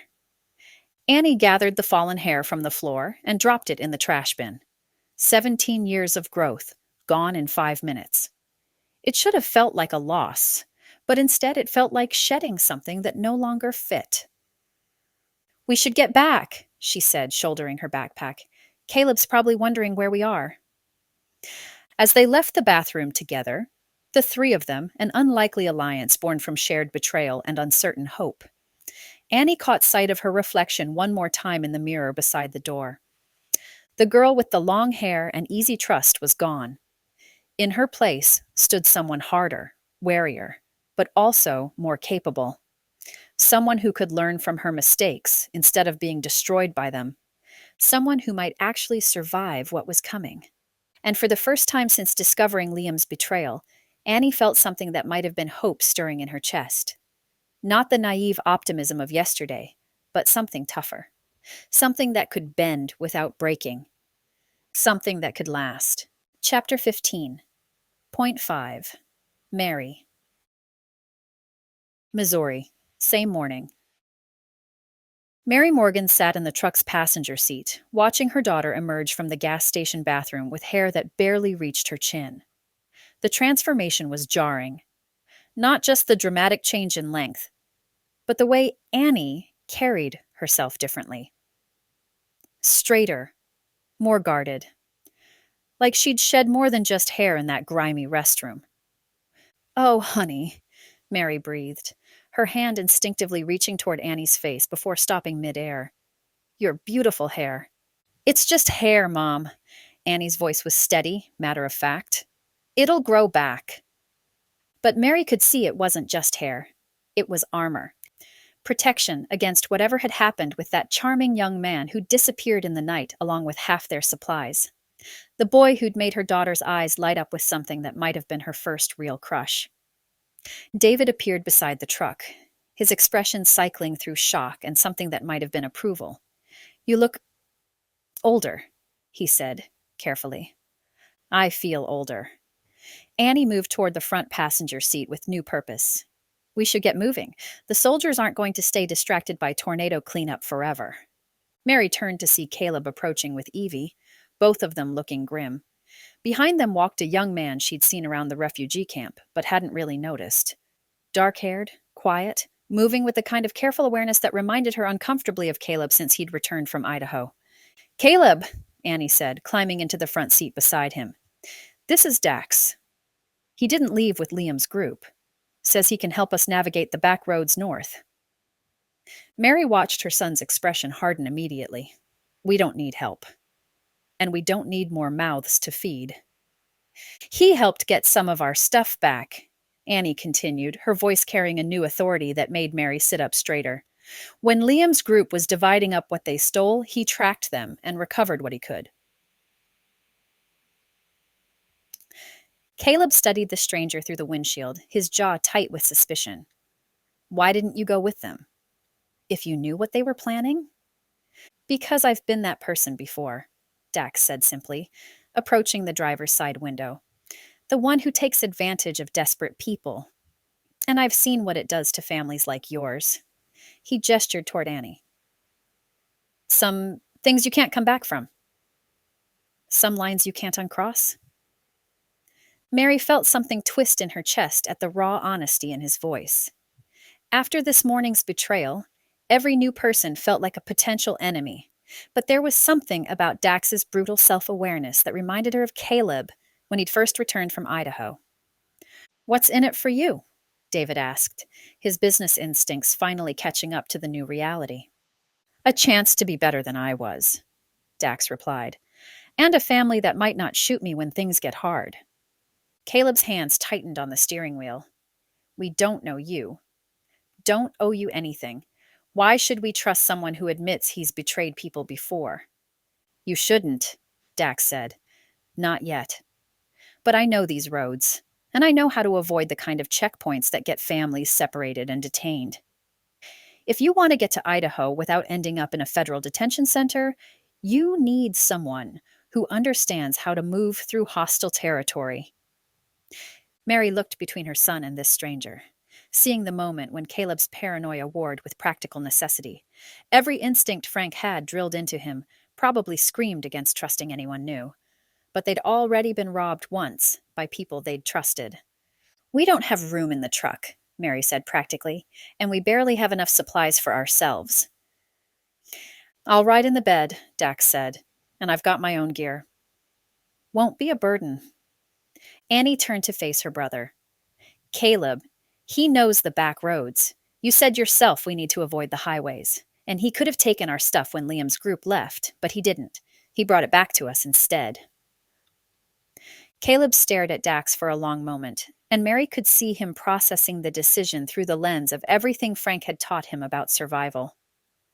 Trust no one, but also adapt to changing circumstances.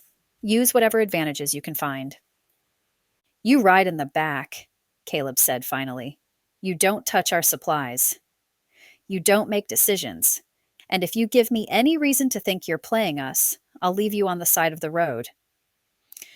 "Fair enough," Dax nodded, already moving toward the truck bed. Mary felt a flicker of unease at how easily he'd accepted Caleb's conditions. But watching him organize his sparse belongings, a single backpack, a sleeping bag, basic supplies that spoke of someone who'd learned to travel with nothing, she found herself thinking that maybe desperation made strange allies. "The checkpoint," she said suddenly, remembering the military vehicles they'd seen on the highway. How do we get past it? We don't, Caleb said grimly.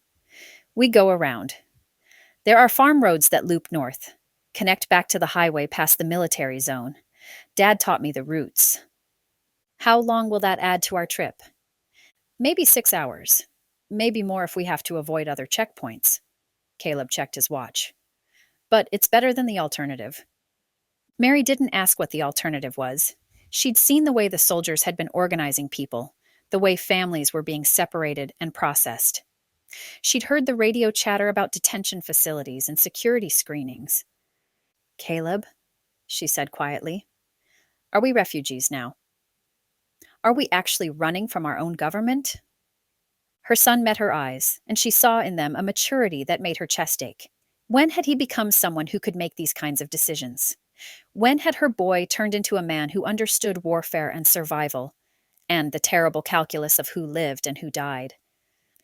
Yeah, Mom, he said gently. We are. The words hit her like a physical blow. Refugees. The word belonged to other people. People in other countries. People whose governments had failed them. Not middle-class Americans with jobs and mortgages and college savings plans. But their savings were gone. Their jobs were gone. Their house was probably gone, claimed by a government that saw them as potential threats rather than citizens deserving protection. How did this happen so fast? She whispered. It didn't happen fast, Evie said quietly from the back seat. It happened slowly and then all at once. Like a dam failing. Cracks build up for years before everything collapses. Mary looked around at the other families still camped in the truck stop parking lot. The Hendersons arguing over whether to stay or try to push north. The Johnsons rationing formula for their baby. Old Mr. Patterson sitting alone by his car, staring at nothing with the hollow expression of someone who'd lost everything that gave his life meaning. What about them? She asked. We can't just leave them here. We can't save everyone, Caleb said, echoing words she'd heard him say before. We can barely save ourselves. But they're our neighbors. Our community. Our community robbed us blind and disappeared in the night, Annie said harshly. Our community chose to trust strangers over family loyalty. The bitterness in her daughter's voice was like a knife in Mary's chest. Annie had always been the optimist, the one who believed in the goodness of people. To hear that faith shattered so completely felt like watching her child die. Some of them are good people who made bad choices, Mary said quietly. That doesn't make them enemies. It doesn't make them allies either, Dax's voice carried from the truck bed. In situations like this, neutral is the same as hostile. People who can't commit to protecting each other become liabilities that get everyone killed. Mary wanted to argue, wanted to cling to the belief that communities pulled together in crisis. But looking around at the fractured groups, the mistrust, the way people hoarded resources while children went hungry just yards away, she couldn't find evidence to support her optimism.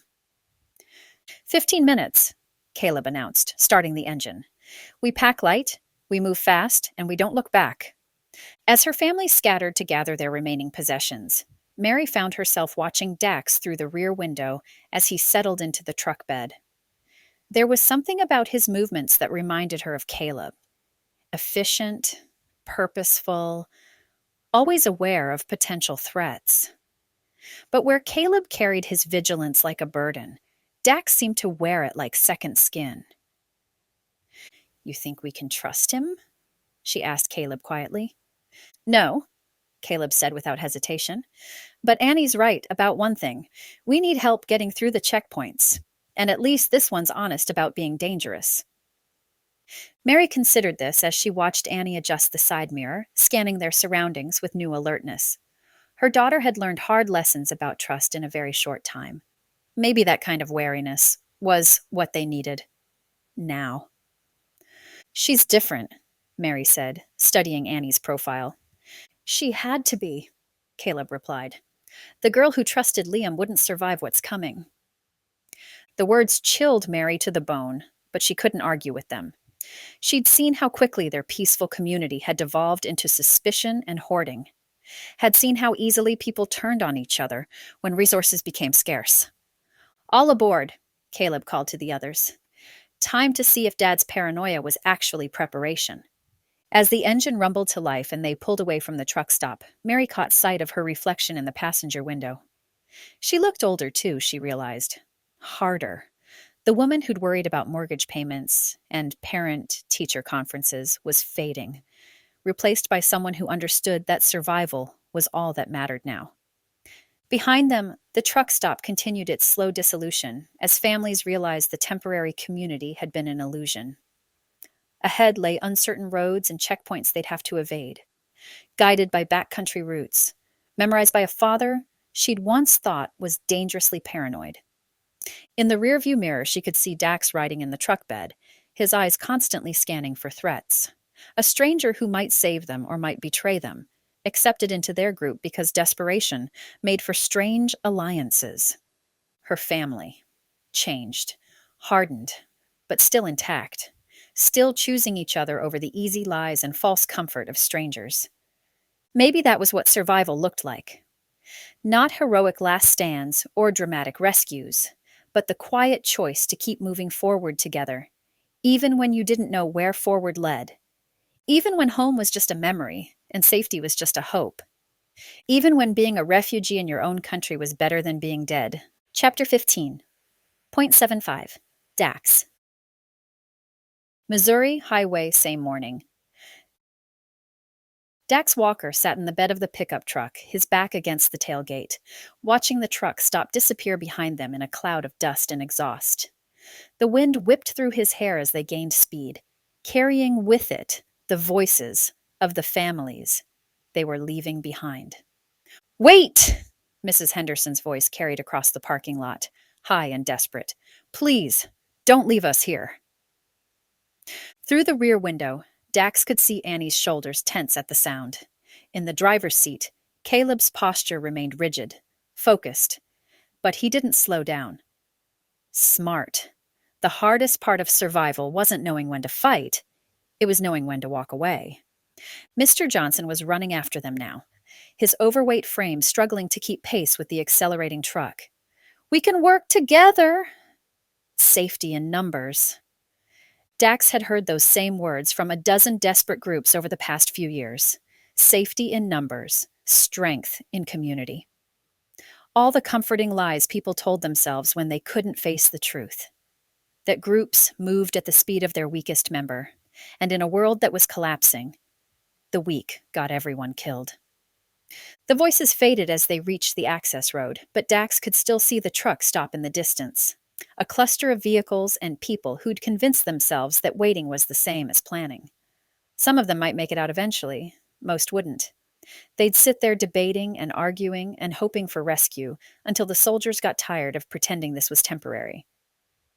"You okay back there?" Annie called through the rear window. Dax gave her a thumbs up. The girl had surprised him.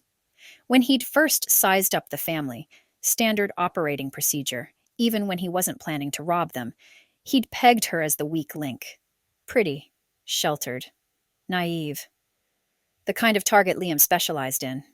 But watching her cut away her long hair in that grimy bathroom, seeing the determination in her movements as she shed her old identity, he'd realized his assessment was wrong. She wasn't weak. She was just young. And youth could be trained. Out of someone a lot easier than weakness. A military radio crackled from somewhere behind them, the sound carrying on the wind. Dax turned to see soldiers at the checkpoint gesturing in their direction, one of them pointing toward their dust trail. But they weren't mobilizing pursuit, just noting their departure, probably marking it in some log that would be filed and forgotten.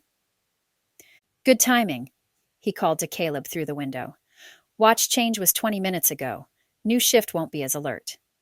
The truck hit a pothole, jarring Dax against the wheel well.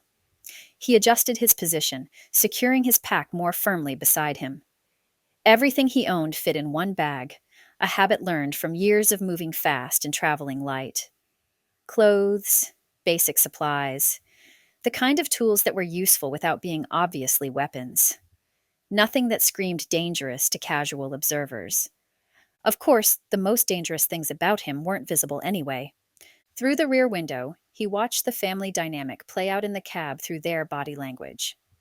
Caleb driving with the focused intensity of someone who understood that every mile mattered. Mary Farnham pressed against the passenger door, her shoulders rigid with tension as she processed the magnitude of what they'd left behind. David trying to project calm while his constant fidgeting betrayed how shaken he was by how quickly his world had collapsed. And Annie in the front passenger seat, her newly short hair catching the light as she scanned the roadside for threats. She was learning. Fast. That was good. Learners survived longer than believers. Evie sat quietly behind Caleb, her posture still and controlled. The nurse. The one who'd tracked Liam's group through the woods and recovered stolen supplies. Dax respected that kind of courage, even if it had been tactically stupid. Courage could be channeled. Stupidity was harder to fix. A sign flashed past. Highway 36 west.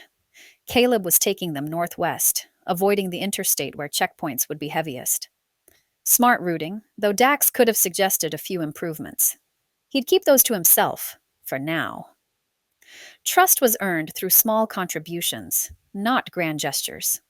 His phone buzzed in his pocket, a text message that somehow managed to get through despite the spotty cell coverage. Dax glanced at it, then quickly deleted it without reading. Old contacts from his previous life. Probably wondering where he'd gone. People who'd expect him to fall back into familiar patterns when the world went sideways. But that was the point of running with the Morgan family. It wasn't just about geographical movement. It was about becoming someone different. Someone who helped instead of hurt. Someone who protected instead of predated. The irony wasn't lost on him. For 3 years, he'd been part of groups that targeted exactly these kinds of families. Desperate people with resources, fleeing crisis zones, trusting strangers because they had no other choice. He knew all the angles, all the psychology, all the ways to identify and exploit vulnerability, which made him perfectly qualified to help them avoid becoming victims of people like he used to be. A helicopter passed overhead, heading south toward the truck stop they'd just abandoned. Military, by the sound of the rotors. Dax tapped on the rear window and pointed up when Annie looked back. She nodded and said something to Caleb, who immediately pulled off the main road onto a dirt track that led into a stand of oak trees. They sat in the truck for 10 minutes, hidden by the canopy, while the helicopter made 3 passes over the area. Reconnaissance, probably. Mapping refugee movements, identifying concentration points. The kind of intelligence gathering that preceded more aggressive action. When the aircraft finally moved on, Caleb pulled back onto the road without a word. No discussion needed. They all understood what they'd just avoided. "Good call," Dax said, loud enough for Annie to hear through the window. She turned to look at him, and he saw something in her expression that might have been approval, or maybe just surprise that he wasn't questioning Caleb's tactical decisions. Most people who'd lived the kind of life Dax had lived didn't adapt well to following someone else's lead. But Caleb Morgan had been trained by someone who understood how the world really worked. Frank Morgan. Dax had heard the name before, through contacts in the survivalist community. A man who'd seen the collapse coming and prepared accordingly. Who'd raised a son capable of making hard decisions under pressure. That was why Dax had chosen this family. Not because they were easy marks, but because they were competent. Because they had a destination and a plan and the skills to execute both. Because following them might actually lead somewhere better than the endless cycle of exploitation and betrayal he'd been trapped in. The landscape rolled past. Farms, small towns, the kind of rural America that still functioned on older principles. Help your neighbors. Trust your community. Pull together in crisis. Good principles mostly, but dangerous in a world where your neighbors might be federal agents and your community might be an intelligence gathering operation. Dax had learned that lesson the hard way, had grown up in exactly this kind of small town, with exactly these kinds of values. Right up until the economy collapsed and the jobs disappeared and the nice neighbors started looking at their possessions with calculating eyes. His first theft had been from the Hortons, A family exactly like the ones they'd just left behind. Desperate, trusting, convinced that their temporary hardship would resolve itself if they just held on long enough. He'd been 16, hungry, angry at a world that had promised him prosperity and delivered poverty instead. That first theft had led to a second, then a third. Then joining up with people who made theft into an art form, who could read desperation like a book and exploit it with surgical precision. Before he knew it, he'd become someone his younger self would have feared. But watching Annie in that bathroom, seeing the way she'd chosen to cut away her old identity to become someone harder and more capable, Dax had remembered what it felt like to choose change, to decide that who you'd been didn't have to dictate who you became. Maybe it was naive. Maybe he was just another predator looking for a new hunting ground. But sitting in the back of this truck, watching a family that had chosen courage over comfort, he felt something he hadn't experienced in years. Hope. The truck hit another pothole, and Dax adjusted his grip on the side rail. Behind them, the truck stop had vanished completely, swallowed by distance and rolling hills. Ahead lay checkpoints and dangers and 1,000 miles of uncertain road. But for the first time in longer than he could remember, Dax was moving towards something instead of running away. That had to count for something, even if he wasn't sure what that something was yet. Chapter 16. Caleb. Nebraska, same evening. Caleb pulled off the gravel road into a stand of cottonwoods that offered cover from both the highway and any aircraft that might be monitoring vehicle movement. The truck's engine ticked as it cooled, the only sound besides the rustle of leaves in the evening breeze and the distant hum of insects.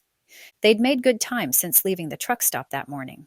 Nearly 300 miles of back roads and farm routes that Frank had made him memorize during those long winter nights in Idaho. But the constant vigilance was wearing on everyone. David kept checking his mirrors. Mom jumped at every unexpected sound. Annie sat rigid in the passenger seat, her newly shorn hair catching the last rays of sunlight as she scanned the tree line, with eyes that had learned too much about betrayal. "This looks good," Caleb said, killing the engine. "Water nearby, good sight lines, easy escape routes if we need them." Dax emerged from where he'd been riding in the truck bed, moving with the fluid economy of someone who'd learned to travel light and fast. He'd barely spoken during the day's drive, content to let Caleb navigate while he watched for threats. The dynamic was working. Two people who understood that trust was earned through actions, not words.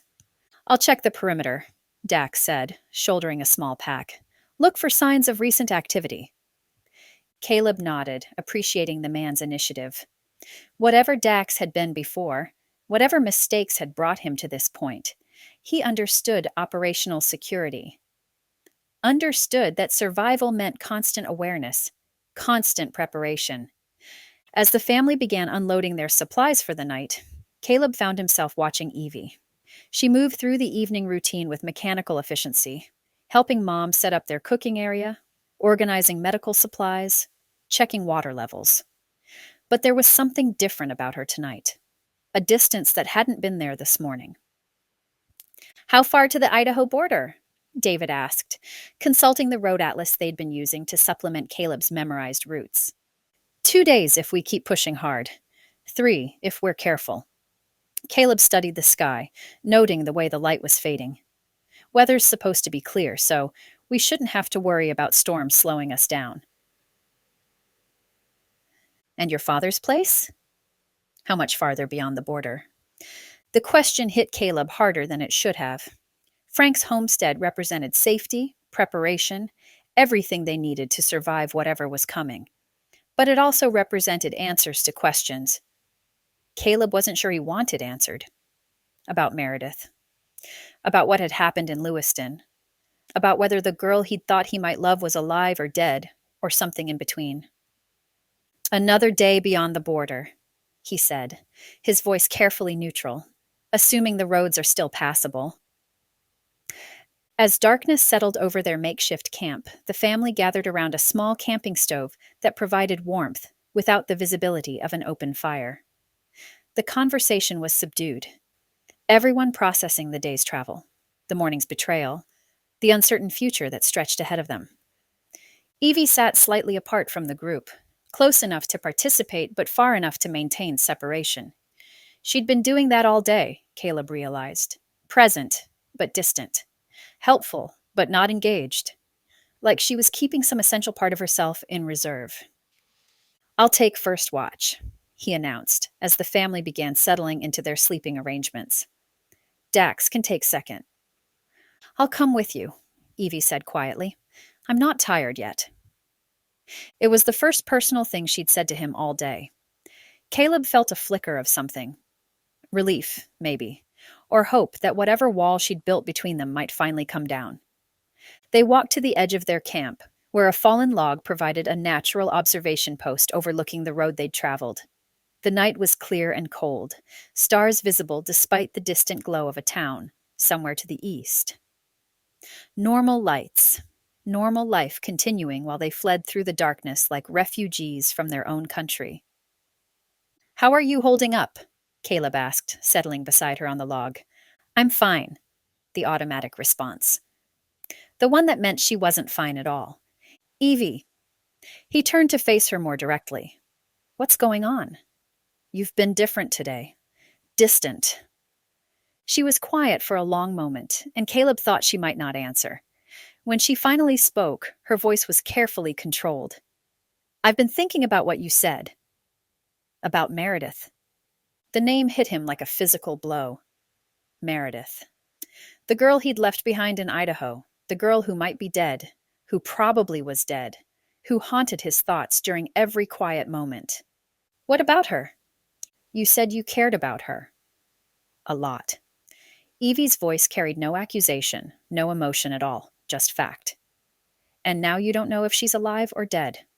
"No, I don't." "That must be, She paused, searching for words. "I can't imagine what that uncertainty feels like." But there was something in her tone that suggested she could imagine it. Something that made Caleb study her profile in the starlight, noting the tension in her shoulders, the way she held herself like someone bracing for impact. "When we get to my dad's place," he said quietly, "I'll probably find out for sure. One way or the other." "And then what?" The question hung between them, loaded with implications neither of them wanted to address directly. "I don't know," he admitted. "If she's alive, if she made it out somehow, I guess I'll have to figure out what that means." "For you." "For all of us." He looked back toward their camp, where Annie was helping David secure their supplies for the night. "This family, this group, whatever we're becoming." Evie nodded slowly, as if she'd expected that answer. "And if she's dead?" "Then I'll have to figure out how to live with that." The stark honesty of it surprised him. For the past few days, he'd been avoiding that possibility, refusing to accept that Meredith might really be gone. But sitting here in the darkness with Evie, with someone who'd lost everything and was still finding ways to keep moving forward, the truth felt inescapable. "I'm sorry," Evie said quietly, "about the uncertainty, about not knowing, about all of it." But there was something hollow in her sympathy, like she was going through the motions without really feeling them. Caleb studied her face, noting the way she wouldn't quite meet his eyes. "Are you okay?" he asked. "Really okay?" For the first time all day, Evie looked directly at him. Her expression was unreadable in the starlight, but when she spoke, her voice carried a weight that made his chest tighten. "No," she said simply. "None of us are okay." The words settled between them like a challenge. Because she was right, wasn't she? None of them were okay. They were all carrying too much loss, too much fear, too much uncertainty about what came next. They were all pretending to be stronger than they felt, more certain than they were, more hopeful than the evidence suggested they should be. "But you're—" Caleb started, then stopped. Because what could he say? That she seemed to be handling everything better than the rest of them? That her strength was one of the things keeping him grounded? That would only make her feel more pressure to hold herself together when she was clearly struggling. I'm what? Her voice carried a sharp edge now, the first real emotion she'd shown all day. I don't know. Managing. Coping. Helping everyone else get through this. Evie laughed, but there was no humor in it. Is that what it looks like? Managing? Caleb felt like he was walking through a minefield. Every word potentially explosive. What does it feel like? It feels like drowning, she said quietly. Like every time I think I've found solid ground. The world shifts again, and I'm back underwater, trying to figure out which way is up. The raw honesty in her voice made his chest ache. Evie, my parents are dead, she continued, her voice gaining strength. My home is gone. I'm traveling across the country with people I barely know, depending on the kindness of a family that has every reason to see me as a burden. She paused, taking a shaky breath. And the person I used to care about is sitting beside me talking about another woman he might love, trying to figure out what her death or survival means for his future. The words hit Caleb like a series of physical blows, each one true, each one devastating in its simplicity. He'd been so focused on his own grief, his own uncertainty, that he'd somehow missed the depth of what Evie was carrying. Your parents, he said quietly, his voice thick with emotion he hadn't expected. God, Evie. Your dad with his terrible jokes at the hardware store. Your mom always asking about my grades when she saw me around town. He ran his hands through his hair. They were good people. Really good people. Evie blinked, clearly caught off guard by the sudden shift. You remember that? Of course I remember. Your dad tried to give me dating advice when I was buying flowers for prom.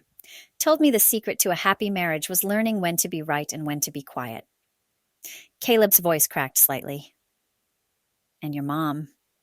She always made sure I knew I was welcome at your house, even when we were just kids hanging out. Even when we were teenagers, and she probably knew we were up to more than homework. For a moment, Evie's carefully constructed walls wavered. She liked you. Said you had good manners and kind eyes. She made the best chocolate chip cookies in town. Used to send extras home with me because she said I looked too skinny. The memory brought a bittersweet smile to his face. I should have. When I came back, I should have gone to see them. Should have explained why I left the way I did. They understood, Evie said quietly. Dad said sometimes young men need to go find themselves before they can come home. Mom just hoped. She stopped, the walls going back up. What did she hope? That you'd find whatever you were looking for and come back to us. To me? Evie's voice was barely audible. She never stopped asking if I'd heard from you. The words hit Caleb like a physical blow. He could picture Mrs. Donahue asking about him, probably hoping her daughter would find happiness with the boy she'd watched grow up. Probably disappointed when he'd disappeared without explanation, leaving Evie to wonder what she'd done wrong.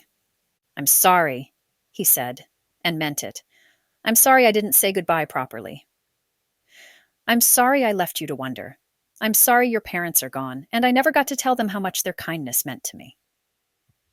Evie stared at him for a long moment, and he could see something vulnerable flickering behind her eyes. But what about Meredith? I don't know, he admitted. I don't know how to separate what I feel for you from what I felt for her. I don't know how to be fair to either of you when everything is so complicated and uncertain. He paused, choosing his words carefully. But I know that your parents raised someone extraordinary, someone who risks her own safety to save a trapped child, who tracks thieves through the woods to get back supplies for people she's known for days, someone whose parents would be proud of who she's become. Evie nodded slowly, some of the tension leaving her shoulders. At least you're honest about it. They sat in silence for a while, both processing the weight of what had been said. Around them, the night sounds continued. Insects, wind through leaves, the distant sound of traffic on a highway they couldn't see. Normal sounds from a world that no longer felt normal. I should check on the others, Evie said eventually, standing from the log. Evie. Caleb's voice stopped her. This conversation, it doesn't change that you're family, that you're one of us. She turned back to look at him, and in the starlight, he could see something that might have been sadness in her eyes. I know, she said quietly, but maybe that's part of the problem. As she walked back toward their camp, Caleb remained on the log, staring out at the darkness and trying to understand what had just happened. He'd thought they were finally starting to reconnect, to rebuild whatever had been between them before he'd left for Idaho. Instead, everything felt more complicated than ever. The truth was, he didn't know how to navigate this, didn't know how to honor his feelings for Meredith while acknowledging what he felt for Evie, didn't know how to be fair to anyone when fairness felt like a luxury they couldn't afford. Tomorrow they would continue north, toward Idaho, toward answers, toward whatever remained of the life he'd tried to build in the mountains. But tonight, sitting alone under the stars, Caleb realized that some questions couldn't be answered by reaching a destination. Some wounds couldn't be healed by finding the truth. And sometimes the hardest part of survival wasn't staying alive. It was figuring out how to live with the choices you'd made and the people you'd failed to protect along the way. Chapter 16.5. Colonel Mitchell. Federal Emergency Command Center, Cheyenne Mountain, Colorado. Same night. Colonel James Mitchell stared at his cell phone, willing it to buzz with a message from Sarah. His wife had gone silent 12 hours ago, right around the time the cell towers in Kansas City started failing. His daughter Emma was at KU, supposedly safe in her dorm, but the last update from campus security had been vague at best. Colonel? Lieutenant Rodriguez approached hesitantly. The tracking data you requested? Mitchell pocketed his phone and forced himself to focus on the screen she was showing him. Red dots scattered across Missouri and Nebraska. Vehicles moving north on back roads, maybe a few hundred at most. Not the massive exodus the Pentagon kept warning about, but enough to show that some families were choosing flight over faith in the system. How many confirmed? He asked, though his mind was still on Sarah. Maybe 300 vehicles we can actually verify, sir. Most people seem to be staying put, waiting for things to normalize. Rodriguez paused. My family included. They think I'm being paranoid, telling them to stock up on water. Mitchell almost smiled at that. His own parents in Florida thought he was overreacting too. Sometimes paranoia is just good preparation, Lieutenant. The command center hummed with activity around them. Analysts tracking power grid failures, communication blackouts, the careful dance of military units trying to maintain order without looking like an occupation. But Mitchell noticed how many of his staff kept glancing at their own phones, their own worries bleeding through professional facades. Sir? Major Hoffman approached with a tablet. Priority message from General Morrison. Mitchell read through the orders, his stomach sinking. Phase 3 protocols. Military authority in civilian areas. The kind of escalation that turned neighbors into potential threats and made every soldier question which side of history they were on. Jim? Rodriguez had moved closer, reading his expression. What is it? He'd known Maria Rodriguez for 3 years. Watched her rise from second lieutenant to first. Celebrated when she'd gotten engaged last spring. She deserved honesty, even if protocol demanded otherwise. They're implementing Phase 3, he said quietly. Full federalization of guard units, enhanced authority for detention and interrogation. Her face paled. My fiancé's guard unit in Missouri. They've been helping with tornado recovery. I know. Mitchell looked around the command center, seeing similar worry in too many faces. These weren't just soldiers. They were Americans, with families scattered across a country that seemed to be coming apart at the seams. When's the last time you heard from him? Yesterday morning. He said some families were leaving the area, but most were staying to rebuild. She hesitated. Sir, what are we doing here? Really doing? It was the question Mitchell had been avoiding for days. The official answer was maintaining order, protecting critical infrastructure, preventing the complete breakdown of federal authority. But the real answer was messier. They were trying to hold together a country that might not want to be held, using tools that might break it further. Colonel Mitchell? A young analyst, Brennan, Mitchell remembered, interrupted. I've got something strange in the movement patterns. There's a family group that evaded checkpoint Alpha 7 this morning using farm roads. The vehicle signature matches one we flagged, leaving a truck stop where there was some kind of incident. Mitchell moved to Brennan Station, grateful for the distraction. On screen was grainy surveillance footage of a pickup truck with what looked like 5 or 6 occupants. Why flag this particular family? The navigation pattern, sir. They're using routes that suggest detailed local knowledge or military-level planning. Plus, Brennan pulled up another screen. The registered owner is Franklin Morgan. Former Army, lives off-grid in northern Idaho. He's on our watch list for anti-federal sentiment.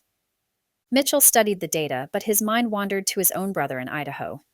Tom had gone full prep mode 2 years ago, building a homestead that could survive when the government overreaches, as he put it.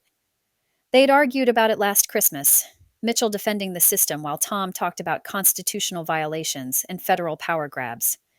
Now, watching American families flee from American soldiers, Mitchell wondered if Tom had seen something he'd missed.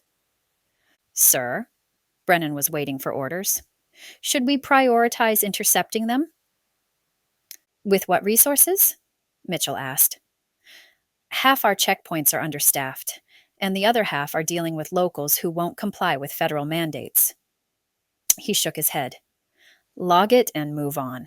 We've got bigger problems than one family heading north. Rodriguez caught his eye, and he saw gratitude there. They both knew what prioritizing interception meant. Soldiers surrounding a vehicle full of scared civilians, children watching their parents dragged away for questioning. Neither of them had signed up to terrorize American families. Colonel, Hoffman returned, his expression grim, I need to speak with you privately. They stepped into a small conference room off the main floor. Hoffman closed the door and immediately dropped the military bearing. Jim, my son's at Colorado State. The campus is going into lockdown. Something about federal agents looking for student organizers of the secession protests. Hoffman's voice cracked slightly. He's asking if he should try to come home. Mitchell felt the weight of command pressing down on him. By the book, he should report this conversation. Hoffman's son was potentially involved in anti-federal activity. But looking at his major, Mike Hoffman, a good man who'd served under him for 4 years, a good soldier, a good father. All he could see was another American trying to protect his family. Tell him to stay put, Mitchell said quietly. Movement attracts attention. But maybe suggest he avoid any political gatherings for a while. Relief flooded Hoffman's face. Thank you, sir. Mike, Mitchell called as Hoffman reached for the door. How many of our people have family in affected areas? At least 60%, sir. Maybe more. 60%. More than half his command had loved ones scattered across a country that was fragmenting, caught between duty to the federal government and loyalty to their families. How long before those divided loyalties tore his unit apart? His phone finally buzzed. Sarah. Power's been out for 6 hours. Neighbors are getting scared. Some families packing up to leave. Should we? Mitchell stared at the message, his throat tight. His instinct was to tell her yes. Get out now, head for Tom's place in Idaho, where at least she'd be safe from whatever was coming. But that would mean admitting the system he'd served for 25 years was failing. That would mean choosing family over duty. Stay put for now, he typed back. Keep the doors locked. I love you. Sir? Rodriguez appeared in the doorway. General Morrison's on the line. He wants an update on Phase 3 implementation. Mitchell straightened his uniform and walked back to his station. Around him, American soldiers continued tracking American refugees, trying to maintain order in a country that no longer agreed on what order looked like. On his screen, the Morgan family's pickup truck had vanished into the vast network of rural roads that crisscrossed Nebraska. One family among hundreds, maybe thousands, who'd decided that running from their government was safer than trusting it. And standing in his mountain fortress, surrounded by the most sophisticated surveillance equipment in the world, Colonel James Mitchell found himself hoping they made it, even as he gave the orders that would try to stop them. Chapter 17. Annie. Nebraska, next morning. Annie woke to the sound of her stomach growling, a constant companion now that had replaced her phone alarm as the thing that pulled her from sleep. 3 days of rationed meals had taught her the difference between hunger and starvation, between discomfort and genuine need. They weren't starving yet, but the gnawing emptiness was a reminder that they couldn't keep living on crackers and canned soup forever. She sat up carefully in the back of the truck, her muscles protesting from another night of sleeping on hard surfaces. Everything ached. Her back from the uneven ground, her shoulders from tension, her legs from constantly being ready to run. Her body was adapting to this new reality, but slowly and with complaints every morning. "Morning," Evie said, quietly from beside her. The only slightly older woman was already awake, organizing their medical supplies with the methodical precision she brought to everything. "Sleep okay?" "About as well as anyone can in a truck bed," Annie replied, stretching carefully. Through the morning mist, she could see Caleb and Dax standing near the front of the truck, their voices low as they discussed something that looked serious. Annie climbed out of the truck bed, grateful for the chance to stretch her legs properly. The Nebraska landscape stretched around them, rolling hills and farmland that looked peaceful in the early morning light. Normal. Like the world hadn't gone crazy. Like they weren't refugees fleeing their own government. "What's the situation?" she asked, approaching her brother. Caleb looked up from the map he'd been studying with Dax. "We need supplies. Food, water, fuel. The gas cans are empty, and we've got maybe enough food for one more day if we keep rationing." Annie's stomach chose that moment to growl audibly, as if to emphasize the point. She pressed a hand to her abdomen, embarrassed by the sound but unable to ignore the hollow feeling that had become her constant companion. "There's a town about 5 miles east," Dax said, pointing to a spot on the map. "Small place, maybe a few thousand people. Should have a gas station, grocery store, basic supplies. And probably police who've been told to watch for refugees," Caleb added grimly. "Every town between here and Idaho is a potential trap." Annie studied the map, noting the way the roads curved around the town, the railroad tracks that might provide alternate routes. A month ago, she would have trusted that police were there to help, that walking into any American town was safe and normal. Now she found herself thinking tactically, looking for escape routes and potential threats. "What if we don't all go?" she suggested. "A family group attracts attention, but 1 or 2 people buying supplies looks normal." Caleb's expression immediately grew protective. "Annie, I'm not saying I should go alone," she said quickly. "Just that we should think about this carefully. What draws the least attention while still getting what we need?" It was a reasonable suggestion, she thought. Logical. The kind of practical thinking that had been developing over the past few days as she'd watched Caleb make decision after decision. But she could see the resistance in his eyes, the big brother instinct that wanted to keep her safe, even when safety was an illusion. "She has a point," Dax said quietly. He'd been keeping his distance from her since Missouri, she'd noticed. Close enough to help if needed, far enough away to avoid making her uncomfortable. She wasn't sure how she felt about that consideration. Part of her appreciated it. Part of her wondered if he was just being careful not to spook the youngest member in the group, and the one everyone else seemed to think needed protecting. "Mom and David could stay with the truck," Annie continued. "You and Evie could go into town. You could stay here and help watch the supplies," Caleb finished. "No way you're going into an unknown town when we don't know who's watching for people like us." Annie felt a familiar flash of frustration. She understood the instinct to protect her, but they couldn't afford to treat her like a child anymore. The world had changed, and she needed to change with it. Caleb, she said, trying to keep her voice reasonable, I'm not a little kid anymore. I can help. I can contribute. You are helping by staying safe. The words stung more than they should have. Annie knew Caleb meant well, but being told her contribution was staying out of the way felt like being dismissed, like being told she was still the 17-year-old who needed protection instead of someone who could provide it. Maybe I should check on Mom, she said, stepping away from the conversation before she said something she'd regret.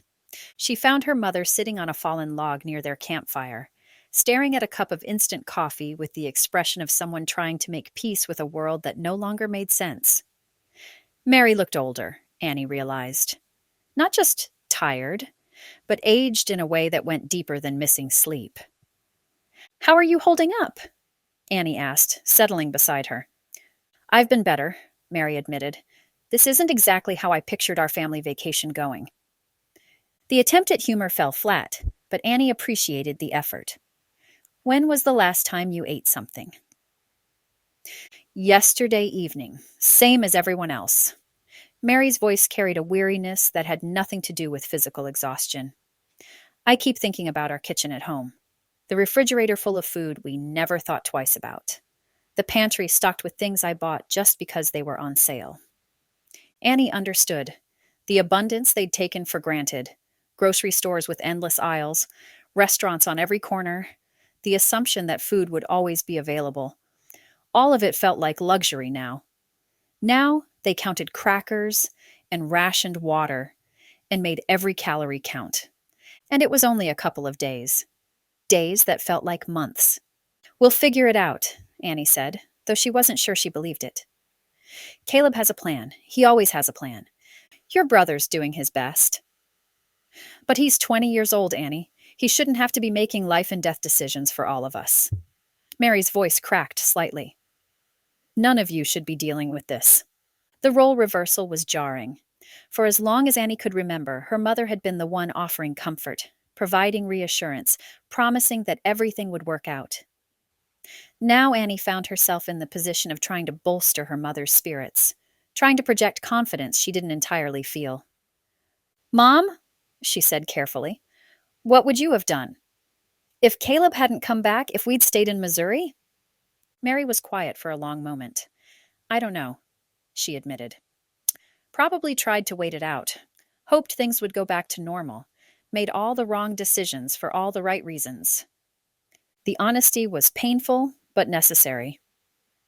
Annie could see the guilt in her mother's eyes. Guilt for not recognizing the danger sooner, for not being the kind of person who could navigate this new reality with Caleb's competence.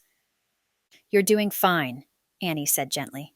We're all learning as we go. But even as she said it, Annie recognized the shift that had occurred.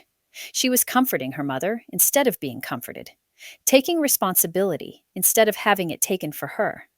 The protective dynamic had reversed, and she wasn't sure any of them had fully processed what that meant. Dax approached carefully, his footsteps loud enough to announce his presence. Sorry to interrupt. Caleb wants to talk through the supply run before we commit to anything. Annie nodded and stood, noting the way he maintained careful distance. Not unfriendly, but not presumptuous either. Like he was aware that trust was still being earned, that his place in their group was provisional. Dax, she said as they walked back toward the truck, the careful distance thing. You don't have to do that. I'm not afraid of you. He glanced at her, something unreadable in his expression. Maybe you should be. A little. Healthy caution keeps people alive. Is that what this is? Healthy caution? It's respect, he said simply. You've been through enough betrayal. I'm not in a hurry to add to it. The words carried weight Annie wasn't sure how to unpack, but she found herself thinking that maybe Dax understood something about earning trust that Liam never had. That real trust was built through consistency over time, not charm over minutes. As they walked back toward Caleb, Annie caught sight of her reflection in the truck's side mirror. Short hair, practical and neat. Face leaner from rationed meals. eyes that seemed different somehow. She couldn't quite put her finger on what had changed, but something had shifted since Missouri, since Liam, since cutting away those long strands of hair on that grimy bathroom floor. "So, what's the plan?" she asked as they reached her brother. Caleb looked up from the map, his expression decisive. "We all go. Together, as a family." "But I thought—" "No splitting up," Caleb said firmly. "Not at this point. We don't know enough about the area, about who might be watching, about what kind of reception refugees are getting in these small towns. None of us is safe enough on our own to risk it." Annie felt a flicker of disappointment, though she wasn't sure if it was because she wanted to prove herself capable or because she was secretly relieved not to face that test yet. What if we attract too much attention as a group? "Then we deal with it together," Caleb replied, "but we don't leave anyone behind. Not anymore."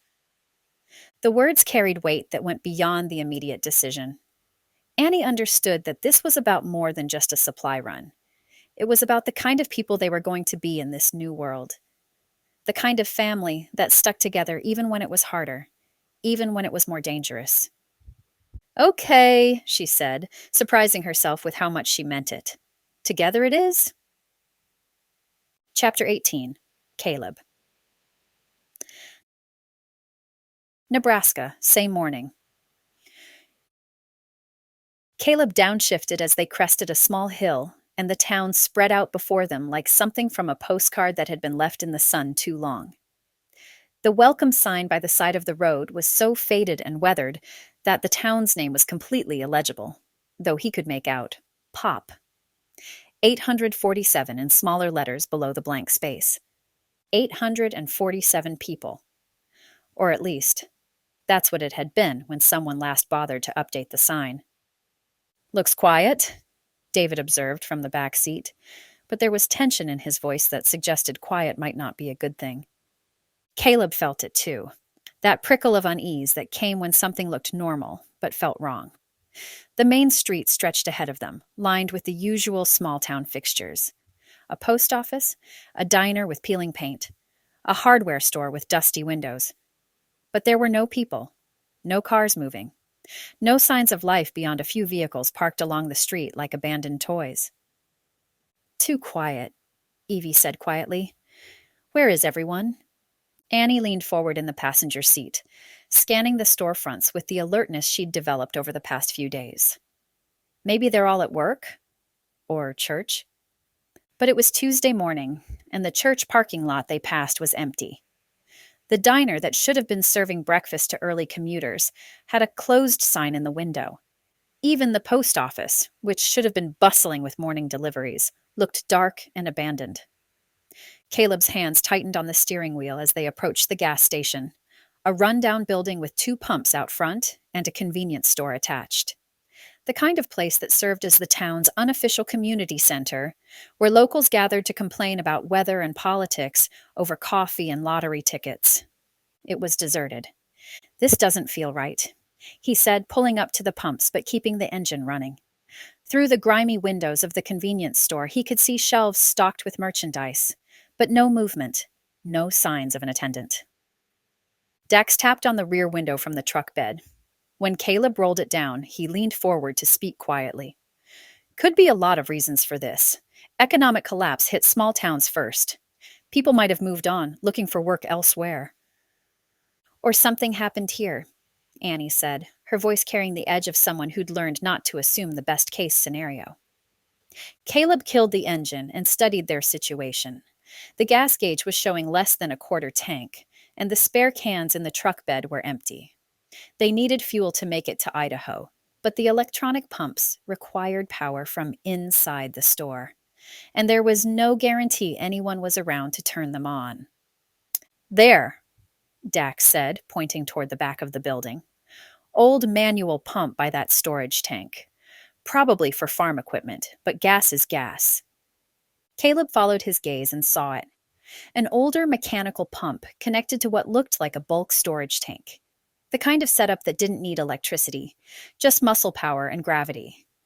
If the tank still had fuel in it, and if it was regular gasoline instead of diesel, it might solve their immediate problem. "Stay in the truck," Caleb told his family, climbing out to examine the manual pump. The mechanism looked functional, though rusted from years of weather. A small lever on the side would engage the pump, and a hand crank would draw fuel from the tank. "I'll check inside," Dax said, sliding down from the truck bed. "See if anyone's around, maybe find out what happened here." Caleb nodded, grateful for the backup. Whatever was going on in this town, it felt better to face it with someone who understood tactical thinking. Be careful. If it feels wrong, we leave immediately. As Dax approached the convenience store, Caleb tested the manual pump. The handle moved freely, and when he engaged the lever, he could hear the sound of liquid sloshing in the tank above. Gasoline, by the smell of it, though he couldn't tell how much was left. "Caleb." Annie's voice carried from the truck, tight with concern. "How long has this place been empty?" It was a good question. The dust on the gas pumps suggested days, maybe weeks, but the store still had power.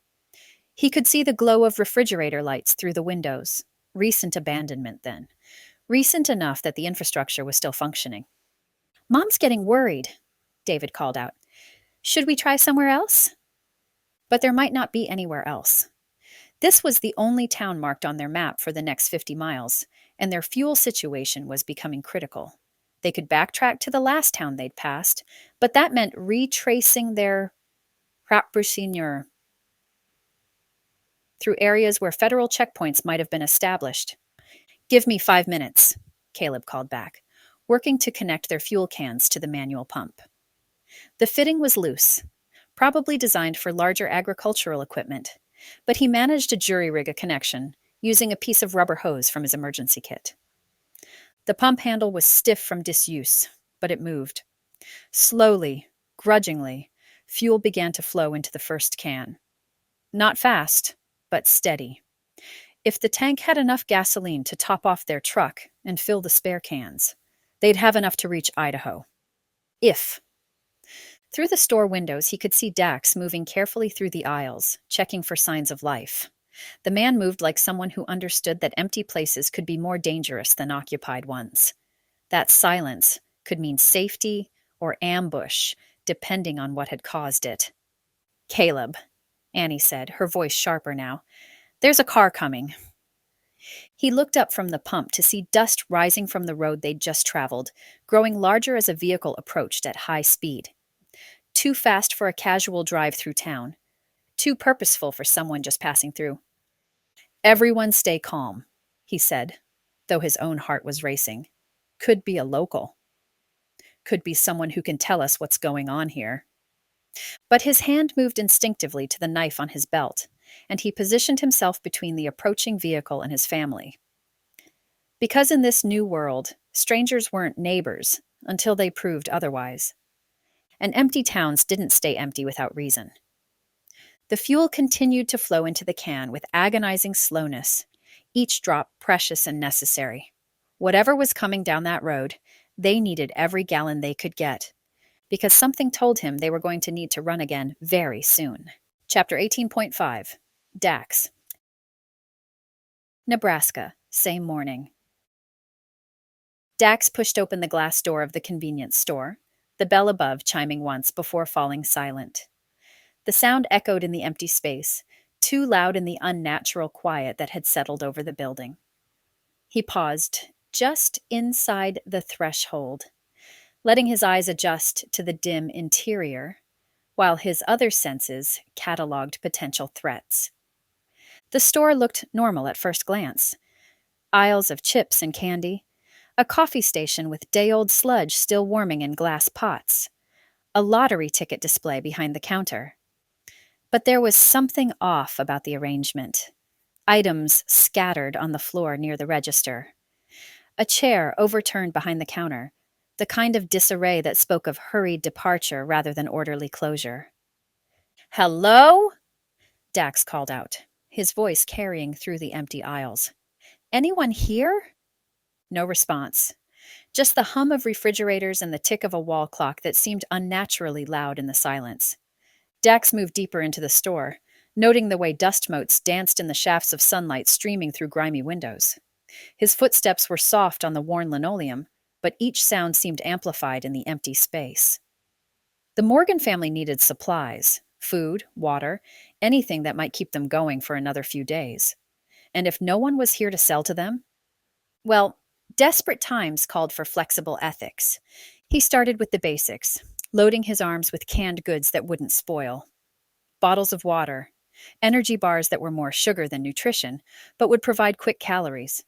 The family was rationing everything now, and he could see the toll it was taking, but only slightly in the way energy was waning, and the dull look in the eyes from hunger.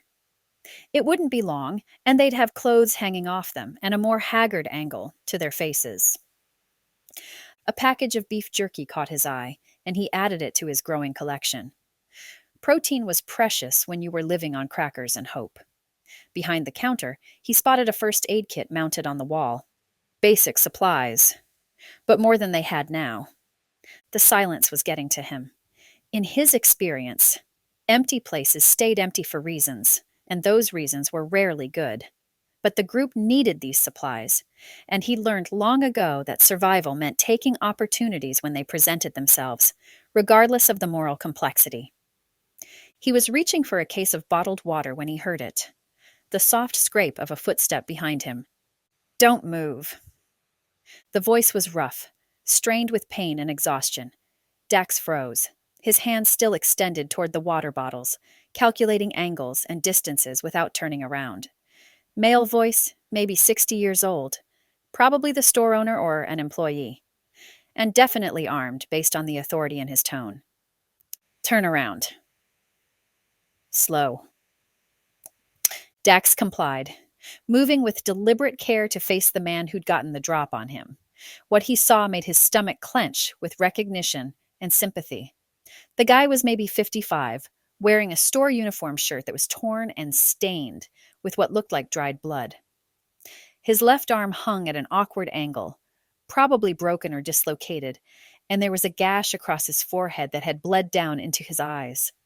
But his right hand was steady with the pistol pointed at Dax's chest. "You're not from around here," the man said. It wasn't a question. "No, sir. Just passing through. Needed supplies." Dax kept his voice calm, non-threatening. "Didn't see anyone around. Figured the place was abandoned." "Abandoned?" The man's laugh was bitter. "Yeah, I guess it is now. Everyone else got smart and ran when the trouble started. Me, I was too stubborn to leave." His eyes were fever bright, and Dax could see the pain radiating from his injured arm. "Or too stupid." "What kind of trouble?" "The kind that comes when desperate people decide they're entitled to other people's property." The gun didn't waver, but Dax could see the effort it was taking to keep it steady. Groups of them, coming through town, taking whatever they wanted. Said it was for the greater good. Said sharing was patriotic. Dax understood. He'd been part of groups like that in his previous life. People who justified theft with ideology, who convinced themselves that desperation gave them the right to take what others had worked for. The politics changed, but the methods stayed the same. "I'm not here to rob you," Dax said quietly. "My group's outside, a family. We've got money. We can pay for what we take." "Family?" The man's expression shifted slightly, suspicion mixing with something that might have been hope. "How many?" "6 of us, an older couple and the rest of us in our early 20s. We're heading north, trying to get to relatives." The lie came easily, but it was close enough to the truth to sound natural. "Been on the road for days, running low on everything."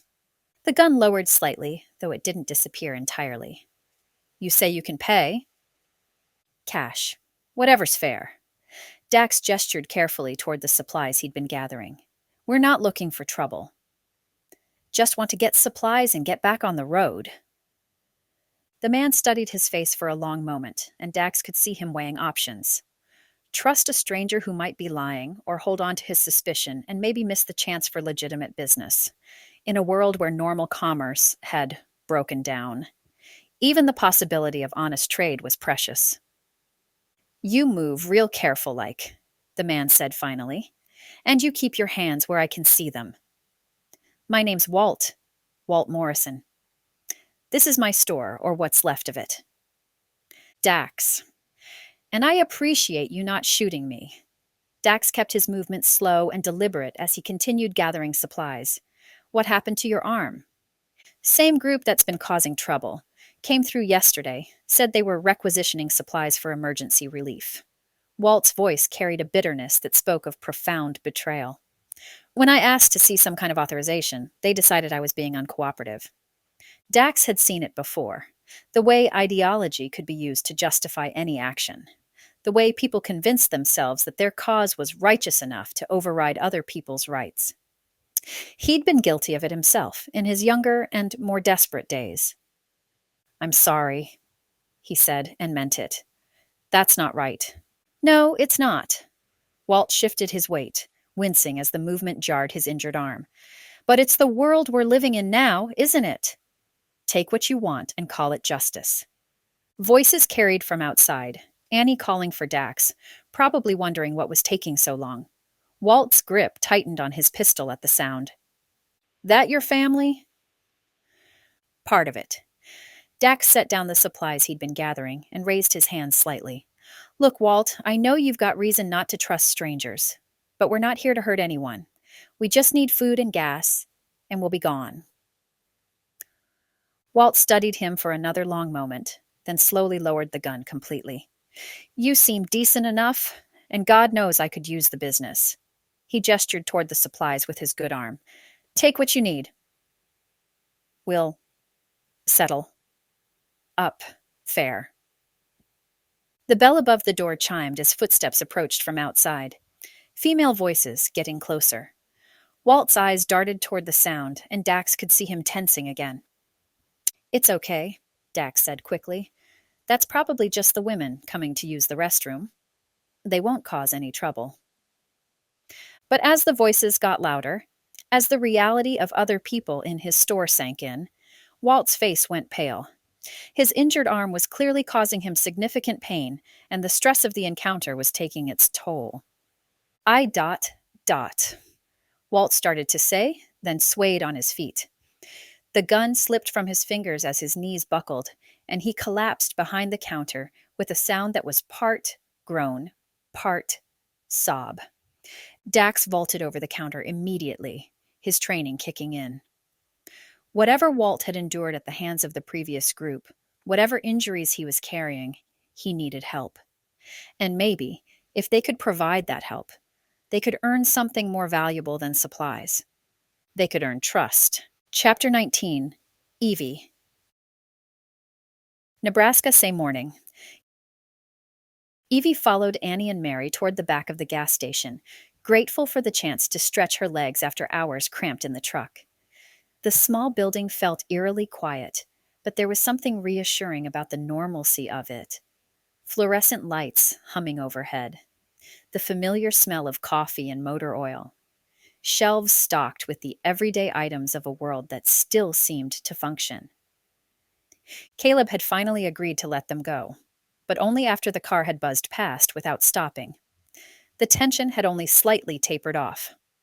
Restrooms back here, Annie said, pushing open a door marked with peeling letters. The small bathroom was cramped and dingy, but it had running water and a working toilet, luxuries they'd learned not to take for granted. Evie held the door as Annie and Mary took turns using the facilities. The water from the tap ran in a thin trickle, barely enough pressure to wash their hands properly, but it was cold and clear. They'd been rationing their bottled water so carefully that even this small amount felt precious. Better than nothing, Mary said quietly, drying her hands on a paper towel from a dispenser that had seen better days. Dark circles shadowed her eyes, and her clothes were dingier than they'd been when they started this trek. The stress and reduced calories were taking their toll on all of them. At least it's clean, Annie added, though her voice carried the weariness they were all feeling. The constant vigilance, the uncertainty about their next meal, the weight of never knowing if they were safe. It was wearing them down in ways that went beyond physical exhaustion. And they weren't even that far into the chaos. Evie was washing her hands when the shouting started. The voices came from the front of the store. Male, urgent, with an edge that made her stomach clench. Not friendly conversation, not casual interaction. Something was wrong. "Stay here," she said quietly to Mary and Annie, but she could see the fear in their eyes. They'd all learned to recognize the sound of trouble. The three women moved quickly around the side of the store toward the commotion at the front. What they found made Evie's blood run cold. Dax was crouched behind the counter beside a man who'd collapsed on the floor. The stranger was maybe 55, wearing a stained store uniform that was torn and bloodied. His left arm hung at an awkward angle, clearly injured, and there was a gash across his forehead that had bled down into his eyes. A pistol lay on the floor beside him where it had apparently fallen. "It's okay," Dax was saying, his voice calm but urgent. "We're going to help you. Just stay with me." The store owner, it had to be the owner, was barely conscious, his face pale with pain and blood loss. His breathing was shallow, and Evie could see the signs of shock setting in. "Sir," Evie said, moving quickly around the counter, "I'm a nurse." "You're badly hurt. Let me help." The man's eyes tried to focus on her, confusion and pain clouding his vision. "Nurse?" he whispered. "CNA, Certified Nursing Assistant." Evie dropped to her knees beside him, her training taking over. "That arm looks dislocated, and you've lost blood. When did this happen?" "Yesterday," he managed, his voice barely audible. "Group came through, said they needed supplies." Evie was already reaching for the first aid kit mounted on the wall. It was a basic setup, half empty and probably expired, but better than nothing. "What's your name?" "Walt," he said weakly. "Walt Morrison. Was my store." "Okay, Walt. I'm Evie. I'm going to take care of you." She moved quickly but carefully, checking his pulse, noting the way he favored his right side, the shallow breathing that confirmed shock. Behind the counter, she could see evidence of someone living rough. Blankets, empty cans, the detritus of days spent hiding and maybe even alone. "What happened to him?" Annie asked quietly, her voice tight with concern. "Group came through yesterday," Dax explained, staying out of Evie's way as she worked. "Said they were requisitioning supplies for emergency relief. When he asked for authorization, they decided he was being uncooperative." Evie's hands moved automatically, checking the first aid kit's contents while keeping her voice steady and reassuring.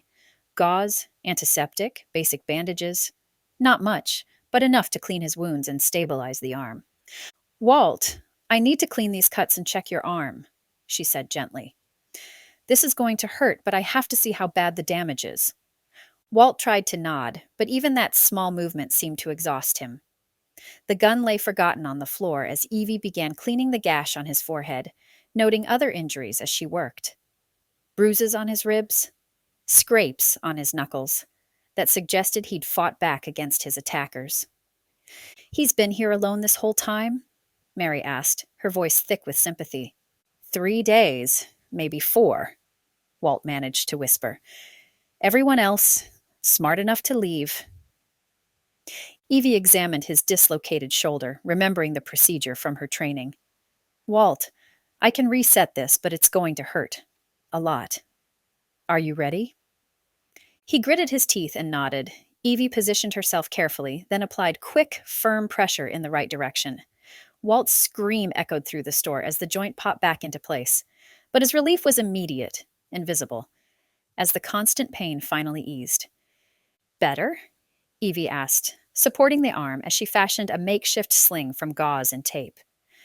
"Much better," Walt said, his voice stronger now, though still weak. "Thank you. I haven't had anyone able to help since this started." Evie finished securing the sling and checked his other injuries. The bleeding had mostly stopped, and some color was returning to his face. Not perfect, but stable. "You can't stay here alone," she said gently. "Not with more groups coming through. You need medical attention, and you need people around you." Walt looked around his store. At the shelves he'd stocked, the business he'd built, the life he'd tried to maintain even as the world fell apart around him. "This is all I have," he said simply. 40 years of my life in this place. Seemed wrong to just walk away and let them take it. Evie understood. The need to hold on to something familiar, something that represented the way things used to be. But looking at Walt's injuries, at the exhaustion in his eyes, she also understood that sometimes holding on meant losing everything that really mattered. The question hung in the air, loaded with implications none of them wanted to face. Because the truth was, in this new world, the weak got left behind. The slow got caught. The injured became liabilities that groups couldn't afford to carry. But as Evie looked at Walt, at this man who'd stood his ground against raiders, who'd tried to protect what was his even when it meant facing violence alone, she found herself thinking that maybe strength came in different forms. Maybe sometimes the most important thing wasn't physical capability, but the willingness to keep going when everything seemed hopeless. Maybe that was something worth protecting too. Chapter 20. Annie. Nebraska, same morning. Annie knelt beside Evie, watching intently as her friend worked to stabilize Walt's injured shoulder. Her hands moved with practiced efficiency, checking pulse points and testing joint mobility with the kind of confidence Annie wished she possessed. "Can you hand me that roll of gauze?" Evie asked quietly, not taking her eyes off Walt's arm. Annie reached for the supplies, noting the way Evie's fingers positioned the makeshift sling to provide maximum support while allowing circulation. "Like this? Perfect. Now help me secure this end." Evie guided Annie's hands to hold the gauze in place while she wrapped it. "See how we're creating a cradle for the arm?" Takes the weight off the injured joint. Annie filed the information away, adding it to the growing collection of practical skills she'd been accumulating. How to read people's intentions, how to clean wounds without causing infection, how to think tactically about routes and resources. Skills she'd never wanted to learn, for a world she'd never wanted to live in. The front door chimed and heavy footsteps approached quickly. Annie looked up to see Caleb striding toward them, his expression shifting from concern to alarm as he took in the scene. "What happened?" His voice was tight, controlled, but Annie could hear the underlying tension. "Are you hurt?" "We're fine," Evie said, not looking up from her work. "This is Walt. He owns the store. He's been injured. Dislocated shoulder, some cuts, dehydration, probably shock." Caleb's eyes swept the area, taking in the pistol on the floor, the blood on Walt's shirt, the makeshift medical supplies scattered around them. "We need to leave, now." "No." Evie's voice was firm, final. "Not until I'm sure he's stable. This man needs help." "Evie?" "Look at him, Caleb!" She gestured toward Walt, who was drifting in and out of consciousness. "He's been alone for days. Beaten, robbed, left to die in his own store. We can't just take what we need and abandon him." Annie watched the tension play out between her brother and Evie, understanding both perspectives. Caleb's training told him to minimize exposure, avoid complications, keep the family moving. Evie's medical training demanded she help anyone who needed it, regardless of personal risk. Caleb ran his hands through his hair, the gesture Annie recognized as his way of processing frustration. "Fine. We help him, but we do it fast." He looked around the store, then at Dax, who was still crouched nearby. "Start gathering what we need. We pay for what we take." Annie watched as Caleb and Dax began moving through the store, collecting supplies and bringing them to the counter. They arranged everything to be clearly visible. No hidden items, no attempt to take advantage of Walt's condition. Even in crisis, even when survival was paramount, they were choosing to do the right thing. Walt's eyes fluttered open, focusing slowly on the faces around him. Confusion gave way to fear as he tried to sit up, his good hand reaching instinctively for where his pistol had been. "Easy," Evie said gently, placing a steadying hand on his shoulder. "You're safe." These people helped you. I'm Evie. I'm the one who reset your arm. Recognition dawned in Walt's eyes, followed quickly by something that looked like wonder. You stayed. You helped me. Of course we did, Annie said, surprising herself with the firmness in her voice. You were hurt. Walt stared at her for a moment, then at the others, his eyes taking in the supplies arranged on his counter, the obvious care they'd taken with his injuries. When he spoke, his voice was thick with emotion. I thought, after what happened yesterday, I thought everyone was just taking what they wanted and moving on. He struggled to sit up straighter. You could have robbed me blind, could have left me here to die. Why didn't you? Because that's not who we are, Caleb said simply. Walt's laugh was shaky but genuine. No, I guess it's not. He looked toward the back of the store, his expression growing troubled. Then he looked back at them, as if making a difficult decision. I need to tell you something. I wasn't alone here. Annie felt her stomach drop. What do you mean? When you asked earlier, I said everyone else left. That wasn't entirely true. Walt's face showed the strain of someone carrying a burden too heavy for one person. I said I was alone to protect them, in case you were like the others. But you're not. He gestured toward the back of the store. Would you be willing to help some others? We got overrun yesterday, fought them off eventually, but we're in a bad way. Others? Evie asked, already standing. Walt nodded toward a door marked Employees Only at the back of the store. Folks who were here when it happened. Some got hurt worse than me. Been doing what I can, but I'm no doctor. How many? Evie was already gathering their medical supplies. Maybe a dozen. Some from town, some just passing through like you. Walt struggled to his feet, swaying slightly. Most are in the back room. Seemed safer than the main store. Annie exchanged a look with Caleb, seeing her own thoughts reflected in his expression. A dozen injured people meant complications, delays, resources they couldn't spare. It meant exposure to more strangers, more potential security risks. Everything Frank had trained them to avoid. But it also meant people who needed help. People who might die without intervention.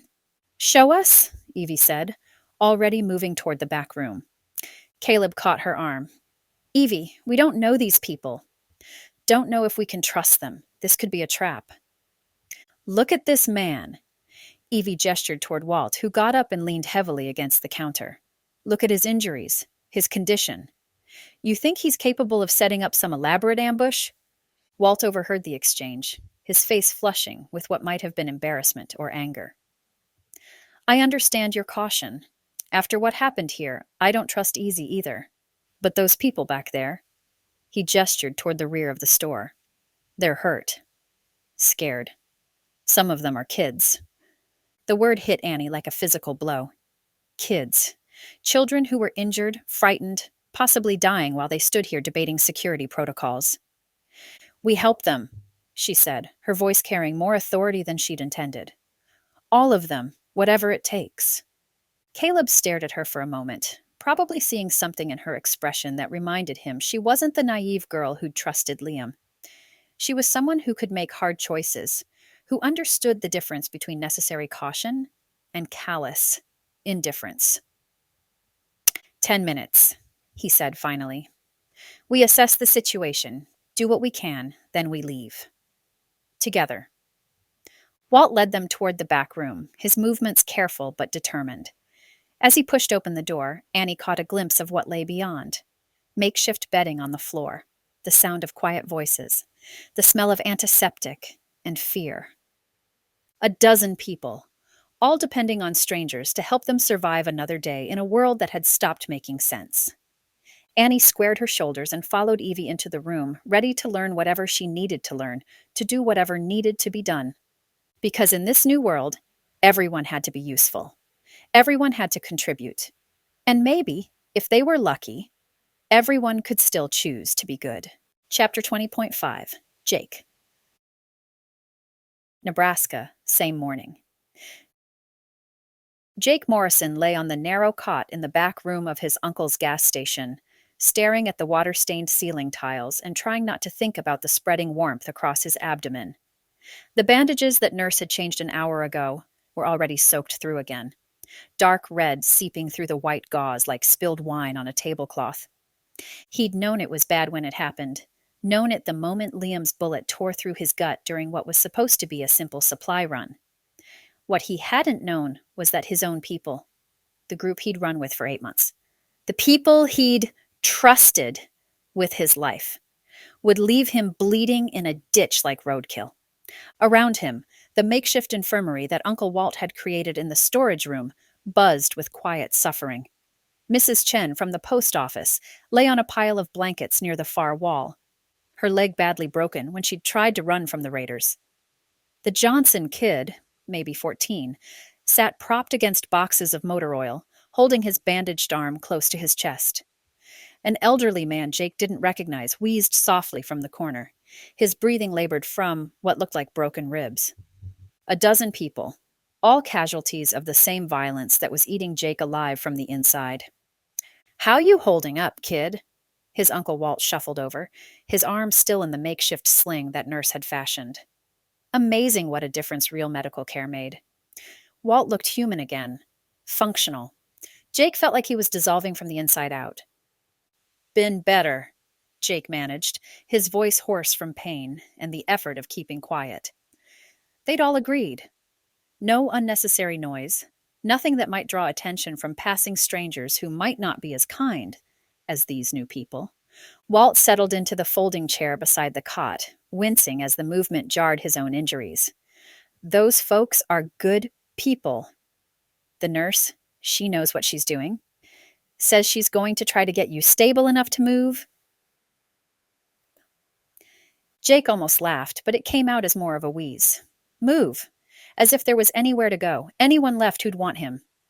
"Uncle Walt, we both know I'm not going anywhere." "Don't talk like that." "It's not talking. It's math." Jake lifted his hand to show the blood on his fingers, fresh from where he'd been pressing against the wound. "Internal bleeding. Probable organ damage. No hospital within 100 miles. You don't need a medical degree to see how this ends." The worst part wasn't the pain, though that was getting harder to manage.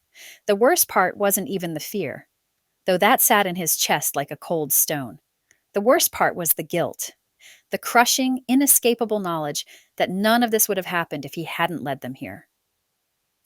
"This is my fault," he said quietly, the words coming out like a confession. "All of it. They wouldn't have known about this place if I hadn't told them." Walt's expression softened with understanding. "Jake dash dash. No, listen. Liam was good at reading people, you know? Really good. Back when we first started running together after the riots, he could spot a mark from a mile away. Sweet-talk his way into anyone's confidence." Jake's voice grew bitter. "When things started falling apart, when the con jobs and charm weren't enough anymore, he just adapted, started taking what he wanted instead of earning it." He remembered the shift, the way Liam had gradually transformed from charismatic leader to ruthless predator. It hadn't happened overnight, just a series of small compromises, each one easier to justify than the last. Taking supplies from people who had too much, threatening storekeepers who wouldn't share, convincing the group that they deserved whatever they could take. "He asked me about family," Jake continued, his breathing growing more labored. "Real casual-like, weeks ago. Asked if I had people, safe places we could stop if things got rough. And I told him about you, about the store, about how you'd always been good to me." His voice cracked. "I led them right to you, Uncle Walt. I might as well have painted a target on your door." Around them, the other injured stirred restlessly. Mrs. Chen moaned softly in her sleep, probably reliving the moment when Liam's people had cornered her in the post office. The Johnson kid was crying quietly, trying not to make noise.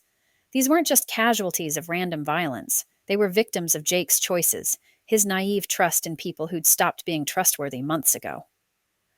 "You couldn't have known," Walt said, but Jake could hear the strain in his voice. His uncle was trying to absolve him, but they both knew the truth. "I should have left." Jake said.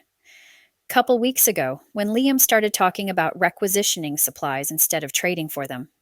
Should have seen where it was heading. Sush. Why didn't you? Jake thought about that, watching dust motes dance in the shaft of sunlight coming through the small window. Because they were all I had. Because leaving meant being alone again, and being alone felt worse than being with people who were maybe going bad. He paused, feeling another wave of warmth spread across his stomach. Stupid reason to stay. Human reason, Walt corrected. We all want to belong somewhere. The voices from the front of the store carried through the thin walls. The new people, the family with the nurse who'd tried so hard to save him. But these weren't voices raised in argument. These were the sounds of people working together, making plans, organizing help for people who needed it. The kind of cooperation Jake remembered from the early days with Liam's group, before everything had turned dark. I can't believe it came down to that, he said, more to himself than to Walt. 8 months. 8 months of watching each other's backs, sharing everything we had. And when I said maybe we shouldn't rob a gas station full of scared families. He trailed off, shaking his head. Liam didn't even hesitate, just put a bullet in me and told the others I was dead weight. Walt reached over with his good hand and squeezed Jake's shoulder. You did the right thing. Standing up to them, trying to protect us. Too little. Too late. Jake's laugh turned into a cough, and he tasted copper in his mouth. Not good. Definitely not good. I brought them here in the first place. All these people got hurt because I trusted the wrong person with the right information. The guilt was almost worse than the physical pain. Mrs. Chen's broken leg, the Johnson kid's shattered arm, all the fear and suffering in this makeshift infirmary. It all traced back to him. To his need to belong, his willingness to overlook warning signs, his stupid decision to trust Liam with information about his family. They're going to help, Walt said, gesturing toward the front of the store where they could hear movement, organization, the new people. They're not just going to take supplies and leave. They're actually going to help. Jake closed his eyes, feeling the pain in his abdomen shift and intensify. The bleeding wasn't stopping. If anything, it was getting worse. He'd seen enough gunshot wounds over the past year to know what that meant. Uncle Walt, he said quietly, when it happens, don't let them blame themselves. The nurse, the others. They did everything they could. Some things just can't be fixed. Walt's hand tightened on his shoulder. Jake dash. Promise me. They seem like good people. Don't want them carrying guilt that isn't theirs to carry. Jake's breathing was getting shallower, each breath requiring more effort. And tell them not everyone who runs with bad people is bad. Some of us just get lost for a while. Around him, the other injured shifted and murmured, each lost in their own pain and fear. All of them victims of the same cascade of bad choices that had started with Jake's misplaced trust. Maybe that counted for something. Maybe recognizing the mistake, trying to stop it, dying for it. Maybe that was enough to balance the scale, even if it couldn't undo the damage. The pain was fading now, replaced by a strange lightness that he recognized from other people he'd watched die over the past year. Time was running out. But at least he wouldn't die alone, and at least his last act had been trying to protect innocent people instead of leading predators to them. In a world where so many people seem to be choosing wrong, maybe learning to choose right at the end was enough. Chapter 21. Caleb. Nebraska. Same morning. Caleb guided the truck back onto the empty highway, the gas gauge now reading 3/4 full, a small victory that felt more significant than it should have. Behind them, the nameless town with its injured survivors grew smaller in the rearview mirror. Another marker on their journey north that would probably haunt him for days. They'd done what they could. Evie had stabilized the worst of the injured, shown the walking wounded how to care for those who couldn't move. Annie had helped organize their meager medical supplies, parceling them out with the careful precision of someone who understood scarcity. Even Dax had contributed, using his knowledge of field medicine to fashion splints and bandages from whatever materials they could find. Walt had pressed supplies on them as they left, more than they'd asked for, more than they could comfortably pay for.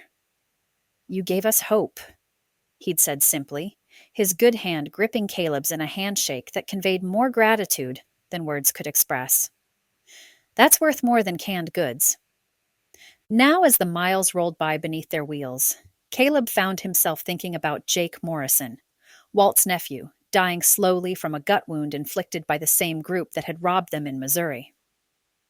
The kid had tried to do the right thing at the end, tried to stop Liam from hurting innocent people. It had cost him everything. "That was good, what we did back there," David said from the back seat, breaking the contemplative silence. "Those people needed help." "We needed supplies," Caleb corrected, though he knew it had become more than a simple transaction. But yeah, it was the right call. He'd found a charging cable in Walt's electronics section, one of those universal adapters that could connect to the truck's power outlet. His phone sat in the cup holder now, slowly coming back to life after days of being dead. The screen flickered occasionally as it gathered enough charge to function, a small light in their technology-starved world. Annie was quiet in the passenger seat, staring out at the passing landscape with an expression he couldn't quite read. She'd been different in that back room, moving among the injured with a competence that surprised him. His little sister, growing up faster than anyone should have to. "How much farther to Colorado?" Mom asked, her voice carrying the exhaustion they all felt. "Maybe 6 hours if we don't hit any checkpoints."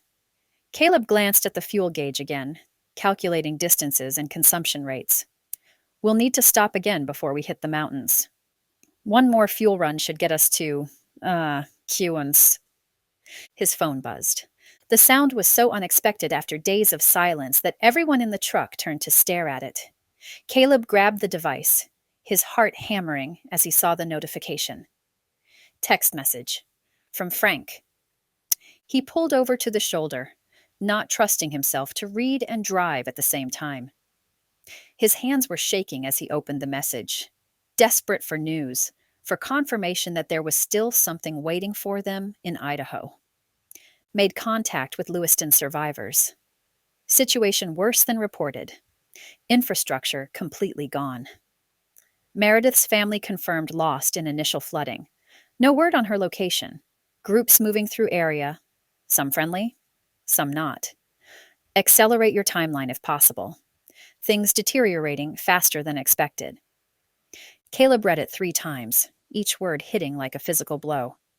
No word on her location, which meant Frank hadn't found her among the survivors he'd contacted, which meant she was probably... He couldn't finish the thought. "What does it say?" Annie asked quietly. Dad made contact with survivors from Lewiston. Caleb's voice sounded hollow even to his own ears. "Situation's bad. Really bad. He wants us to move faster." He didn't mention Meredith, didn't mention the growing certainty that she was gone, lost in the same flooding that had claimed her family. There would be time for that grief later, when they were safe, when he could afford to feel the full weight of it. Mom's phone chimed from the back seat, another message getting through as they hit a pocket of functioning cell coverage. He heard her intake of breath, saw her face crumple in the rearview mirror as she read whatever had appeared on her screen. "Mary?" David's voice was concerned. "What is it?" She was crying now, tears streaming down her face as she clutched the phone. "It's from Janet Morrison. She's asking if I've seen Tyler or Madison."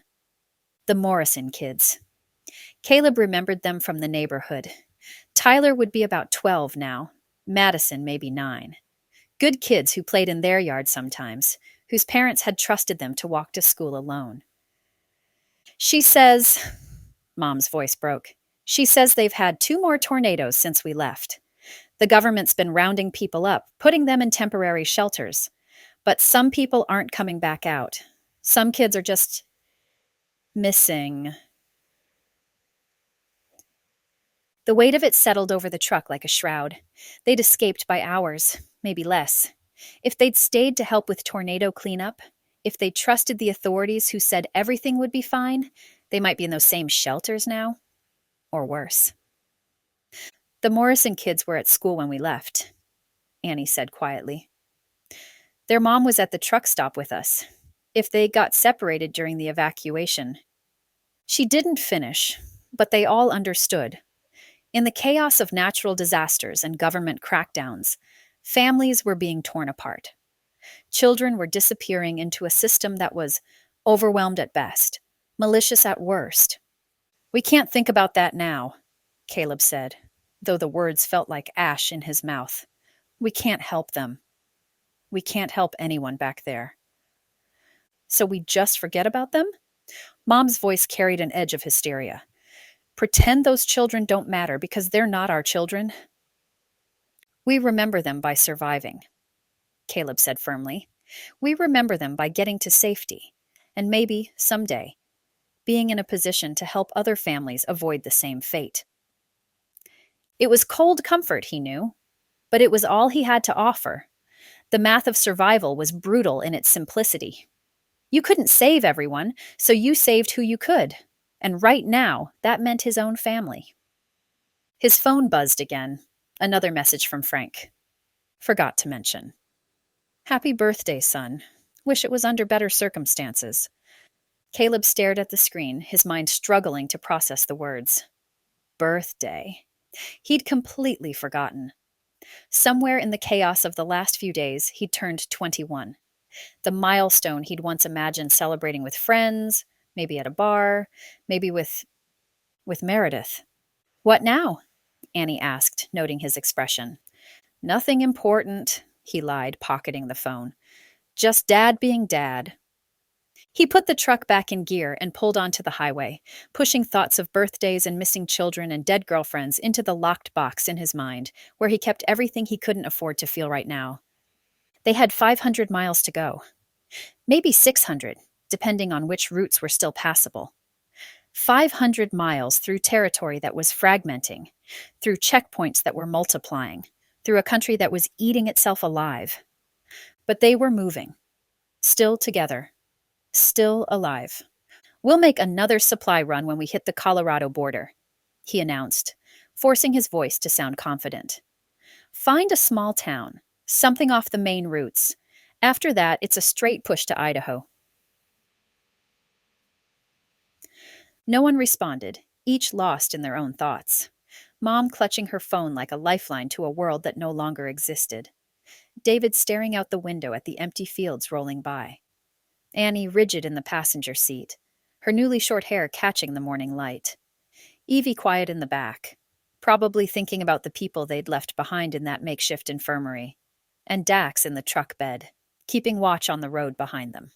A family forged by catastrophe, held together by necessity, and the fragile hope that somewhere ahead lay something better than what they'd left behind.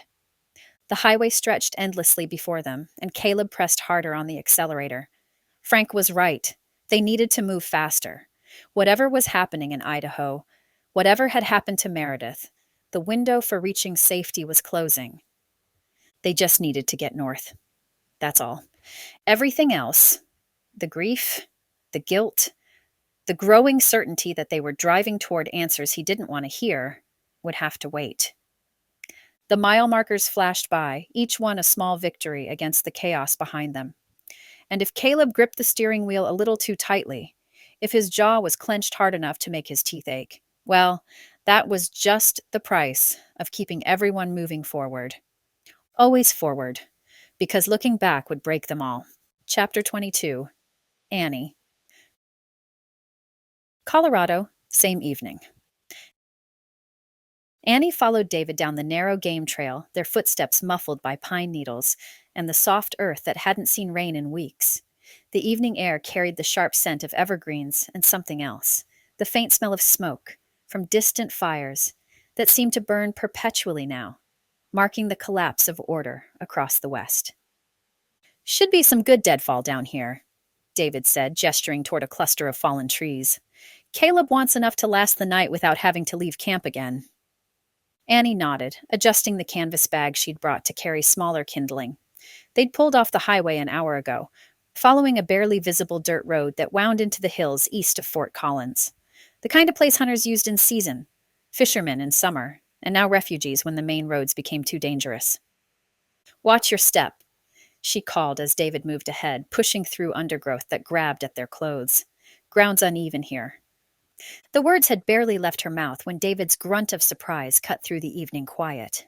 She looked up to see him stumbling, his right foot caught in something, arms windmilling as he tried to keep his balance. "David!" He went down hard, his body twisting as whatever held his foot refused to give. The sound he made, part gasp, part scream, sent ice through Annie's veins. She dropped the canvas bag and ran to him, her heart hammering as she saw what had happened. An old foot trap, the kind ranchers used for coyotes and foxes, had clamped around his ankle. The rusted metal teeth had bitten through his jeans and into flesh, blood already seeping through the torn fabric. "Don't move," Annie said, forcing her voice to stay calm even as her mind raced. "Let me see." David's face was pale, sweat beading on his forehead despite the cool evening air. "Stepped right in it. Didn't even see—" He gritted his teeth as Annie carefully examined the trap mechanism. The device was old but functional, its spring-loaded jaws designed to hold without cutting completely through bone. But the teeth had done damage. She could see the gash through his jeans, deep enough to need serious attention. Blood was flowing steadily. Not the spurting of arterial damage, but enough to be concerning. "I need to get this off you," she said, studying the release mechanism. 2 tabs on either side that needed to be pressed simultaneously while pulling the jaws apart. Simple in theory, harder when your hands were shaking and someone was depending on you. "Annie, the others are back at camp," David said through clenched teeth. "Maybe you should—" No time. She was already tearing at the bottom of her t-shirt, ripping a long strip from the hem. "I watched Evie work on those people in Nebraska. I know what to do." Her hands moved with more confidence than she felt, pressing the release tabs while using her knee to lever the jaws apart. David bit back another scream as the metal teeth withdrew from his flesh, leaving ragged wounds that immediately welled with fresh blood. Okay, Annie muttered, more to herself than to David.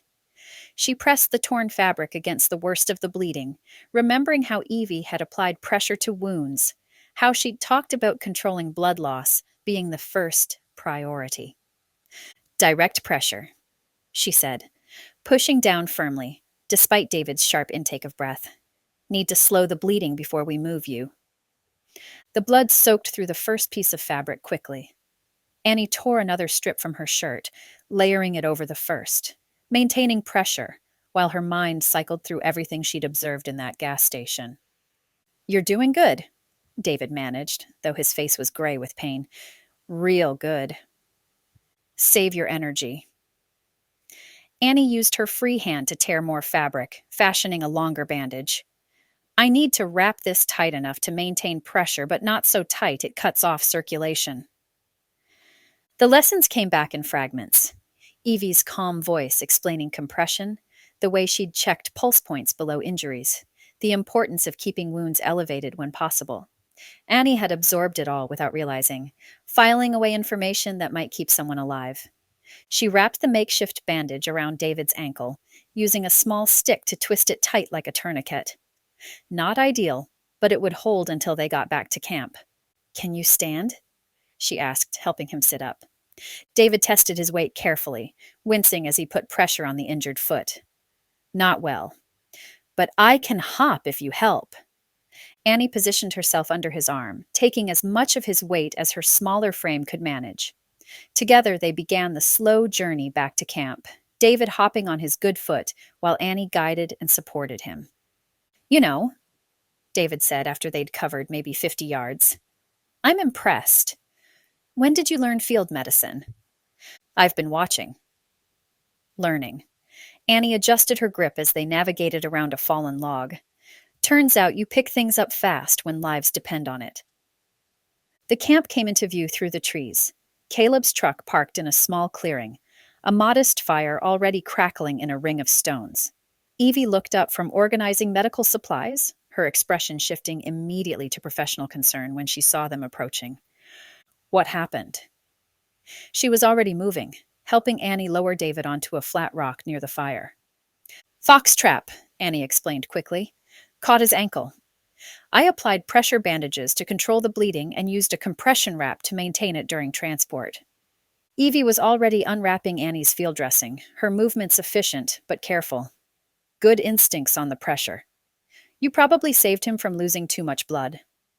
Annie watched as Evie examined the wound properly, noting the way she checked for debris, tested sensation in David's toes, palpated the area around the injury to assess for deeper damage. Clean puncture wounds, Evie announced. No arterial damage, no broken bones that I can feel. But these need proper cleaning and real bandages. She looked up at Annie with something like pride. You did really good work here. Field conditions, limited supplies, and you still managed textbook emergency treatment. I had a good teacher, Annie said quietly. You had good instincts, Evie corrected. Watching is one thing. Doing it under pressure is something else entirely. As Evie worked to properly clean and dress David's wounds, Annie became aware of the others watching her. Mom's expression mixed concern for David with something that might have been surprise at her daughter's competence. Caleb studied her with that calculating look that meant he was reassessing her capabilities. Shirt's pretty much ruined, Mom said, gesturing at Annie's torn t-shirt. Worth it, Annie replied, watching Evie work. Fabric can be replaced. People can't. It was something Caleb might have said, she realized. Something practical and slightly cold, but undeniably true. Maybe she was becoming more like her brother than she'd thought. Or maybe crisis just stripped away everything non-essential, until only the practical remained. There, Evie said, securing the final bandage. You'll need to stay off it as much as possible for a few days. I'll check it again in the morning. Make sure there's no sign of infection. Thank you, David said, then turned to Annie.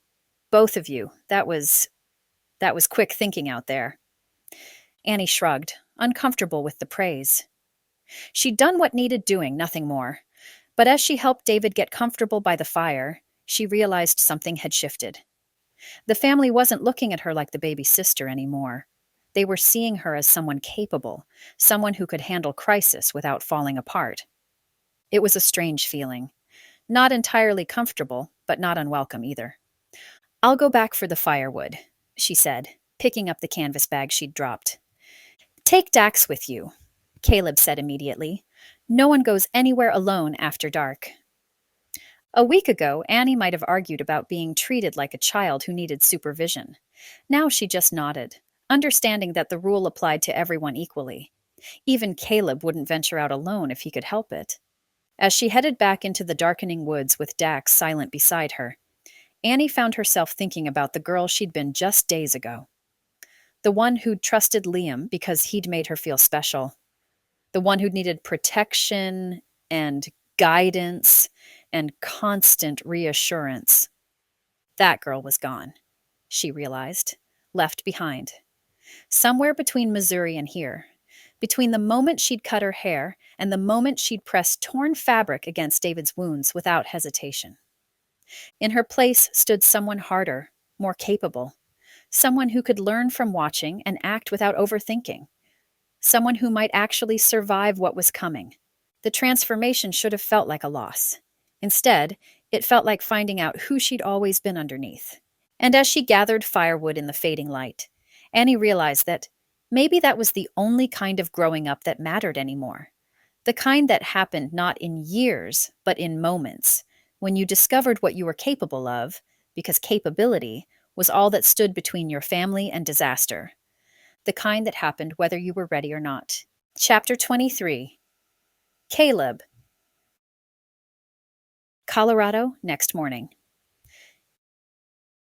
Caleb moved silently through the pre-dawn forest, his rifle held loosely but ready, following game trails that wound between towering pines. Beside him, Evie matched his pace with surprising grace, her footsteps nearly as quiet as his despite having no formal training in wilderness movement.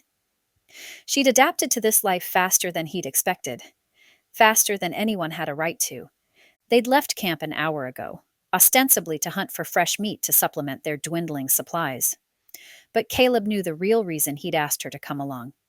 There were things that needed saying, conversations that required privacy, away from the constant presence of family and the weight of group dynamics. Rabbit, Evie whispered, pointing to a small brown form barely visible in the undergrowth ahead. Caleb raised his rifle, sighted, then lowered it again. The shot would echo through the hills, potentially drawing attention they couldn't afford. Besides, one rabbit wouldn't feed 6 people. They needed something larger, or nothing at all. The rabbit bounded away, white tail flashing in the dim light. Evie didn't question his decision, just continued moving beside him with the steady patience she brought to everything. That patience, that willingness to trust his judgment even when she didn't understand it, was one of many things he'd come to appreciate about her. "Thank you," he said quietly as they paused at the edge of a small clearing. Evie glanced at him, eyebrow raised. "For what?" "Everything." The word came out heavier than he'd intended, loaded with meanings he was still trying to sort through. "For saving that boy at the gas station. For helping my family when you had every reason to focus on your own grief. For not." He paused, searching for the right words. "For not pushing me to be okay faster than I can manage." She was quiet for a moment, studying his face in the growing light. "You don't owe me thanks for being human, Caleb." "Maybe not, but I owe you acknowledgement." He scanned the clearing, noting deer tracks but no recent activity. "You've held us together more than you realize. Mom trusts you. Annie looks up to you. Even David listens when you talk about medical stuff." "And you?"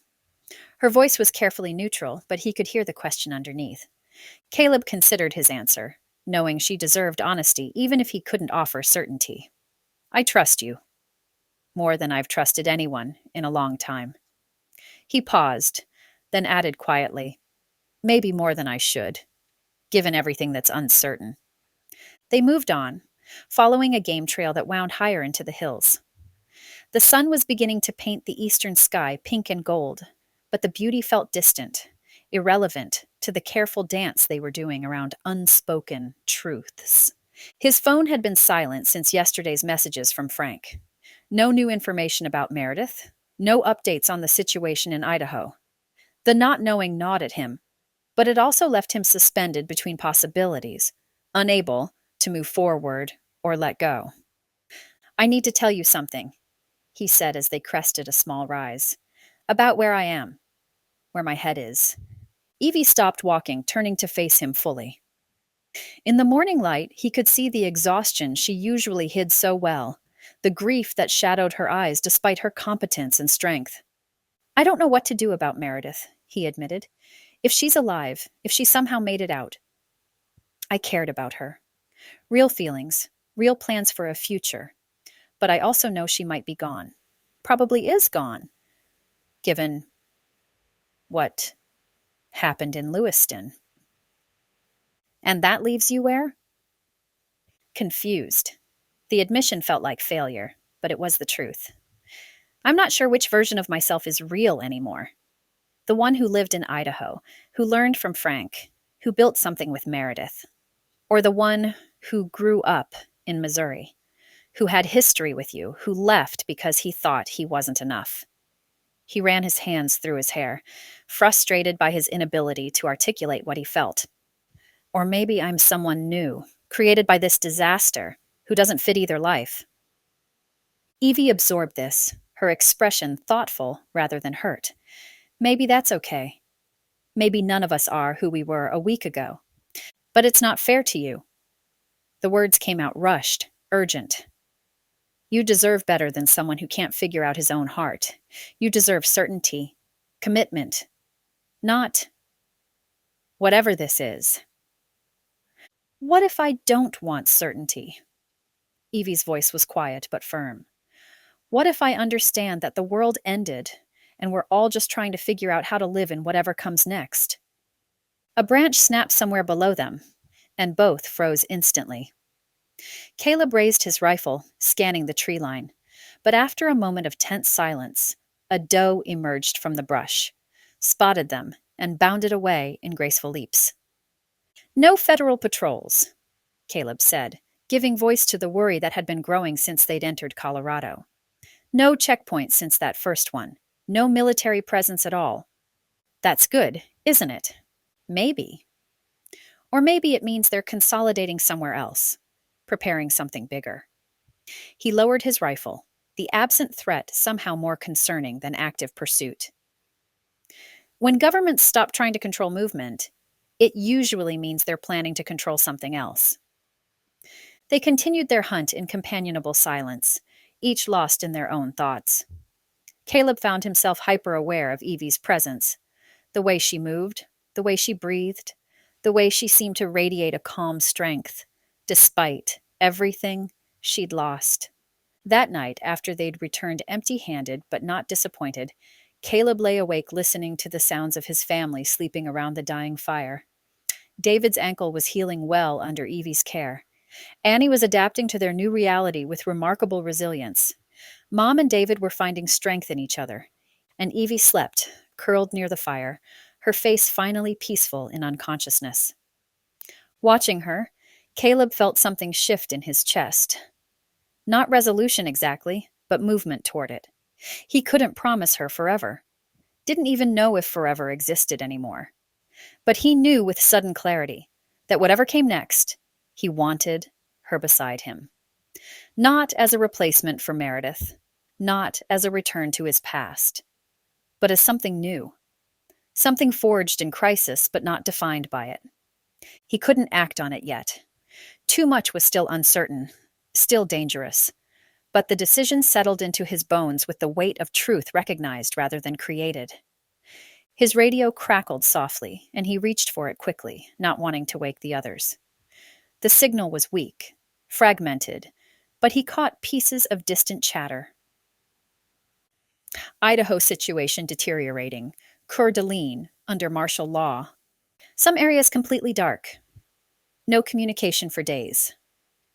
Refugee camps overwhelmed, turning people away. Mixed reports, conflicting information. Some areas of Idaho seemed to be holding together, while others descended into chaos. The homestead could be fine, could be exactly the refuge Frank had always intended. Or it could be gone, swept away, in whatever violence was consuming the region. Caleb clicked off the radio and settled back against his pack.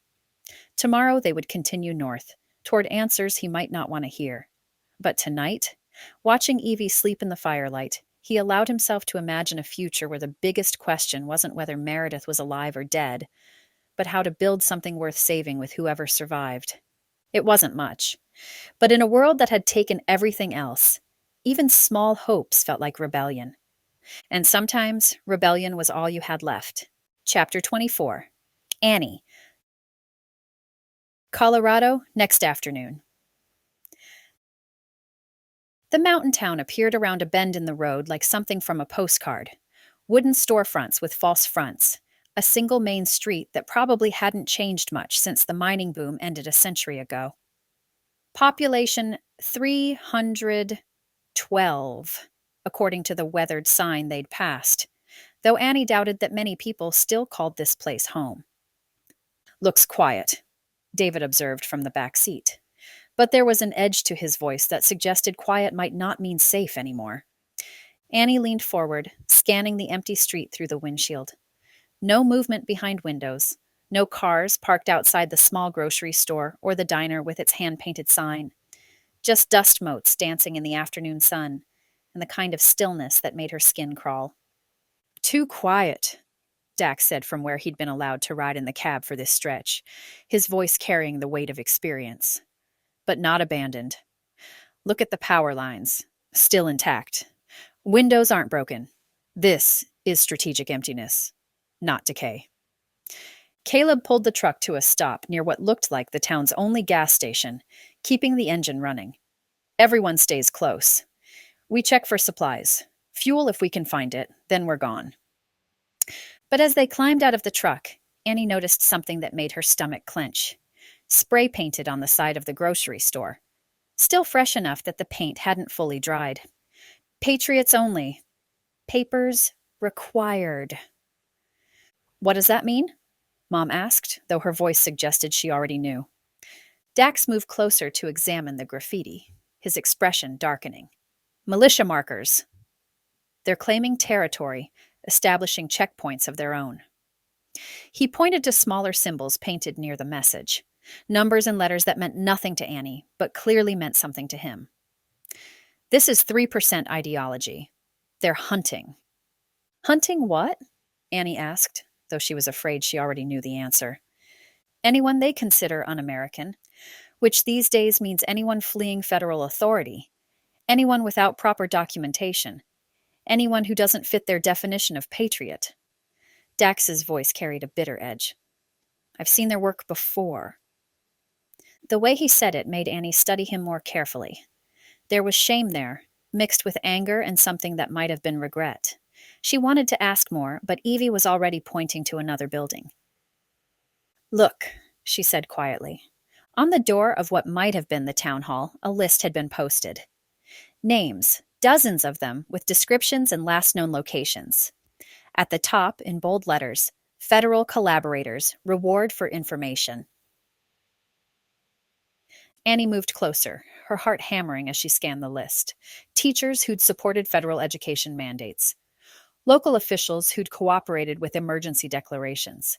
Business owners who'd accepted federal relief funds. Regular people whose only crime had been trying to navigate an impossible situation. This is a hunting list, she breathed. They're tracking down their own neighbors. Welcome to the new Civil War, Dax said grimly, where the enemy looks just like you and the battlefield is every small town in America. A door creaked somewhere down the street, and they all tensed, but no one appeared, just the sound of wind moving through empty buildings. Or maybe not empty. Maybe just hiding, waiting to see which side these new strangers were on. We should go, Caleb said, but Annie could see him cataloging the tactical situation. Sight lines, escape routes, potential ambush points. Wait! Dax held up a hand, then pointed to fresh tire tracks in the dust. Multiple vehicles, recent. They're still operating in this area. He studied the patterns with practiced eyes. Based on the depth and spacing, I'd say 3 trucks, maybe 4, loaded heavy. Either supplies or... Or what? Annie prompted when he didn't finish. Or people. His voice was flat. Groups like this, they don't just post lists, they act on them. The implications made Annie's skin crawl. Somewhere in these mountains, militia groups were hunting their own neighbors, creating their own version of justice based on political loyalty tests that no one could really pass. You know a lot about this, she observed, trying to keep her voice neutral despite the suspicion creeping in. After Liam, after the betrayal that had nearly cost them everything, she couldn't help but wonder what Dax wasn't telling them. He met her eyes directly, and she saw something raw there. Yeah, I do. He took a breath, seemed to make a decision. Because 2 years ago, I ran with groups like this. Thought I was a patriot. Thought I was defending American values. His laugh was bitter. Turns out, I was just another angry kid with a gun, looking for someone to blame for why the world wasn't what I'd been promised. The confession hung in the air between them. Annie could feel her family's tension, the way Caleb's hand moved instinctively toward his weapon, the way Mom pressed closer to David. What changed? Annie asked, surprising herself with how much she wanted to understand. I did. Dax looked back at the list of names. Started seeing the faces of the people we were hunting. Started realizing they weren't enemies. They were neighbors, teachers, shop owners, people just trying to survive. He paused. Lost my stomach for it when we burned down a school, because the principal had accepted federal lunch program money.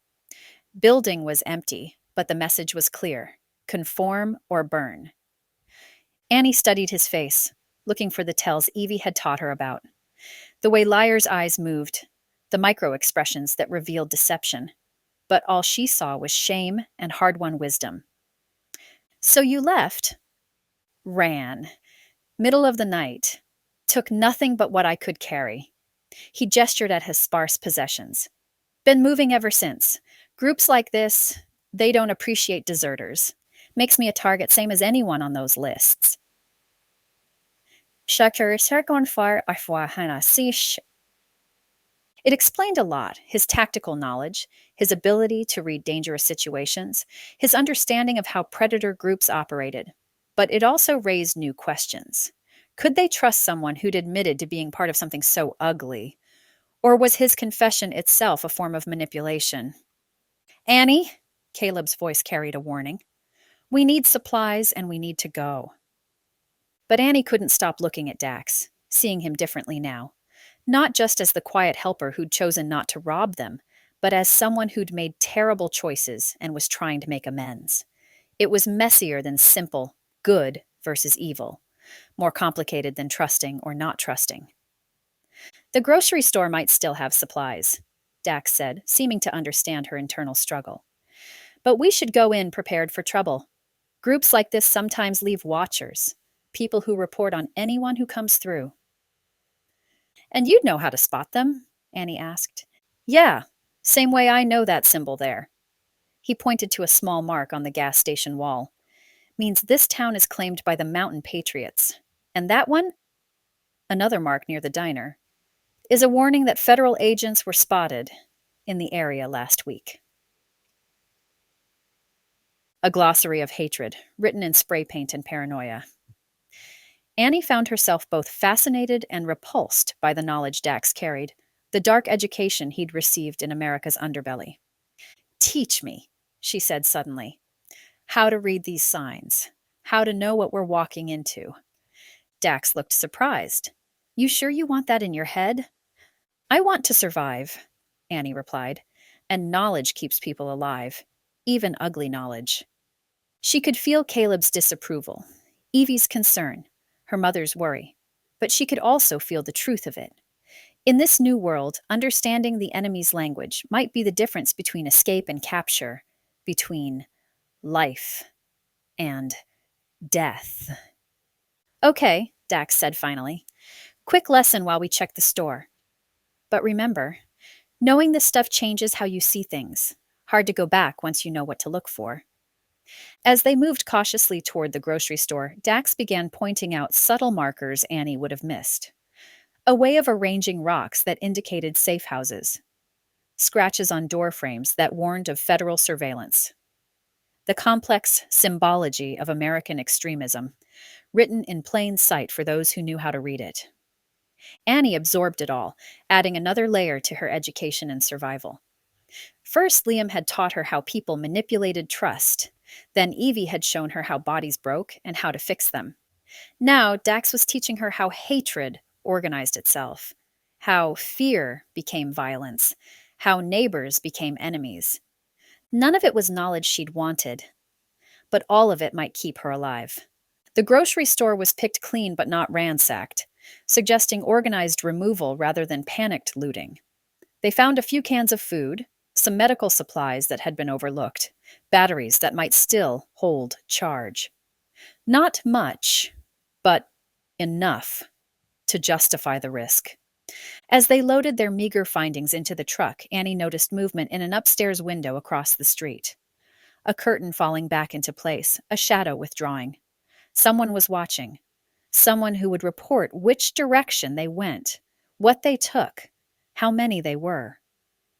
We're being catalogued, she told Caleb quietly. He nodded, unsurprised. Time to go. As they pulled out of the mountain town, Annie looked back at the empty street with its fresh paint and hidden watchers. Another piece of America transformed into a battlefield, another community dissolved into suspicion and lists. The signs, she asked Dax as they headed back toward the highway. How many towns have them now? More every day, he replied. The collapse isn't just about federal authority breaking down. It's about what rushes in to fill the vacuum. Annie thought about that as the town disappeared behind them, about the human need for order, even terrible order, about how quickly neighbors could become strangers, Strangers could become enemies, and enemies could become targets on a list. She'd wanted to understand. Now she did. And Dax had been right. There was no going back from knowing. Chapter 24.5 Dax. Colorado, same night. Dax sat cross-legged on a flat rock 20 yards from their camp, his back to a pine tree that provided cover while giving him clear sight lines in 3 directions. The fire had burned down to embers, casting just enough light to see the sleeping forms around it without destroying his night vision. His watch said 2:47 a.m., deep into the dead hours when most attacks came, when vigilance faltered and exhaustion won. "Your turn to sleep," Caleb's voice came from behind him, quiet but carrying that edge of command he'd developed over their journey. "I'll take the rest of the night." "I can't." Dax didn't turn around, didn't take his eyes off the darkness beyond their perimeter. "I'm too wound up. Something doesn't feel right." He heard Caleb settle onto a nearby rock, rifle across his knees. "The town?" "Yeah." Dax shifted slightly, easing a cramp in his leg while maintaining his watch position. "Those militia markers, they weren't what I expected. Weren't what I'd seen before." "How so?" It was hard to explain to someone who hadn't lived in that world, who hadn't learned to read the subtle differences between groups that all looked the same from the outside. The paint was too fresh. The symbols, too perfect. When groups like the Mountain Patriots mark territory, it's usually rushed, angry. This was, he searched for the right word, deliberate, calculated. Caleb was quiet for a moment, processing. "You think it was staged?" "Not staged exactly. More like..." Dax finally turned to look at him. Like they'd been watching and waiting for this exact thing to happen. Like they were ready to take advantage the moment federal authority cracked. No matter which side people were on. The thought had been gnawing at him since they'd left the town. He'd run with enough militia groups to know their patterns, their psychology. Most were reactive. Angry men responding to perceived threats, lashing out at enemies real or imagined. But what they'd seen today felt different. Organized, patient, professional.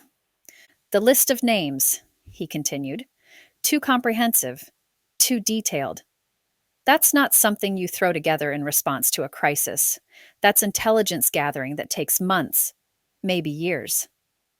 "Sleeper cells," Caleb said quietly. "Groups that were already in place, just waiting for the right moment."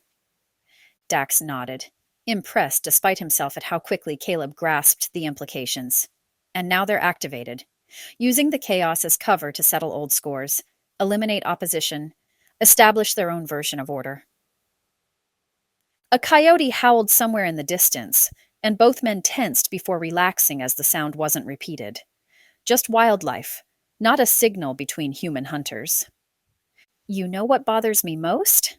Dax said after a moment. "How easy it is to end up on the wrong side without realizing it." Caleb shifted on his rock. "What do you mean?" "When I first joined up with the Patriots, different group, same ideology, I thought I was defending America, defending the Constitution, standing up for regular people against government overreach. The memories tasted bitter now. They were good at finding people like me. Young, angry, feeling like the world had betrayed promises nobody actually made. They gave us purpose, identity, someone to blame."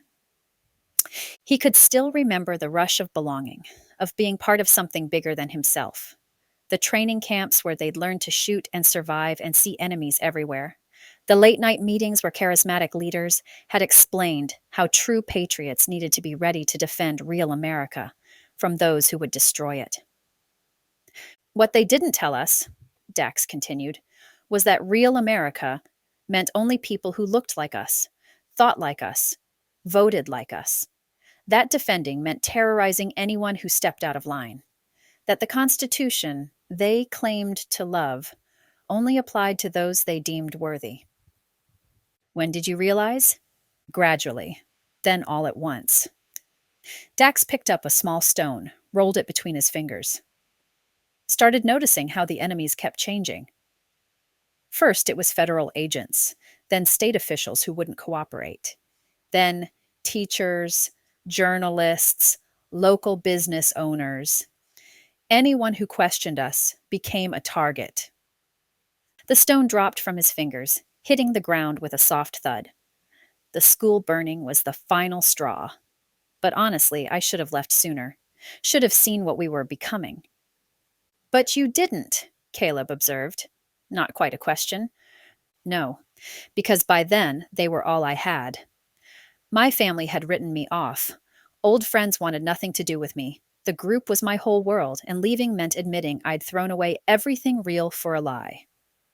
Dax laughed bitterly. Sunk cost fallacy with AR-15s. They sat in silence for a while, both scanning the darkness for threats that might never come. The night sounds continued around them. Wind through pine needles, the distant screech of an owl, the soft breathing of people sleeping safely because someone kept watch.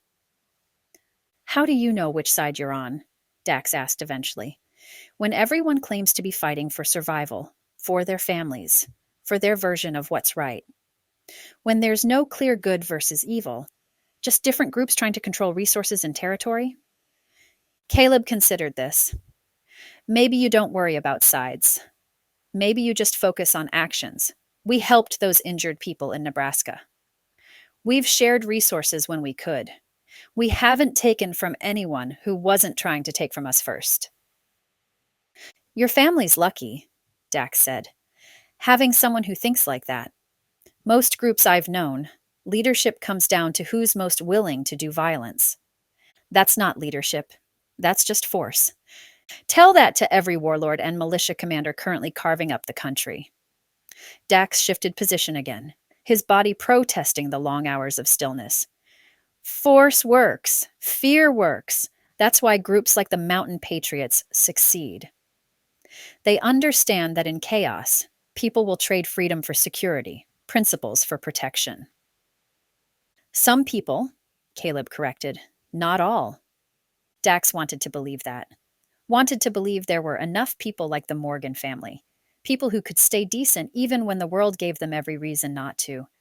But he'd seen too much, knew too well how quickly ordinary folks could turn cruel when they felt threatened. I hope you're right, he said finally, because if you're not, if the Mountain Patriots and groups like them are the future... He didn't finish the thought. Didn't need to.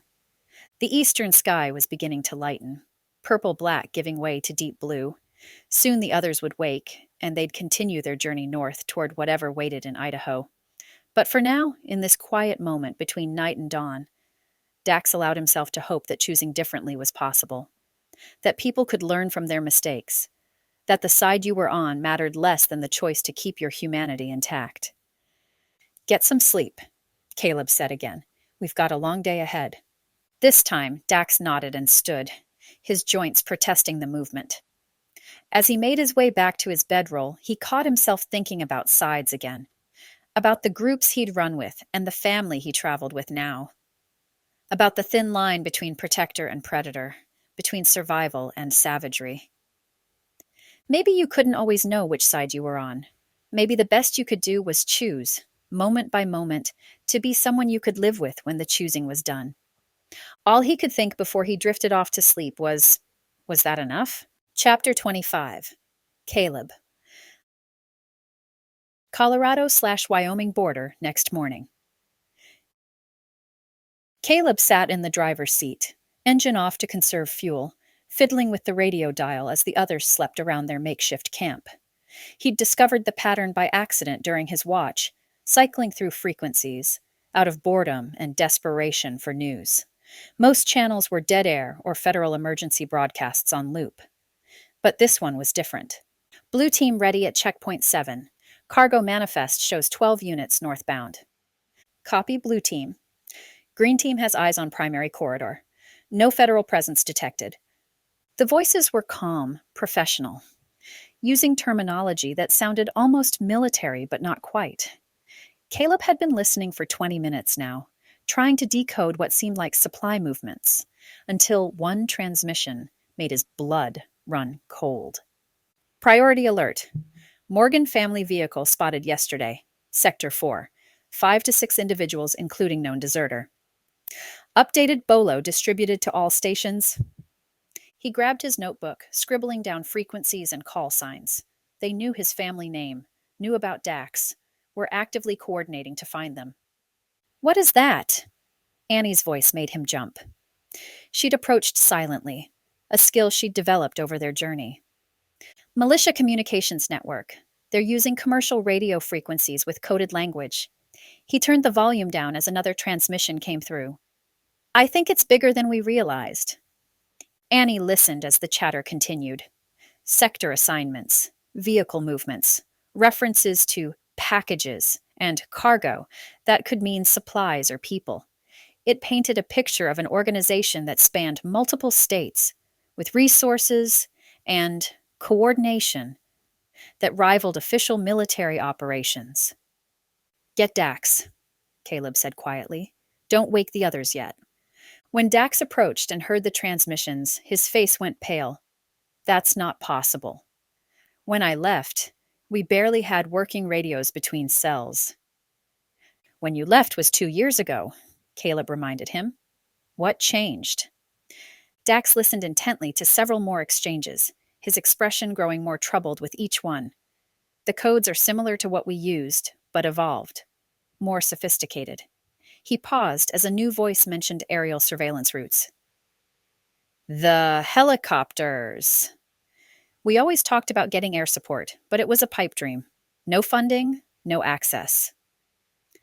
So where did they get military helicopters? Annie asked. Not military. At least not originally. Dax rubbed his face, processing what they were hearing.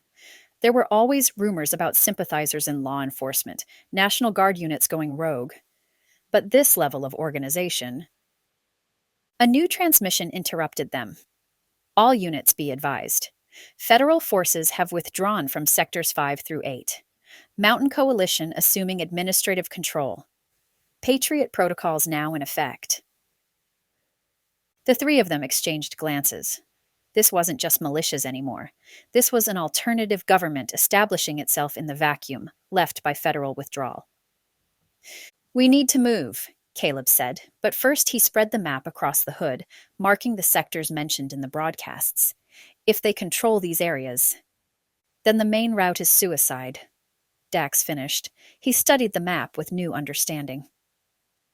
But I know this region. Trained here when the movement was smaller, less organized. There's an old mining road through this valley. It was one of our backup routes, but it's been years. By now the others were stirring. Drawn by the urgent conversation, Caleb quickly explained what they'd discovered, while the radio continued its coded chatter in the background.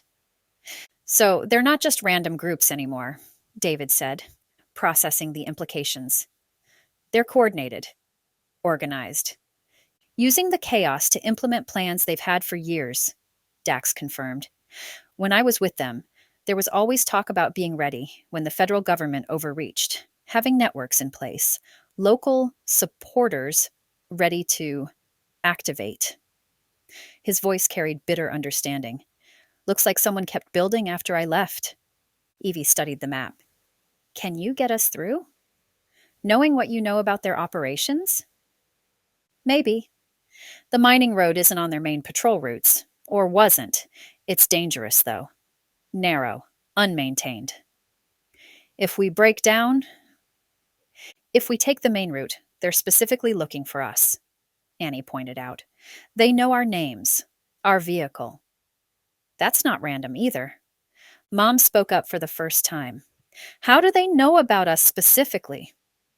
Caleb thought back to their journey, the checkpoint they'd narrowly avoided in Missouri, the gas stations with security cameras, the truck stop where they'd reluctantly registered with authorities before everything went wrong.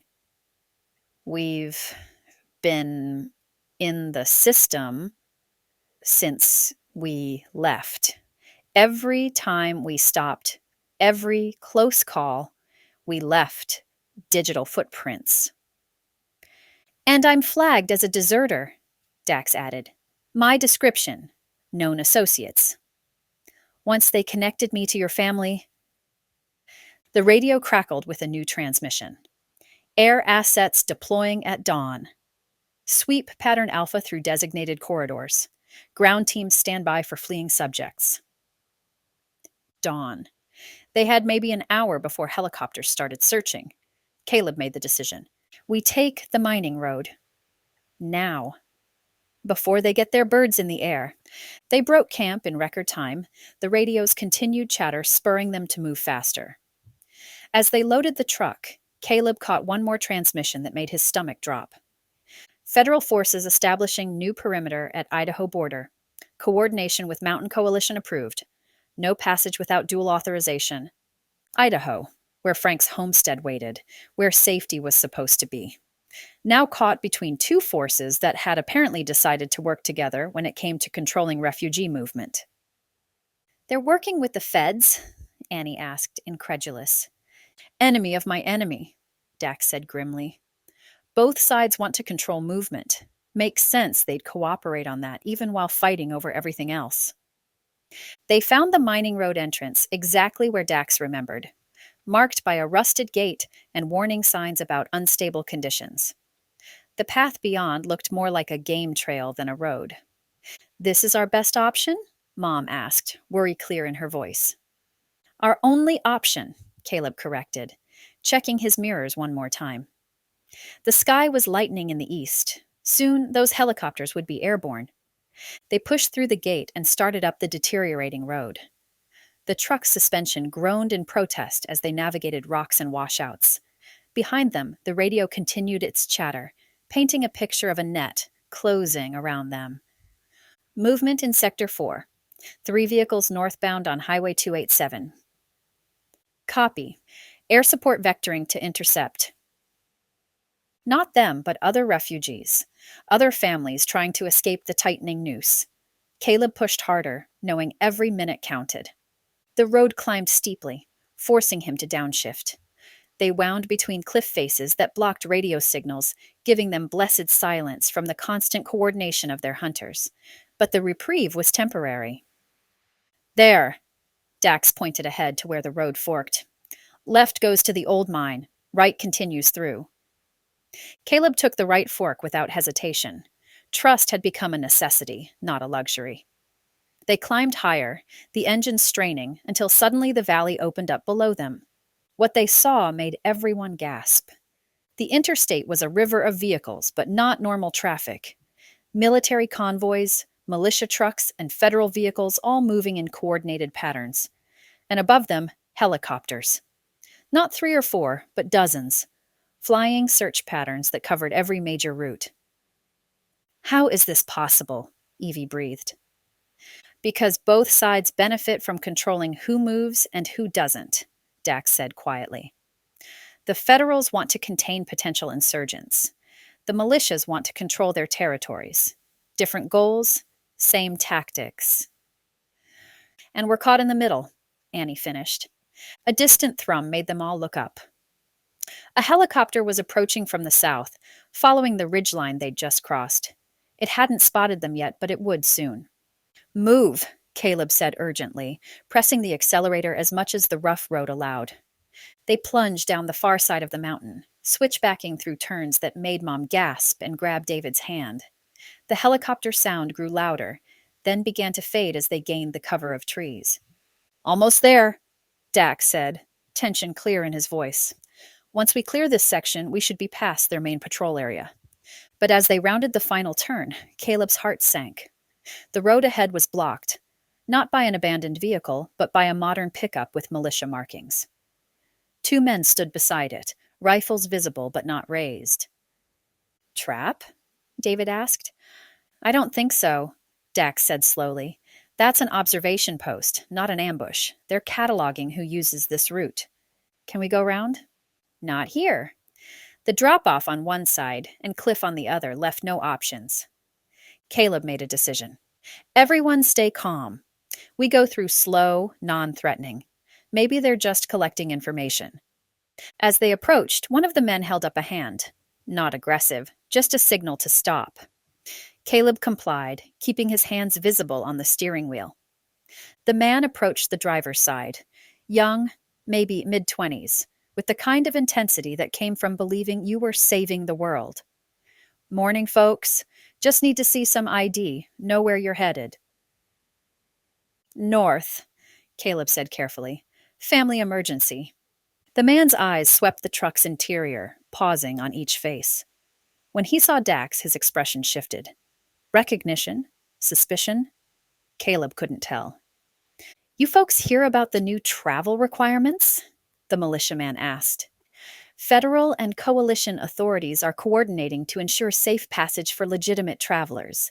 Need to see proof of destination, family connections, that sort of thing. It was a test. Caleb could feel it. The wrong answer would mark them as refugees, fleeing rather than traveling with purpose.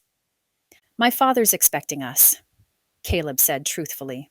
Frank Morgan, North Idaho. He's probably already filed our travel plan with local authorities. The name meant nothing to the militiaman, but the confidence in Caleb's voice seemed to. People running didn't usually have specific destinations and family waiting. And him? The man pointed at Dax. He family too? Hired guide, Dax said before Caleb could answer. These folks needed someone who knew the back roads, paying job. It was brilliant.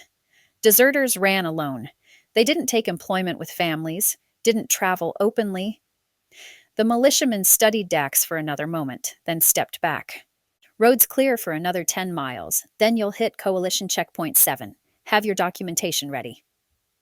He waved them through, already turning his attention to his radio.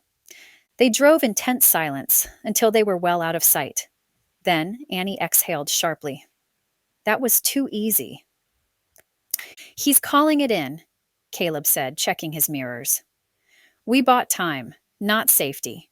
Sure enough, the radio Caleb had left on low crackled with a new transmission. Observation Post 3 reporting. Morgan family vehicle confirmed, northbound on Route 77. 6 souls, including possible person of interest. Proceeding to checkpoint. They're going to be waiting for us, Mom said, fear creeping into her voice. Not at the checkpoint, Caleb decided. We go off-road before then. Where? David asked, studying the map. But it was Annie who spotted it. Here. This dried creek bed. It runs parallel to the road for 2 miles, comes out past their checkpoint. That's rough terrain, Dax warned. If we get stuck... Behind them, the sound of helicopters was growing louder again. Multiple aircraft converging on their location. The radio chatter increased, coordination between air and ground units that spoke of military precision. We don't have a choice, Caleb said, spotting the creek bed Annie had identified. It was barely visible, choked with small boulders and fallen trees, but it was something. He turned off the road, feeling the truck lurch as they dropped into the dry channel.